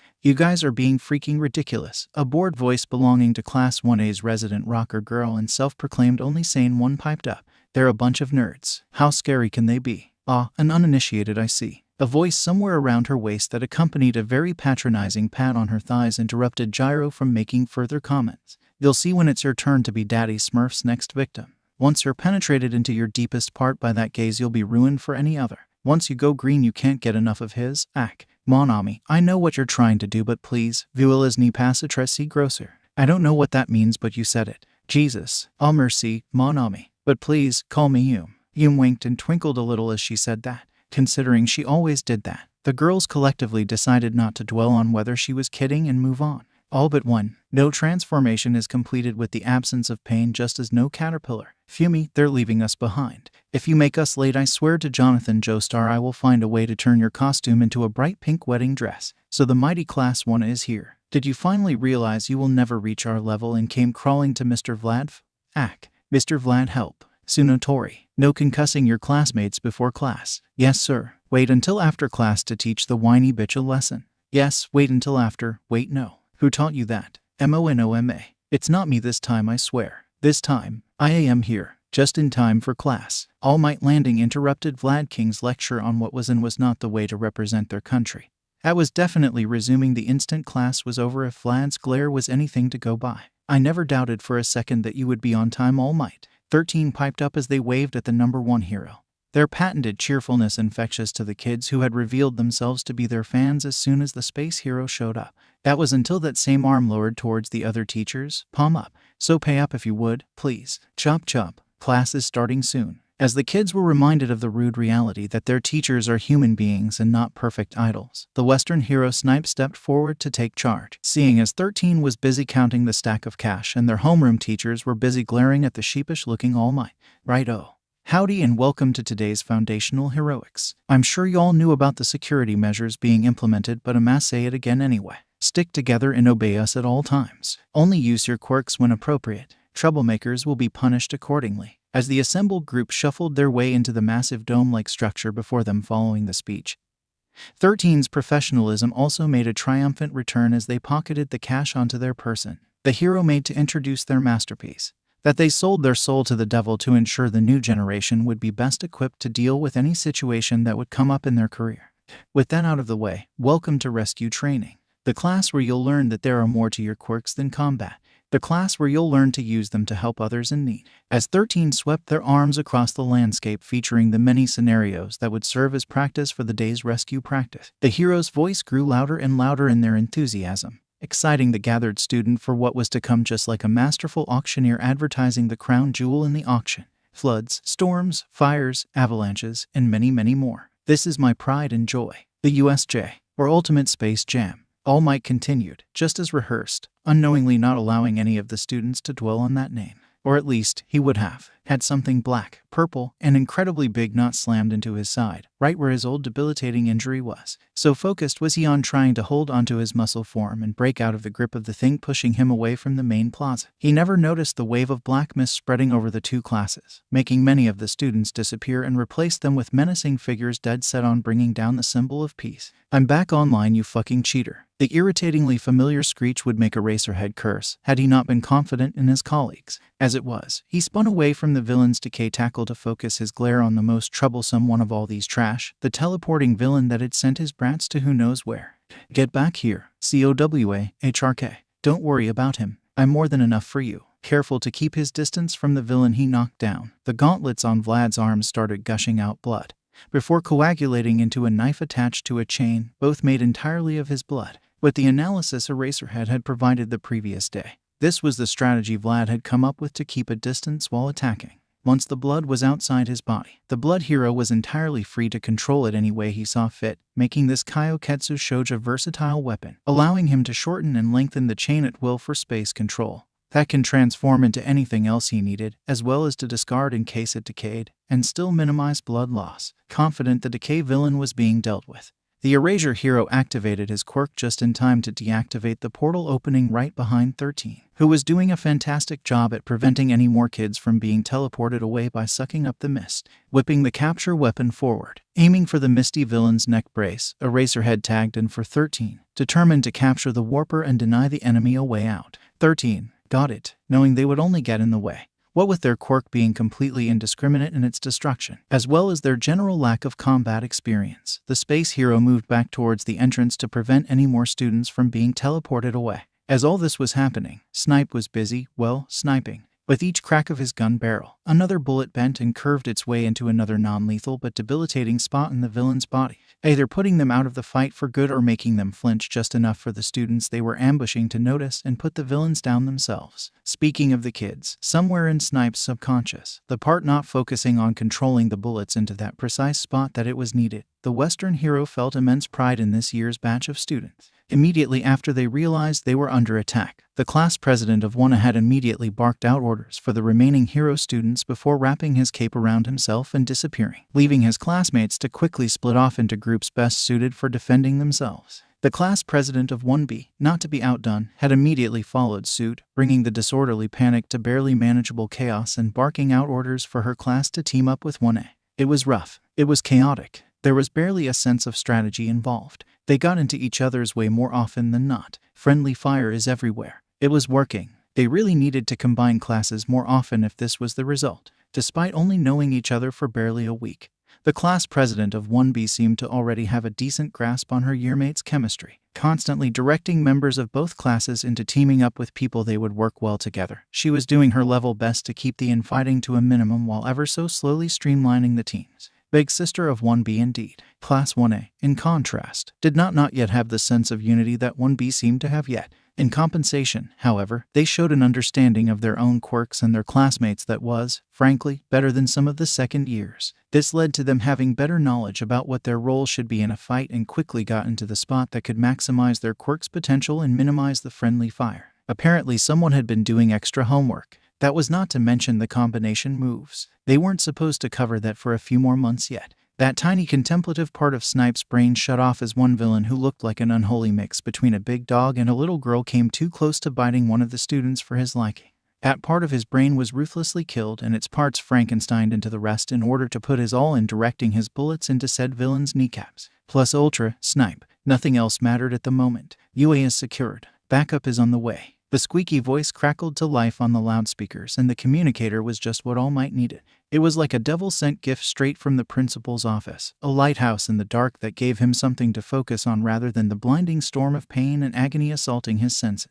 Finally managing to concentrate enough to focus one for all into his body, the hero flexed his arms to the side, breaking out of the grip of Thing dragging him away. And Thing really was the only suitable way to call it, for it was too humanoid to be any animal, but also too much of an abomination to be human. Whatever it used to be, it could not be called a human anymore, not with the vacant look in its eyes and the exposed brain. Good. Pounding a fist into the other, the #1 hero of Japan recentered himself and took a proper fighting stance. That means I don't have to hold back as much. The announcement earlier would have whipped everyone on every side into an even more desperate frenzy. With security level 4 active, it would only take a few minutes for the others to arrive from the main campus, which means the heroes in training only had to hold on for about that long. However, that would also mean the villains had that long to do as much damage as possible. If they managed to harm even one of the students, that would be an instant loss for the teachers and the school. Unlike the heroes, the villains did not bear the burden of restraint and responsibility. Villain, I will give you one chance and once chance only. Surrender. The villain responded with a screech that was a mix of a hyena's laugh, a lion's roar, a eagle's screech, and 9 turtles having an orgy. He preferred not to think about how he knew what that last one sounded like.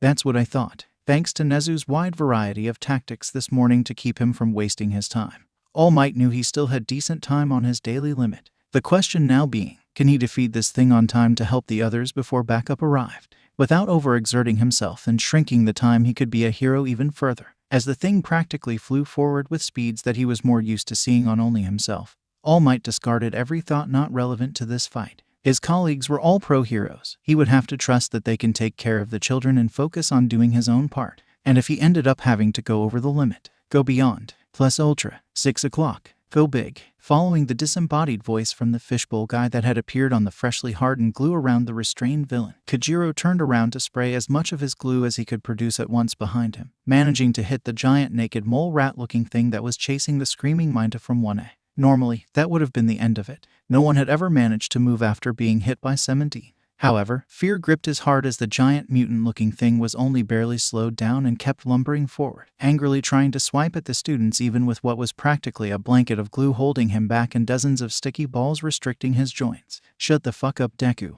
Don't fucking tell me what to do. Just as the villain seemed to be breaking free from his restraint, the pink girl who had been fighting alongside Kojiro since they were dropped in this area laughed out loud as the apparent cavalry arrived in the form of an angry scream somewhere on their left. Bondo, follow our lead. Trusting the ones who seemed to know what they were doing, Kojiro did just that, producing more glue than he had ever done before from every single hole on his face, ignoring the numbness that was starting to spread from his eye holes to the rest of his face. Kojiro angled it outward and upward, joining the spray of acid and hail of sticky balls thrown up by the girls. Die. Combo move, Purple Rain. The explosion ripped into the adhesive mixture, turning it from a spray into a veil of stickiness that, coupled with the balls that got caught in the veil, turned the whole battlefield into a sticky, acidic mouse trap, and the villains were the rodents unlucky enough to get caught. At the same time, the blast's concussive force made the giant stumble and fall face first onto the ground, finally stopping his charge. Still struggling, the villain attempted to give a final defiant roar. Their backup, who was apparently Bakugo from 1A, roared back even louder, silencing the villain.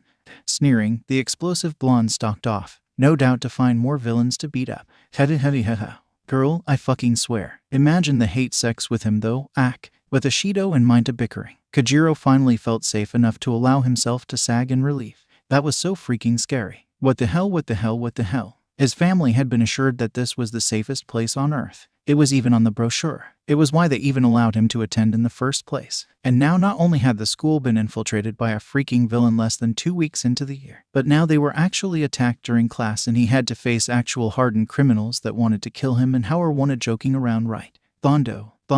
Startled out of his panicked thought, Kojiro snapped his gaze upward to see Ashido standing in front of him, concern etching her face. Come on man, stay with me. Breath in, hold, now out. There we go. As the three of them slowly went through the breathing exercises together, Kojiro distantly noticed the girl's shoulders also slowly losing tension and their fingers starting to shake.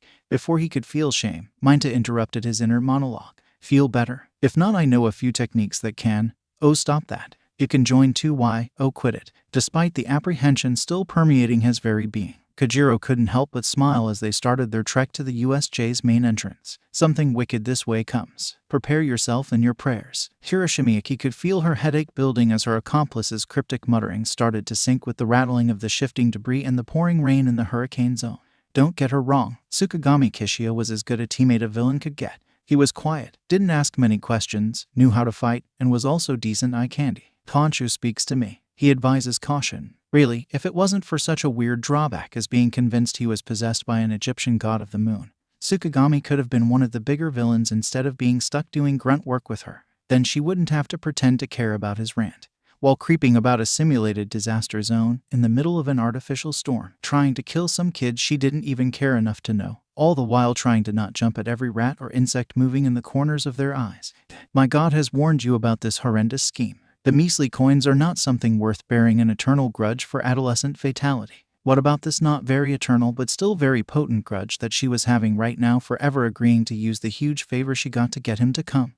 Really, why did she even bother feeling excited that they got some alone time? The others clearly had the better idea after they couldn't stand Tsukigami's rants and left them behind.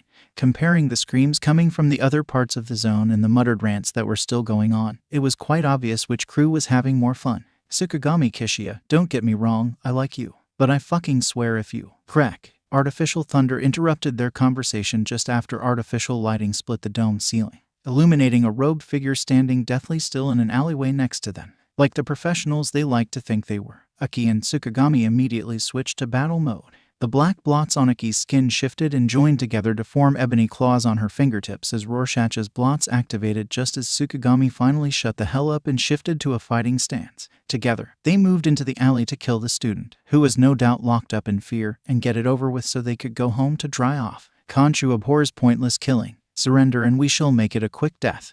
Okay, never mind. Why couldn't it be a new moon? New Moon Tsukigami was so much cooler and smarter and stable, even though he was practically an invalid. Full Moon Tsukigami was practically physically invincible, but had the mental stability of a senior high school student cramming 3 years of schooling into the 4 hours before the university exam with as many hours of sleep in the past month.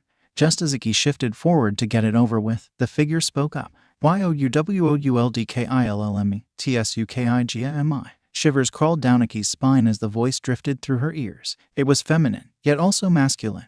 Enchantingly deep, yet also intimidatingly high, so controlled and sensual, yet also filled with so much unhinged madness. It was like multiple people were talking at once, yet there is only one voice. What kind of freaky quirk was this? Just as the thought finished forming in her mind, the figure lifted its head just enough for the next flash of lightning to illuminate a disturbingly familiar visage. Yourownmastr. It was a black bird's head, perched on top of a human body, exactly like the statue of Khonshu Tsukigami prayed to every night. I would never, master, please forgive my foolishness. At the very first sight of the beak, Tsukigami had dropped down into a doze, with his face pressed into the wet cobbled sidewalk, leaving Iki to deal with her rational human brain trying to convince her screaming monkey brain that it was just a mutant quirk. Shut the hell up. KNEL, of NDYUMIGHTNOT Both human and monkey brains held onto each other for dear life and started screaming even louder as another flash of lightning cracked above the alleyway, illuminating the heads of her fellow villains jutting from the walls like some sort of twisted trophy, their faces still contorted in agonizing fear. So preoccupied with wondering who the hell allowed this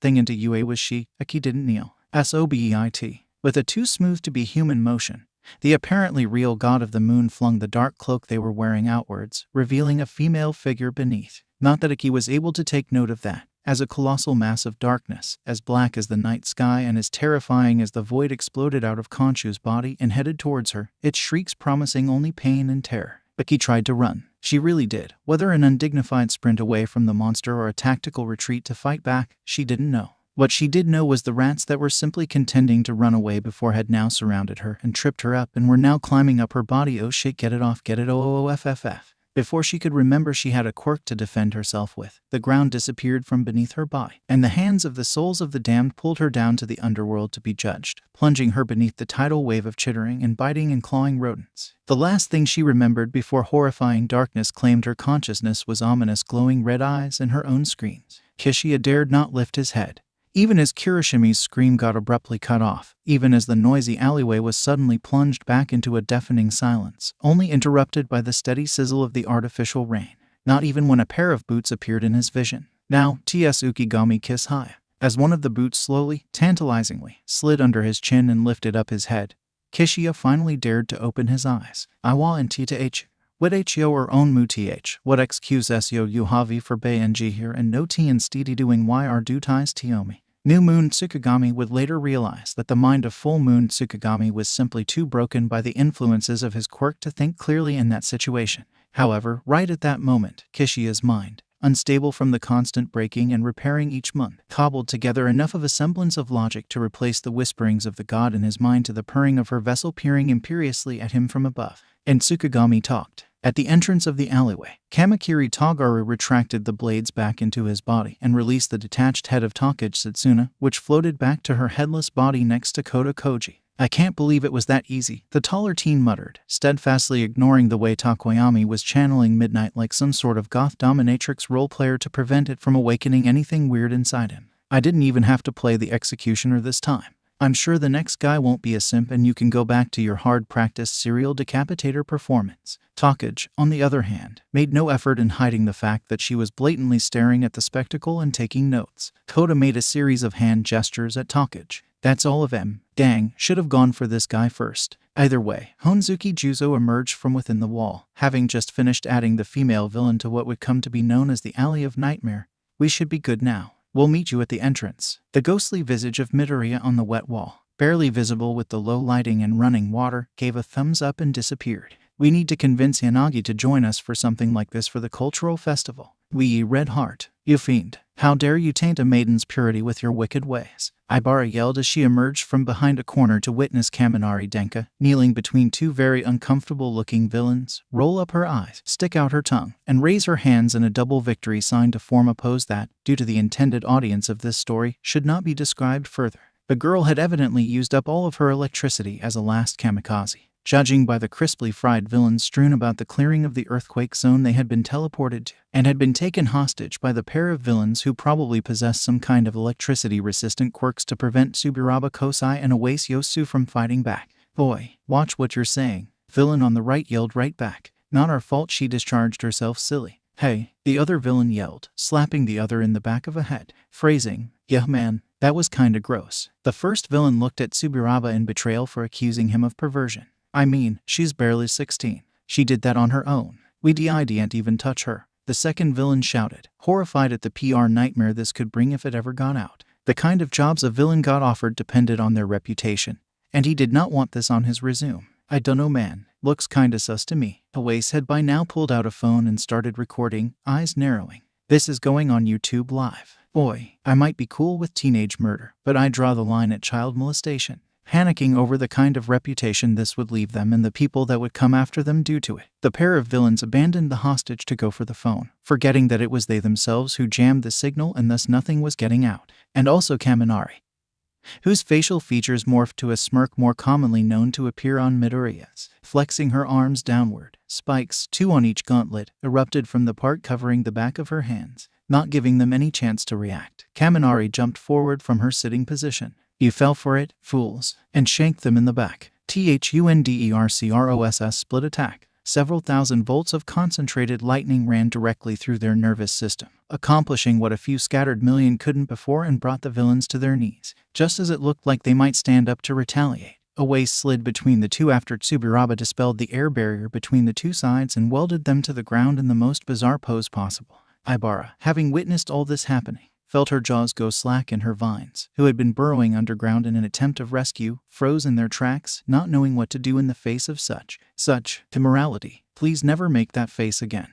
Kosai muttered as he handed Awase his phone back and reached out to help the crazy wanna-chick up. Why? Both boys immediately looked away as she once again contorted her face into something less than decent to tease them. Awaken something, did you? Stop that. Oh, Shizaki yelled, once again bringing attention back to herself. How could you do that in public? You, Scarlet Woman, PFFT. The holy girl was even further incensed as the electrifying girl didn't even bother hiding her unladylike snort that escaped, nor the absolutely uncivilized belly laugh that followed. Yeah, you tell her. Yosu cheered for his classmates to tell the crazy wanna-chick what for, along with the villains he was interrogating, only making Kaminari laugh harder. If anyone present noticed the tears that were free falling down her face were not only because of the laughter, nobody chose to comment.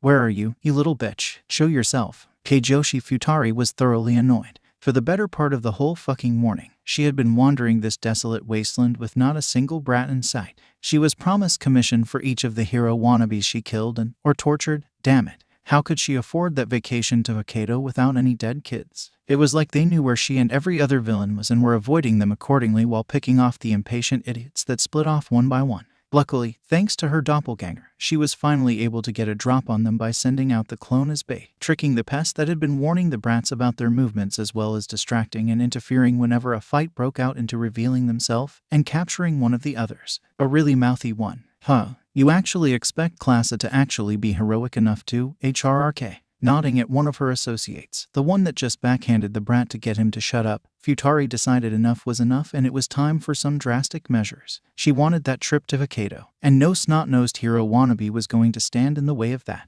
I know you can hear me, so here's the deal, brat. Snapping her fingers, Futari gestured for another villain with giant scissors in place of fingers to step forward. Edward Scissorhands right here. I told you my name is Hasami. We'll give you to the count of 3. After that, for any second I don't see you in front of me. Scissorhands, getting the hint, opened up all 10 of his scissors for the one holding the hostage to slide each of the brat's fingers in. The brat will lose a finger. 1. Futari fought the urge to create a clone to literally pat herself in the back. This would be the first one down.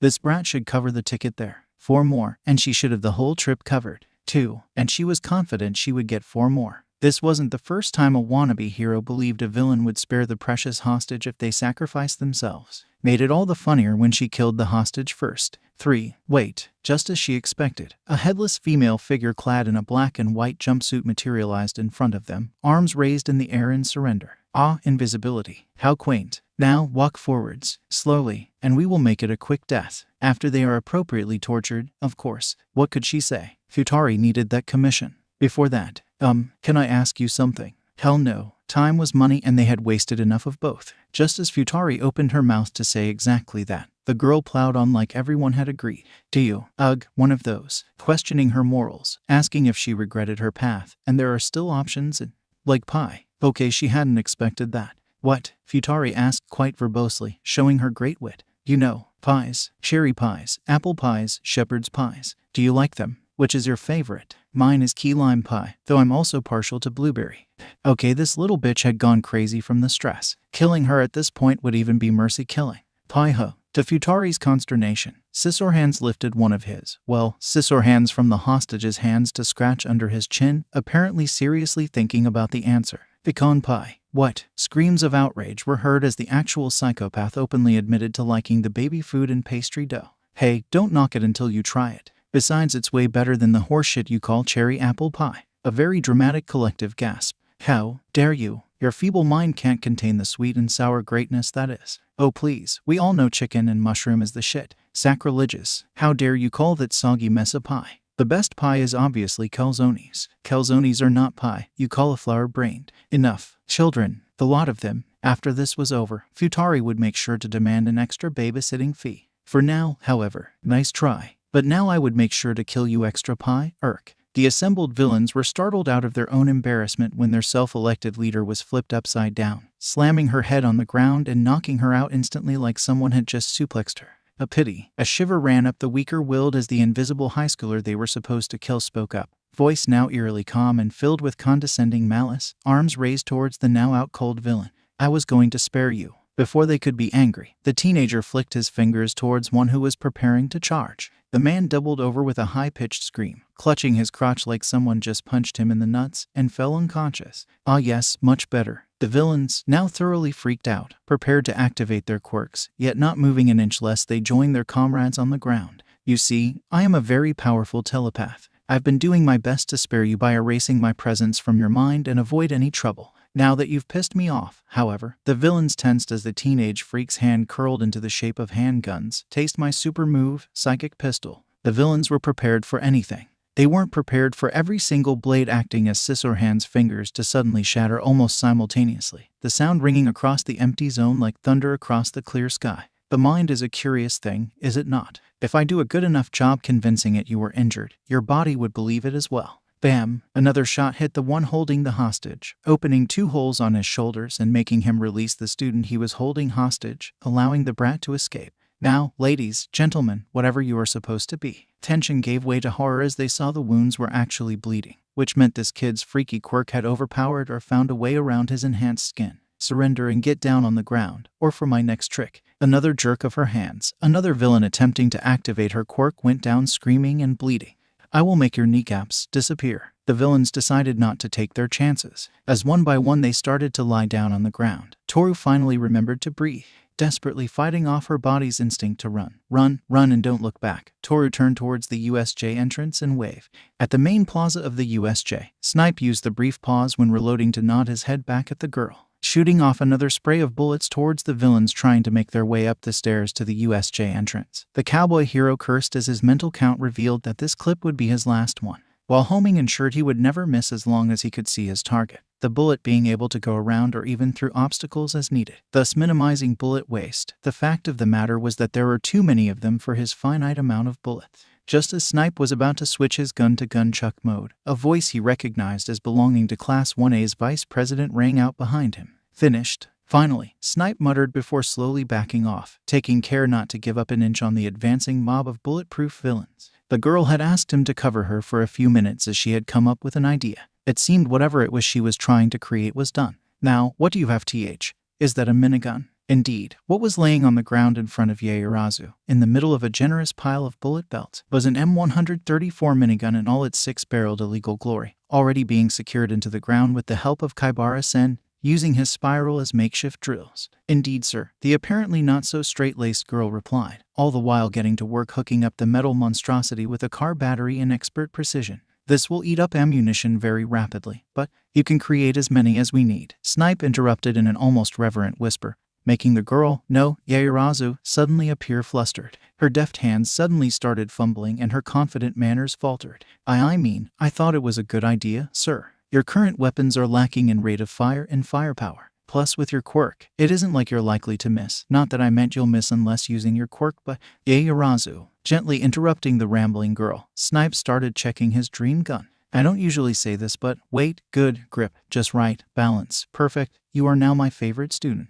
As the barrels whirled to life, the Western-themed hero's face twisted into a feral grin underneath the mask, unseen by anyone. Super move, ecstasy of gold. The high-pitched screech of death's mechanical horse rang across the battlefield as metal bullets rained judgment down on the sinners, preceding the cries of pain and agony, and finally pushing back the mob and taking down the tougher ones, and which still wasn't quite loud enough to cover Snipe's scream of ecstatic glee. Yeehaw! Clang, clang, clang, clang. Reacting to the sound of giant hard things being hit by several small hard things, Ajiro ducked and spun around as fast as he could, ignoring every single instinct drilled into him by his childhood quirk counselor to tuck his tail and avoid hitting people to accomplish the very opposite as hard as possible. It worked, to an extent. The bullet had failed to pierce the villains' crystal armors, but it had also made them flinch just enough that Ajiro managed to avoid having his head cut off by the double lariat they were aiming for. His tail whip had also done an admirable job of stumbling them forward, but it also failed to inflict any significant damage to their protected bodies. Good thing this wasn't a one-on-one, as before they could right themselves, his classmates decided to take advantage of their vulnerable position. With a hop and leap, Sue jumped on the back of the blue and slimmer-looking one, using his still unbalanced position to pull him backwards. Just as the girl's back touched the ground, Sue flexed her powerful legs, enhanced by her frog physiology, and kicked the villain into the air. Special move. not giving the villain any chance to right himself. Shoji, flying through the air like some sort of muscular six-armed bird octopus thing, grabbed and immobilized the villain in an upside-down position, using 2 of his hands to grab the villain's arms, another 2 for his legs, and the last 2 to hold both sides of his head against the teen's shoulder. Ashura Buster. At the same time on the ground, coming out of nowhere, Sato, whose muscular body was now even further buffed up after ingesting sugar, grabbed the bigger red villain, still doubled over from the hit, at the waist. Special move. With an animalistic roar of effort, the large teen lifted the comparatively smaller man almost full cycle to have him sit backwards on his shoulder. Cherry Bomb. Sato's slam of the villain back onto the ground was perfectly timed with Shoji's drop onto his shoulders, combining the impact of both to finally inflict a blow strong enough to shatter their crystal armor, knocking them both out. Combo move, muscle docking. As the dust settled on the scene of absolute carnage, the 2 titans of Class 1 slowly rose off the ground and stared at each other. 1 beat, 2 beats, sweet. Rikia did a half-turn with his lower body, turning his body into a side chest pose, straining his yellow jumpsuit to the absolute limits in an effort to contain the massive muscles he had cultivated, made even larger by the use of his quirk. OCTO. In response, Shoji also flexed all 6 of his arms, each pair settling into their own pose while the rest of his body shifted into the front double biceps pose. The teen's choice of sleeveless costume drew attention to the glistening layer of sweat on his arms, further enhancing his resemblance to an angry Ashura. Ribbit. Continuing the conversation, Asui gave a particularly loud croak, curling her body into the front abdominal and thigh pose. Due to her own battle in the flooding zone, her wetsuit was still dripping with water, providing the perfect highlight to rippling froggy muscles. I agree with you. This would mean that they were hoping to overwhelm us with sheer numbers, providing the distraction so that All Might would be able to focus on his own battle. Ajiro, the only one not swole enough to speak Muslian, was stuck having to use normie speak despite understanding the language. The blonde with the muscular tail resolved to do more muscle training for the rest of his body when this was over. Across the clearing, Tetsu was looking at the conversation in envy. Catching sight of her big sister swinging her enlarged fist at a villain's enlarged feet, the steel girl proceeded to loudly yell at the redhead. Laura, come on Kendo, we can't lose to them. The 1B class president only grunted before using her enlarged fingers to grab her opponent's leg and slam them into the ground. I refuse. I have a feeling I would lose something as a human being. Oh come on. Despite what her classmate would later claim, the girl was not whining. A whining person was not manly, and thus would not be able to hit a villain in the stomach with her manly steel fist. You're the only one here manly enough to do it. Who the hell are you calling manly? You obviously. Look at your damn abs. Whoa. The villain was apparently more durable than Tetsu thought, because as she was lifting him upside down for a piledriver, he recovered just in time to kick his feet, breaking the precarious balance and causing them to tip backward. Just as she was turning her own body to steel to brace for the impact, Tetsu felt someone grab the villain's legs, stabilizing the whole thing. She might be dumb, but she wasn't stupid enough to look a gift horse in the mouth. Quickly putting her weight into her upper body, the girl turned the stumble into a devastating hangman neckbreaker, at the same time the other person also dropping into a powerbomb, driving the back of the villain's head into her steel shoulder and sending him from the realm of consciousness. Standing up, Tetsu was prepared to give a manly high five before realizing it was Kirishima from 1A. Great, now she needed one for a takedown. How path? Man, Kirishima dropped into a side triceps pose while hardening his whole body at the same time.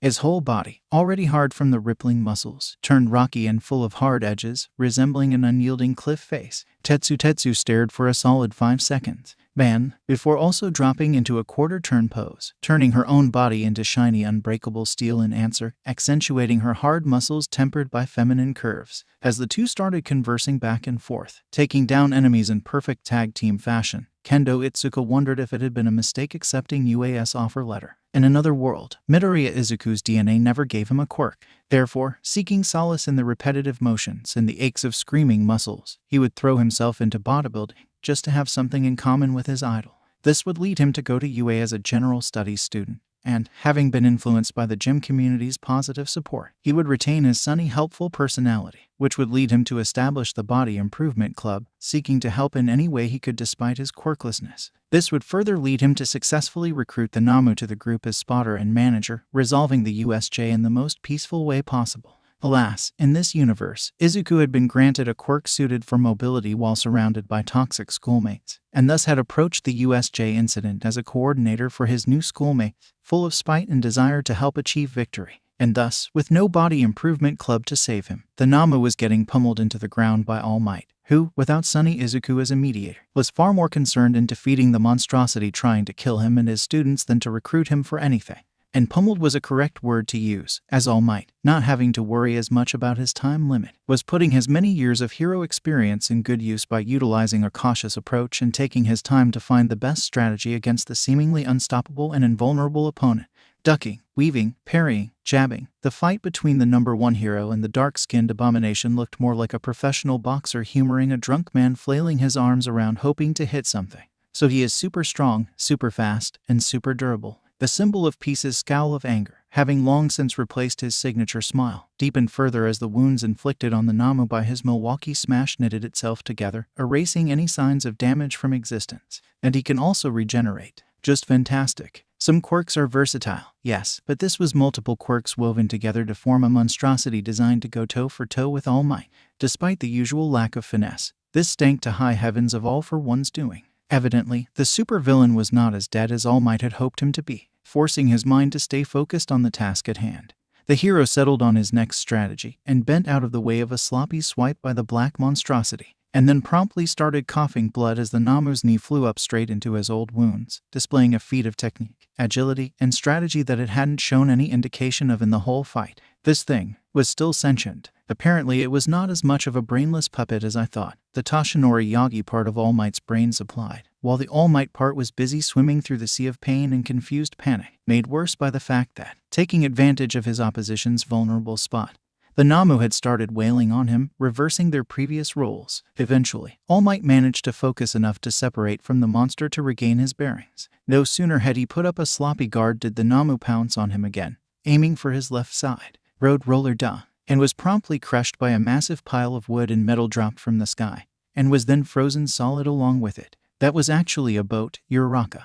Shut up, Todoroki. Wait a minute. He recognized those voices. Those were his students' voices. Get out of here. This isn't safe. The little students had the nerve to ignore him. With all due respect, sir. All Might had the strangest feeling that he wasn't due much respect based on young Todoroki's deadpan stoic voice, ear bleeding and barely standing. Let us help while you wreck. Crack. Whatever the teen was about to say was interrupted by a massive crack that ran through the glacier, trapping the monster, announcing the fact that it was trying to break free. Face still stoic, not betraying his emotions in the slightest. The elemental teen started throwing more ice on top in an effort to bury it, as well as constructing a rough barrier around it just to be safe, while his gravity classmate moved to help their teacher stand up. It was all for naught as, with a mighty screech, the thing flexed the glacier off it, breaking its own body to do so, and exploded the formerly massive mountain of ice into smaller chunks of ice. Coupe Special, Lumiere du Ciel. A feminine voice interrupted its attempt to break free. At the same time, a beam of condensed destruction hit the ice barrier,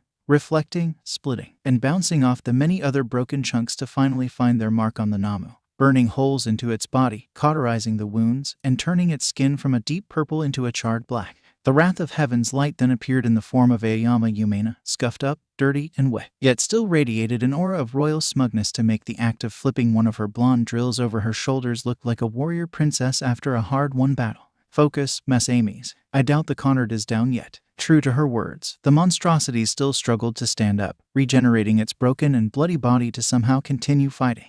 A gruesome sight provided All Might with the second wind needed to get up and in front of the students he was supposed to protect, and not the other way around. That is enough, children. I'm grateful for your assistance, but it is my job to be in danger to protect you. Step back. How pathetic, Yagi Toshinori. Making children risk their lives to protect you because you couldn't do your one job.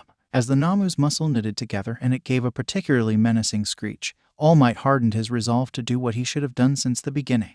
If 100% was not enough, then go above it. Who cared what happened to his body if he could protect the ones counting on him? Go beyond. Plus, the sacrificial thought was interrupted as the ground beneath the Namu rose up like a Venus fly trap, trapping his limb in its grasps and wound their way into the various holes in its body as it tried to break free. The harder it struggled, the more the cement invaded its body until, with a final lurch, another layer of cement covered its brain, forced its way into its mouth, and dragged it underground into its eternal tomb. With a sigh of relief, All Might put his signature smile back on to scold his reckless students and confirm their safety, glad he didn't have to shorten his hero time further. The cavalry had arrived. You cheater. You and your bullshit zoning and your ability accuracy reduction. Quite the set of lungs on you, isn't it? Vlad King muttered, side-eyeing with derision the immobilized young supposed leader of the League of Villains. As soon as the fight started, Shigaraki, as the misty villain had called him, had been so overcome with rage, presumably from the absolute humiliation from the previous day, that he had charged in without any regards towards strategy or planning, probably hoping to defeat Vlad quickly and get to Eraserhead. Vlad had always had temper issues when people ignored him. Using his mastery over blood, Vlad had quickly shifted it into a shield and met the charge head-on. Shigaraki, overconfident in his own touch-based quirk, had screamed something about destructible environment assets and tried to touch the shield to activate his quirk. To be fair, if Vlad was a villain and had something like can decay anything my hands touch like some sort of murderous metas, then he would also use it for literally any fight as well. Sadly, in this case, what Shigaraki was dealing with was a pro hero who had a perfect counter. The minute he felt some of the shield crumbling away, Vlad had immediately discarded that part before uncongealing his blood, turning it from a protective shield into a sticky mouse trap, covering 4 of the blue-haired rat's fingers and immediately hardened back up, turning the blood covering Shigaraki's hand into a sort of half-glove, preventing him from activating his quirk on that hand.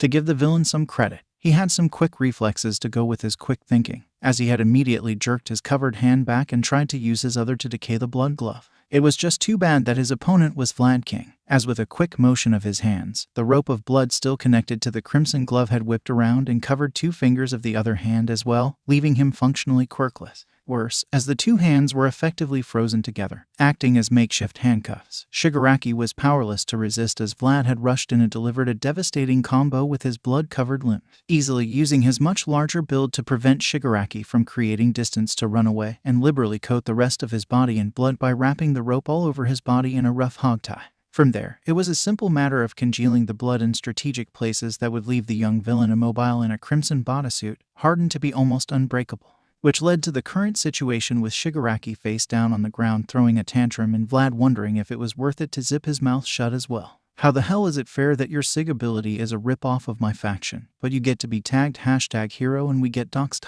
A nerf ban wave is coming. That final bit of nonsense decayed the last of Vlad's patience, finally convincing the blood hero to do as the voice of Nezu's devil in training had been whispering in his ears. Okay, but have you considered getting God? Vlad asked, face completely serious, even using his authoritative hero voice. He would remember Shigaraki's face for the rest of his hero's life. What's the matter? Is this not Keck? Did you come here looking for clout and not expect a little CBT cringe? No, stop it. Did Vlad feel bad that now the villain couldn't even cover his own ears to escape the cursed sentences falling out of his mouth, considering he came here looking to kill his cute little students? Not really, no. Speaking of which, you're lucky my students have too much drip for your yee ass. Otherwise, I would have made sure you can't be anyone's. No, I know what you're gonna say, Stoop. Little, stop, please stop, PogChamp. NOOO. The scream of pure anguish was abruptly cut off as a familiar wave of pink mist washed over the battlefield, putting everyone not having any kind of air filter to an instant sleep and mercifully put Shiragaki out of his misery. But not Vlad King, who, after realizing exactly what he had just been scammed into saying, turned around to see Eraserhead, who was making sure the mist villain's collar was sufficiently damaged so he wouldn't interfere. Looked like God was dead and Vlad just pissed on his cooling corpse. His colleague, who had just arrived from the main campus, was also in various states of amused disgust or disgusted amusement. The real kicker, however, was 13. His sweet, helpful, slight fangirl Kohai 13, who was slowly inching away from him while avoiding eye contact, body language looking like they just found out he was a stain upon polite society that everyone learned to pretend not exist. Would you believe me if I say that wasn't my idea? They didn't buy it. Now he would have to kill any trace of Kan Sekijiro to have ever existed, adopt a new identity, and move to Bolivia to live as a sheep farmer. Around midnight, every last kid of Wona finally arrived at their dorms. Each had been prodded and poked by the paramedics to make sure no serious damage had been done, especially to those who had pushed their quirks to the limits and were suffering from the side effects, such as Minta's bleeding scalp, Kaminari's scrambled brain waves, Midoriya's motion sickness, Yaoyorozu near malnourishment, and many more. The principal had announced that they would have the rest of the week off so that the faculty could do a more thorough sweep of the campus and make sure there were no nasty surprises left behind, as well as review the defenses to make sure there would not be another break-in any time soon. Therefore, all homework for the rest of the week had been delayed. Parents were called, tears were cried, fear and panic temporarily assuaged so that they would not drop every business they had to come get their babies back home to safety, but wait for the official meeting in a couple of days to address the attack. Now, the kids were gathered together in the common room, just like how they usually did each evening. Only, unlike every evening of the past almost week, There was no laughter, no animated conversation, no whining about classwork, no scolding from Ada, not even Bakugo's screams. Instead, every member of Wano was uncharacteristically quiet. What little conversation that started up was spoken in hushed tones within small groups. Started suddenly and was cut off just as suddenly when they eventually touched on what had happened that day, or what might happen next. The air, usually filled with a sense of childlike excited wonder, was instead thick with tension, filled with the nervousness of people whose adrenaline had drained out of their bodies and now just wanted to be with other people to remind themselves that all of them made it back alive. Every once in a while, one of the more exuberant kids tried to speak up, to do anything at all to pierce the heavy atmosphere and bring back the energy, only for their classmates' haunted face to cause them to wilt and sit back down in their seats, just as it seemed like the tension would linger there for the rest of the night and all the way to the morning. And likely the rest of their 3 years there was a knock on the door. Ada, with manners drilled into him at a young age, Power walked to the door to inquire who would come bother them at the late hours. The door opened to reveal the entirety of a noticeably subdued Class 1B. Without their usual aggressive friendliness and the noisy energy that Class 1A's secretary had come to know so well. Mama always said the best way to cheer up was to eat. Pony, who was leading the charge, answered the unasked question with a smile too brittle to be natural, holding up a big pot of what would later be revealed to be chicken pot pie. Ada took one look at the assembled students, who were clearly out past curfew, to the way the normally hostile Monoma was also much more reserved than usual, and the very much unsaid "we also don't want to be alone." Ada decided that exceptions could be made. The commotion drew the attention of Class 1A, drawing the more polite and social of them to come greet their fellow students. The heavenly smell of Mama Tsunotori's recipe prompted Izuku to head to the kitchen to make more snacks for the rest to munch on, which triggered Tsu's big sister instinct to make sure they were all fed. And also Katsuki's competitiveness, making him stomp to the kitchen to also make something in order to not lose to Deku. All of this food made Sato decide to bake some treats for desserts, which also started an Uno tournament to decide who got to eat them despite the large boy making more than enough for the whole school. The commotion also reminded Kota that he had forgotten to feed his rabbit in his funk, prompting a discussion on pets and favorite animals, which, as all teenage conversation tended to go, derailed into a million more subjects. In the next 3 years of schooling and perhaps beyond, the shadow of the USJ incident may forever haunt their hearts. Come tomorrow, they would have to face the fact that they could have been killed. However, right here, right now, there were only 40 students taking comfort in each other's presence, doing everything they could to release their pent-up emotions in order to temporarily forget the fact that they had had to grow up far too quickly and far too abruptly. Non, monsieur. A week living with Todoroki is enough for me to get used to what burnt meat looks like. A pause of silence, sprinkled with the sound of porcelain clinking against each other. It's the smell that gets me. A shame, too. I loved roasted pork. It wasn't that bad for. Ooh, was that too loud? How about now? In truth, it was still a little too loud, but whoever the voice was talking to had apparently deemed it good enough. Anyway, I wasn't too injured. Some warning for that stunt manga pulled would have been nice, but Recovery Girl said I'd be fine in a couple more days. Buddy, I've been to mosh pits more brutal than that when I was 10. Hell, the old lady I got into a fist fight with last week for the DC t-shirt hit harder, and she looked old enough to have been there at their debut. You know, I've never noticed how sharp scissors are. Apparently the right kind can cut through even steel. Flesh and bones don't stand a chance. In contrast to the previous voice, this one was so quiet that there were clear signs of the volume being enhanced digitally after. How do heroes deal with this every day? Every once in a while since then I keep having this weirdest compulsion to touch all of my fingers together. It's stupid, I know, but I just want to be sure. Listen to me very carefully. I am not that dumb. What do you think people have been telling me for the last 10 years? It's dangerous if you short out. You should be more mindful where and how much you use your quirk. Who do you think the people you'll be fighting are, and yada yada, like I'm some freaking airhead that doesn't know who or what I am. This voice abruptly cut itself off with an exhale, though the one this voice was talking to remained silent. I appreciate what you're trying to do here, but I didn't almost go through a heart attack pulling that stunt just so another person will think I don't value myself and others. I know that. I do. It's just, it was on the brochure and everything, you know. I just can't help but feel I've made a mistake, and that I'm not suited for this. Like my mom used to work on this Egyptian mythology exhibit Dingy. And that's how I vaguely remembered, because I sure as fuck am not a fucking encyclopedia. How the fuck am I supposed to know who Khonshu is, let alone how he looks like? There's like a few dozens depictions existing at the same time, like one of them even has Khonshu wearing a white suit and a mask shaped like a crow's skull. Somehow we found this one nutjob that happened to worship that exact depiction that looks like Takoyami. She is just enough of a drama queen to get him to buy it. What if she was a different species of crow than his Khonshu? What if the naked mole rat guy wasn't a naked mole rat, but only something that looked like one, making Ashido's acid very harmful for him, making the entire plan fall apart? Because the only reason I suggested that combo was because naked mole rats don't react to acid because their cortical neurons are resistant to acid-induced cell death, and fuck, I didn't even take into account what reaction her acid would have on Ondo's glue, and what if that's what happened with Toru's skin cell and that's why she could go invisible, and fuck, I didn't take into account if her light distortion would affect Mr. Snipe's sight and he might not have been able to coordinate with her believably enough. What if? And I just want to know how Nezu makes it look so easy. There's 1,010 things I constantly had to take into account for every second passed, and that wasn't to mention how so fucking big the whole thing is. Do I look like I have a fucking terrain map installed inside this? The hunting dog hero, Hound Dog, Aka and Yui Ryo, UA Academy's lifestyle guidance counselor / therapist, clicked the pause button on the recording, plunging the meeting room into uncomfortable silence once again. A silence that was finally broken when Shota banged his head on the table, heaving a mighty sigh full of frustrated anger. God damn it. Contrary to popular belief, Shota's goal was absolutely not to get rid of the children as soon as possible, to get them off his back. While he wanted to minimize time wasted, making sure they become pros as efficiently and competently as possible, there was a huge difference between soon and too soon. And this was too soon. The kids weren't even accustomed to the idea of using their quirks for a good cause yet. In fact, the USJ was supposed to get that started, to help them learn that being a hero wasn't all about fighting and destroying, but saving and helping.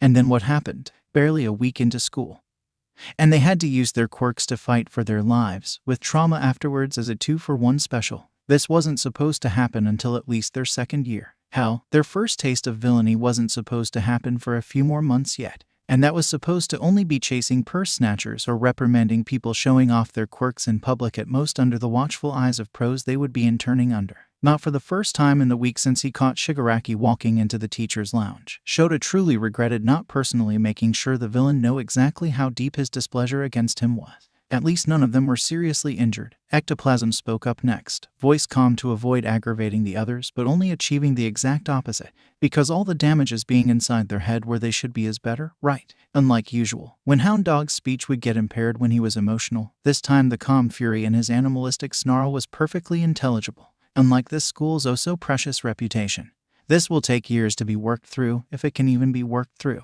That being said, when Hound Dog got really worked up, he tended to be unable to control his speech in another, much more hostile way. Just because you people can't be fucked to care doesn't mean. Anyway, just as the room participants were rising up for an argument, Nezu's voice, devoid of any and all of its usual joviality, made each of them instinctively slam their body back down and their jaws shut. Nezu was cosmic terror given form. Vengeance for animal cruelty coalesced into physical form, nature's wrath in an animalistic container, the result of scientific hubris condensed into a humanoid form, humanity's downfall hiding behind a facade of politeness and joviality. But more importantly, he was the principal of UA, in charge of the education and welfare of any and all children attending this establishment, a duty that he had failed, quite spectacularly, when holes in the security system he had come up with and put too much trust in failed, introducing unnecessary variables into the courses he had charted for his test subjects. And Nezu hated it when idiots mess with his toys. We are all upset by this, in Yui. Don't waste time being at each other's throats when we can figure out exactly how to make sure this doesn't happen again, especially when the mastermind had broken both Shirogaki and Kurogiri out. Right, the mastermind, Toshinori, who to this point has been wallowing in the corner in depression for not only failing to dispatch the Namu quickly enough to save his student, but also having gotten gravely injured by the multi-quirked monstrosity and needing his students to save him instead. Scowled as his thoughts turned decidedly sour with that particular reminder of his greatest nemesis still being alive and kicking, even after having his head smashed in. Next time they met, he would make sure there would not be another next time. That was not to mention the issue of young Midoriya.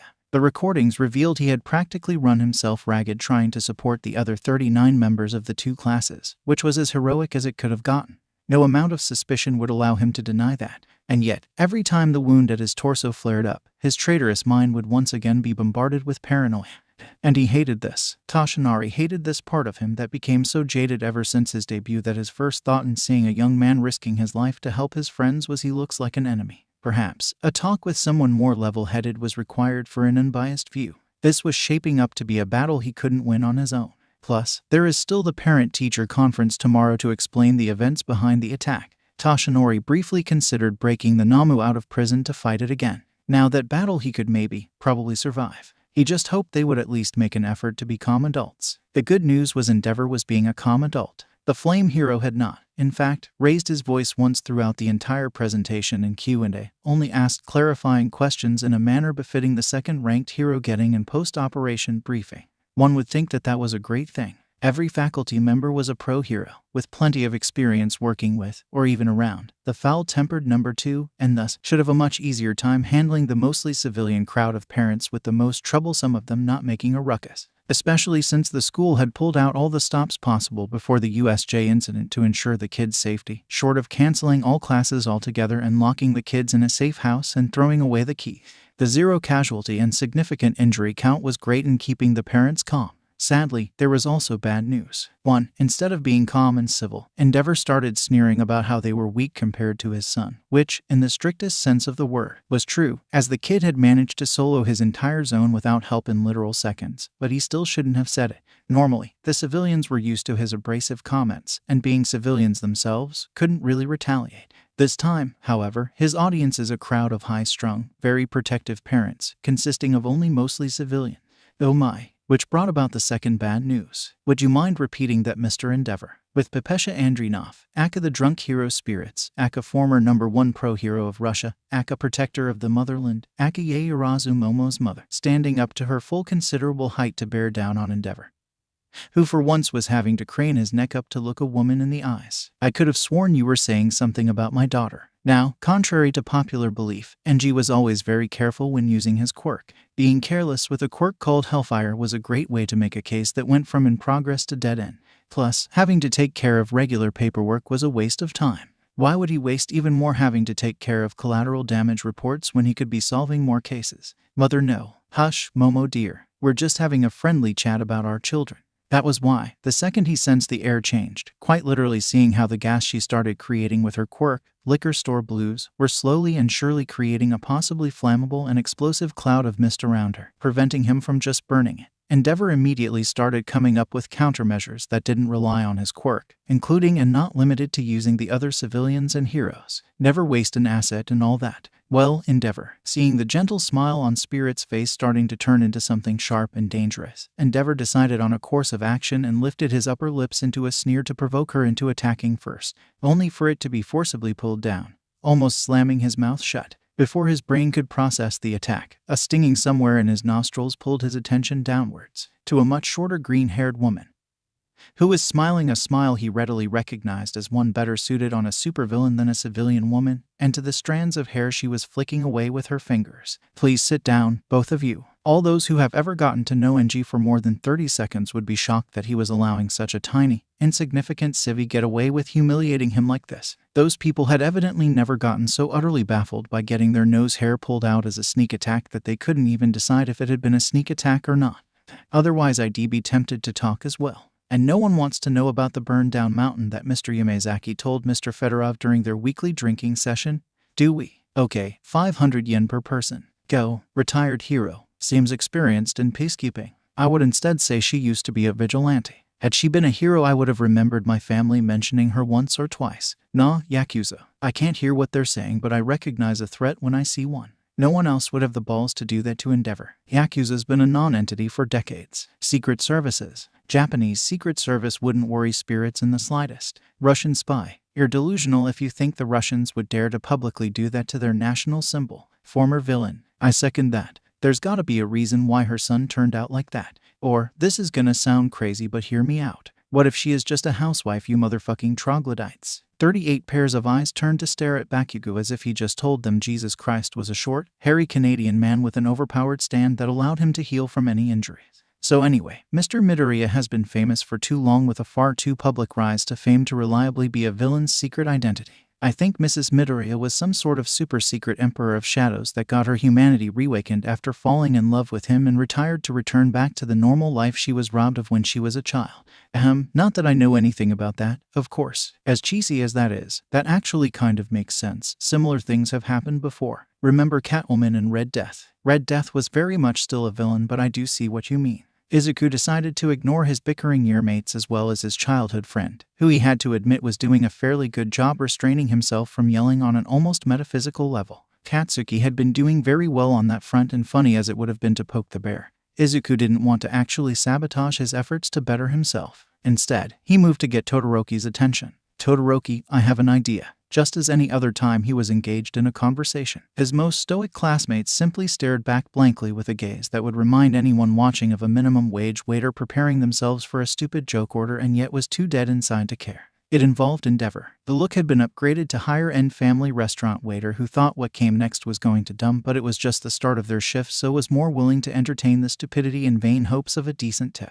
"Go on, it'll be the sports festival soon." Shouta spoke up, and immediately activated what Nimuri named the Eraserglare to forestall the kids' rambunctious cheer. "Ah, the sound of silence." Shouta loved to hear it. "Now I know that look in your eyes. Trust me, I had that same look when they told me." That was a flat-out lie. These kids still had too many fucks left to give to reach his level. In fact, the whole faculty thought it was too dangerous to have you appear in public just yet. However, the news of how well all of you did during the USJ leaked out. Once again, Shouta wanted to reiterate how much he loathed the parasites that are tabloid reporters with a passion. With Nezu working his usual techno-black magic fuckery, the only way for the full story to come out would be for the mastermind to leak it himself. Sadly, the breadcrumbs scattered throughout was enough for them to fill in the blank themselves with their bullshit to create appropriate sensationalist pieces.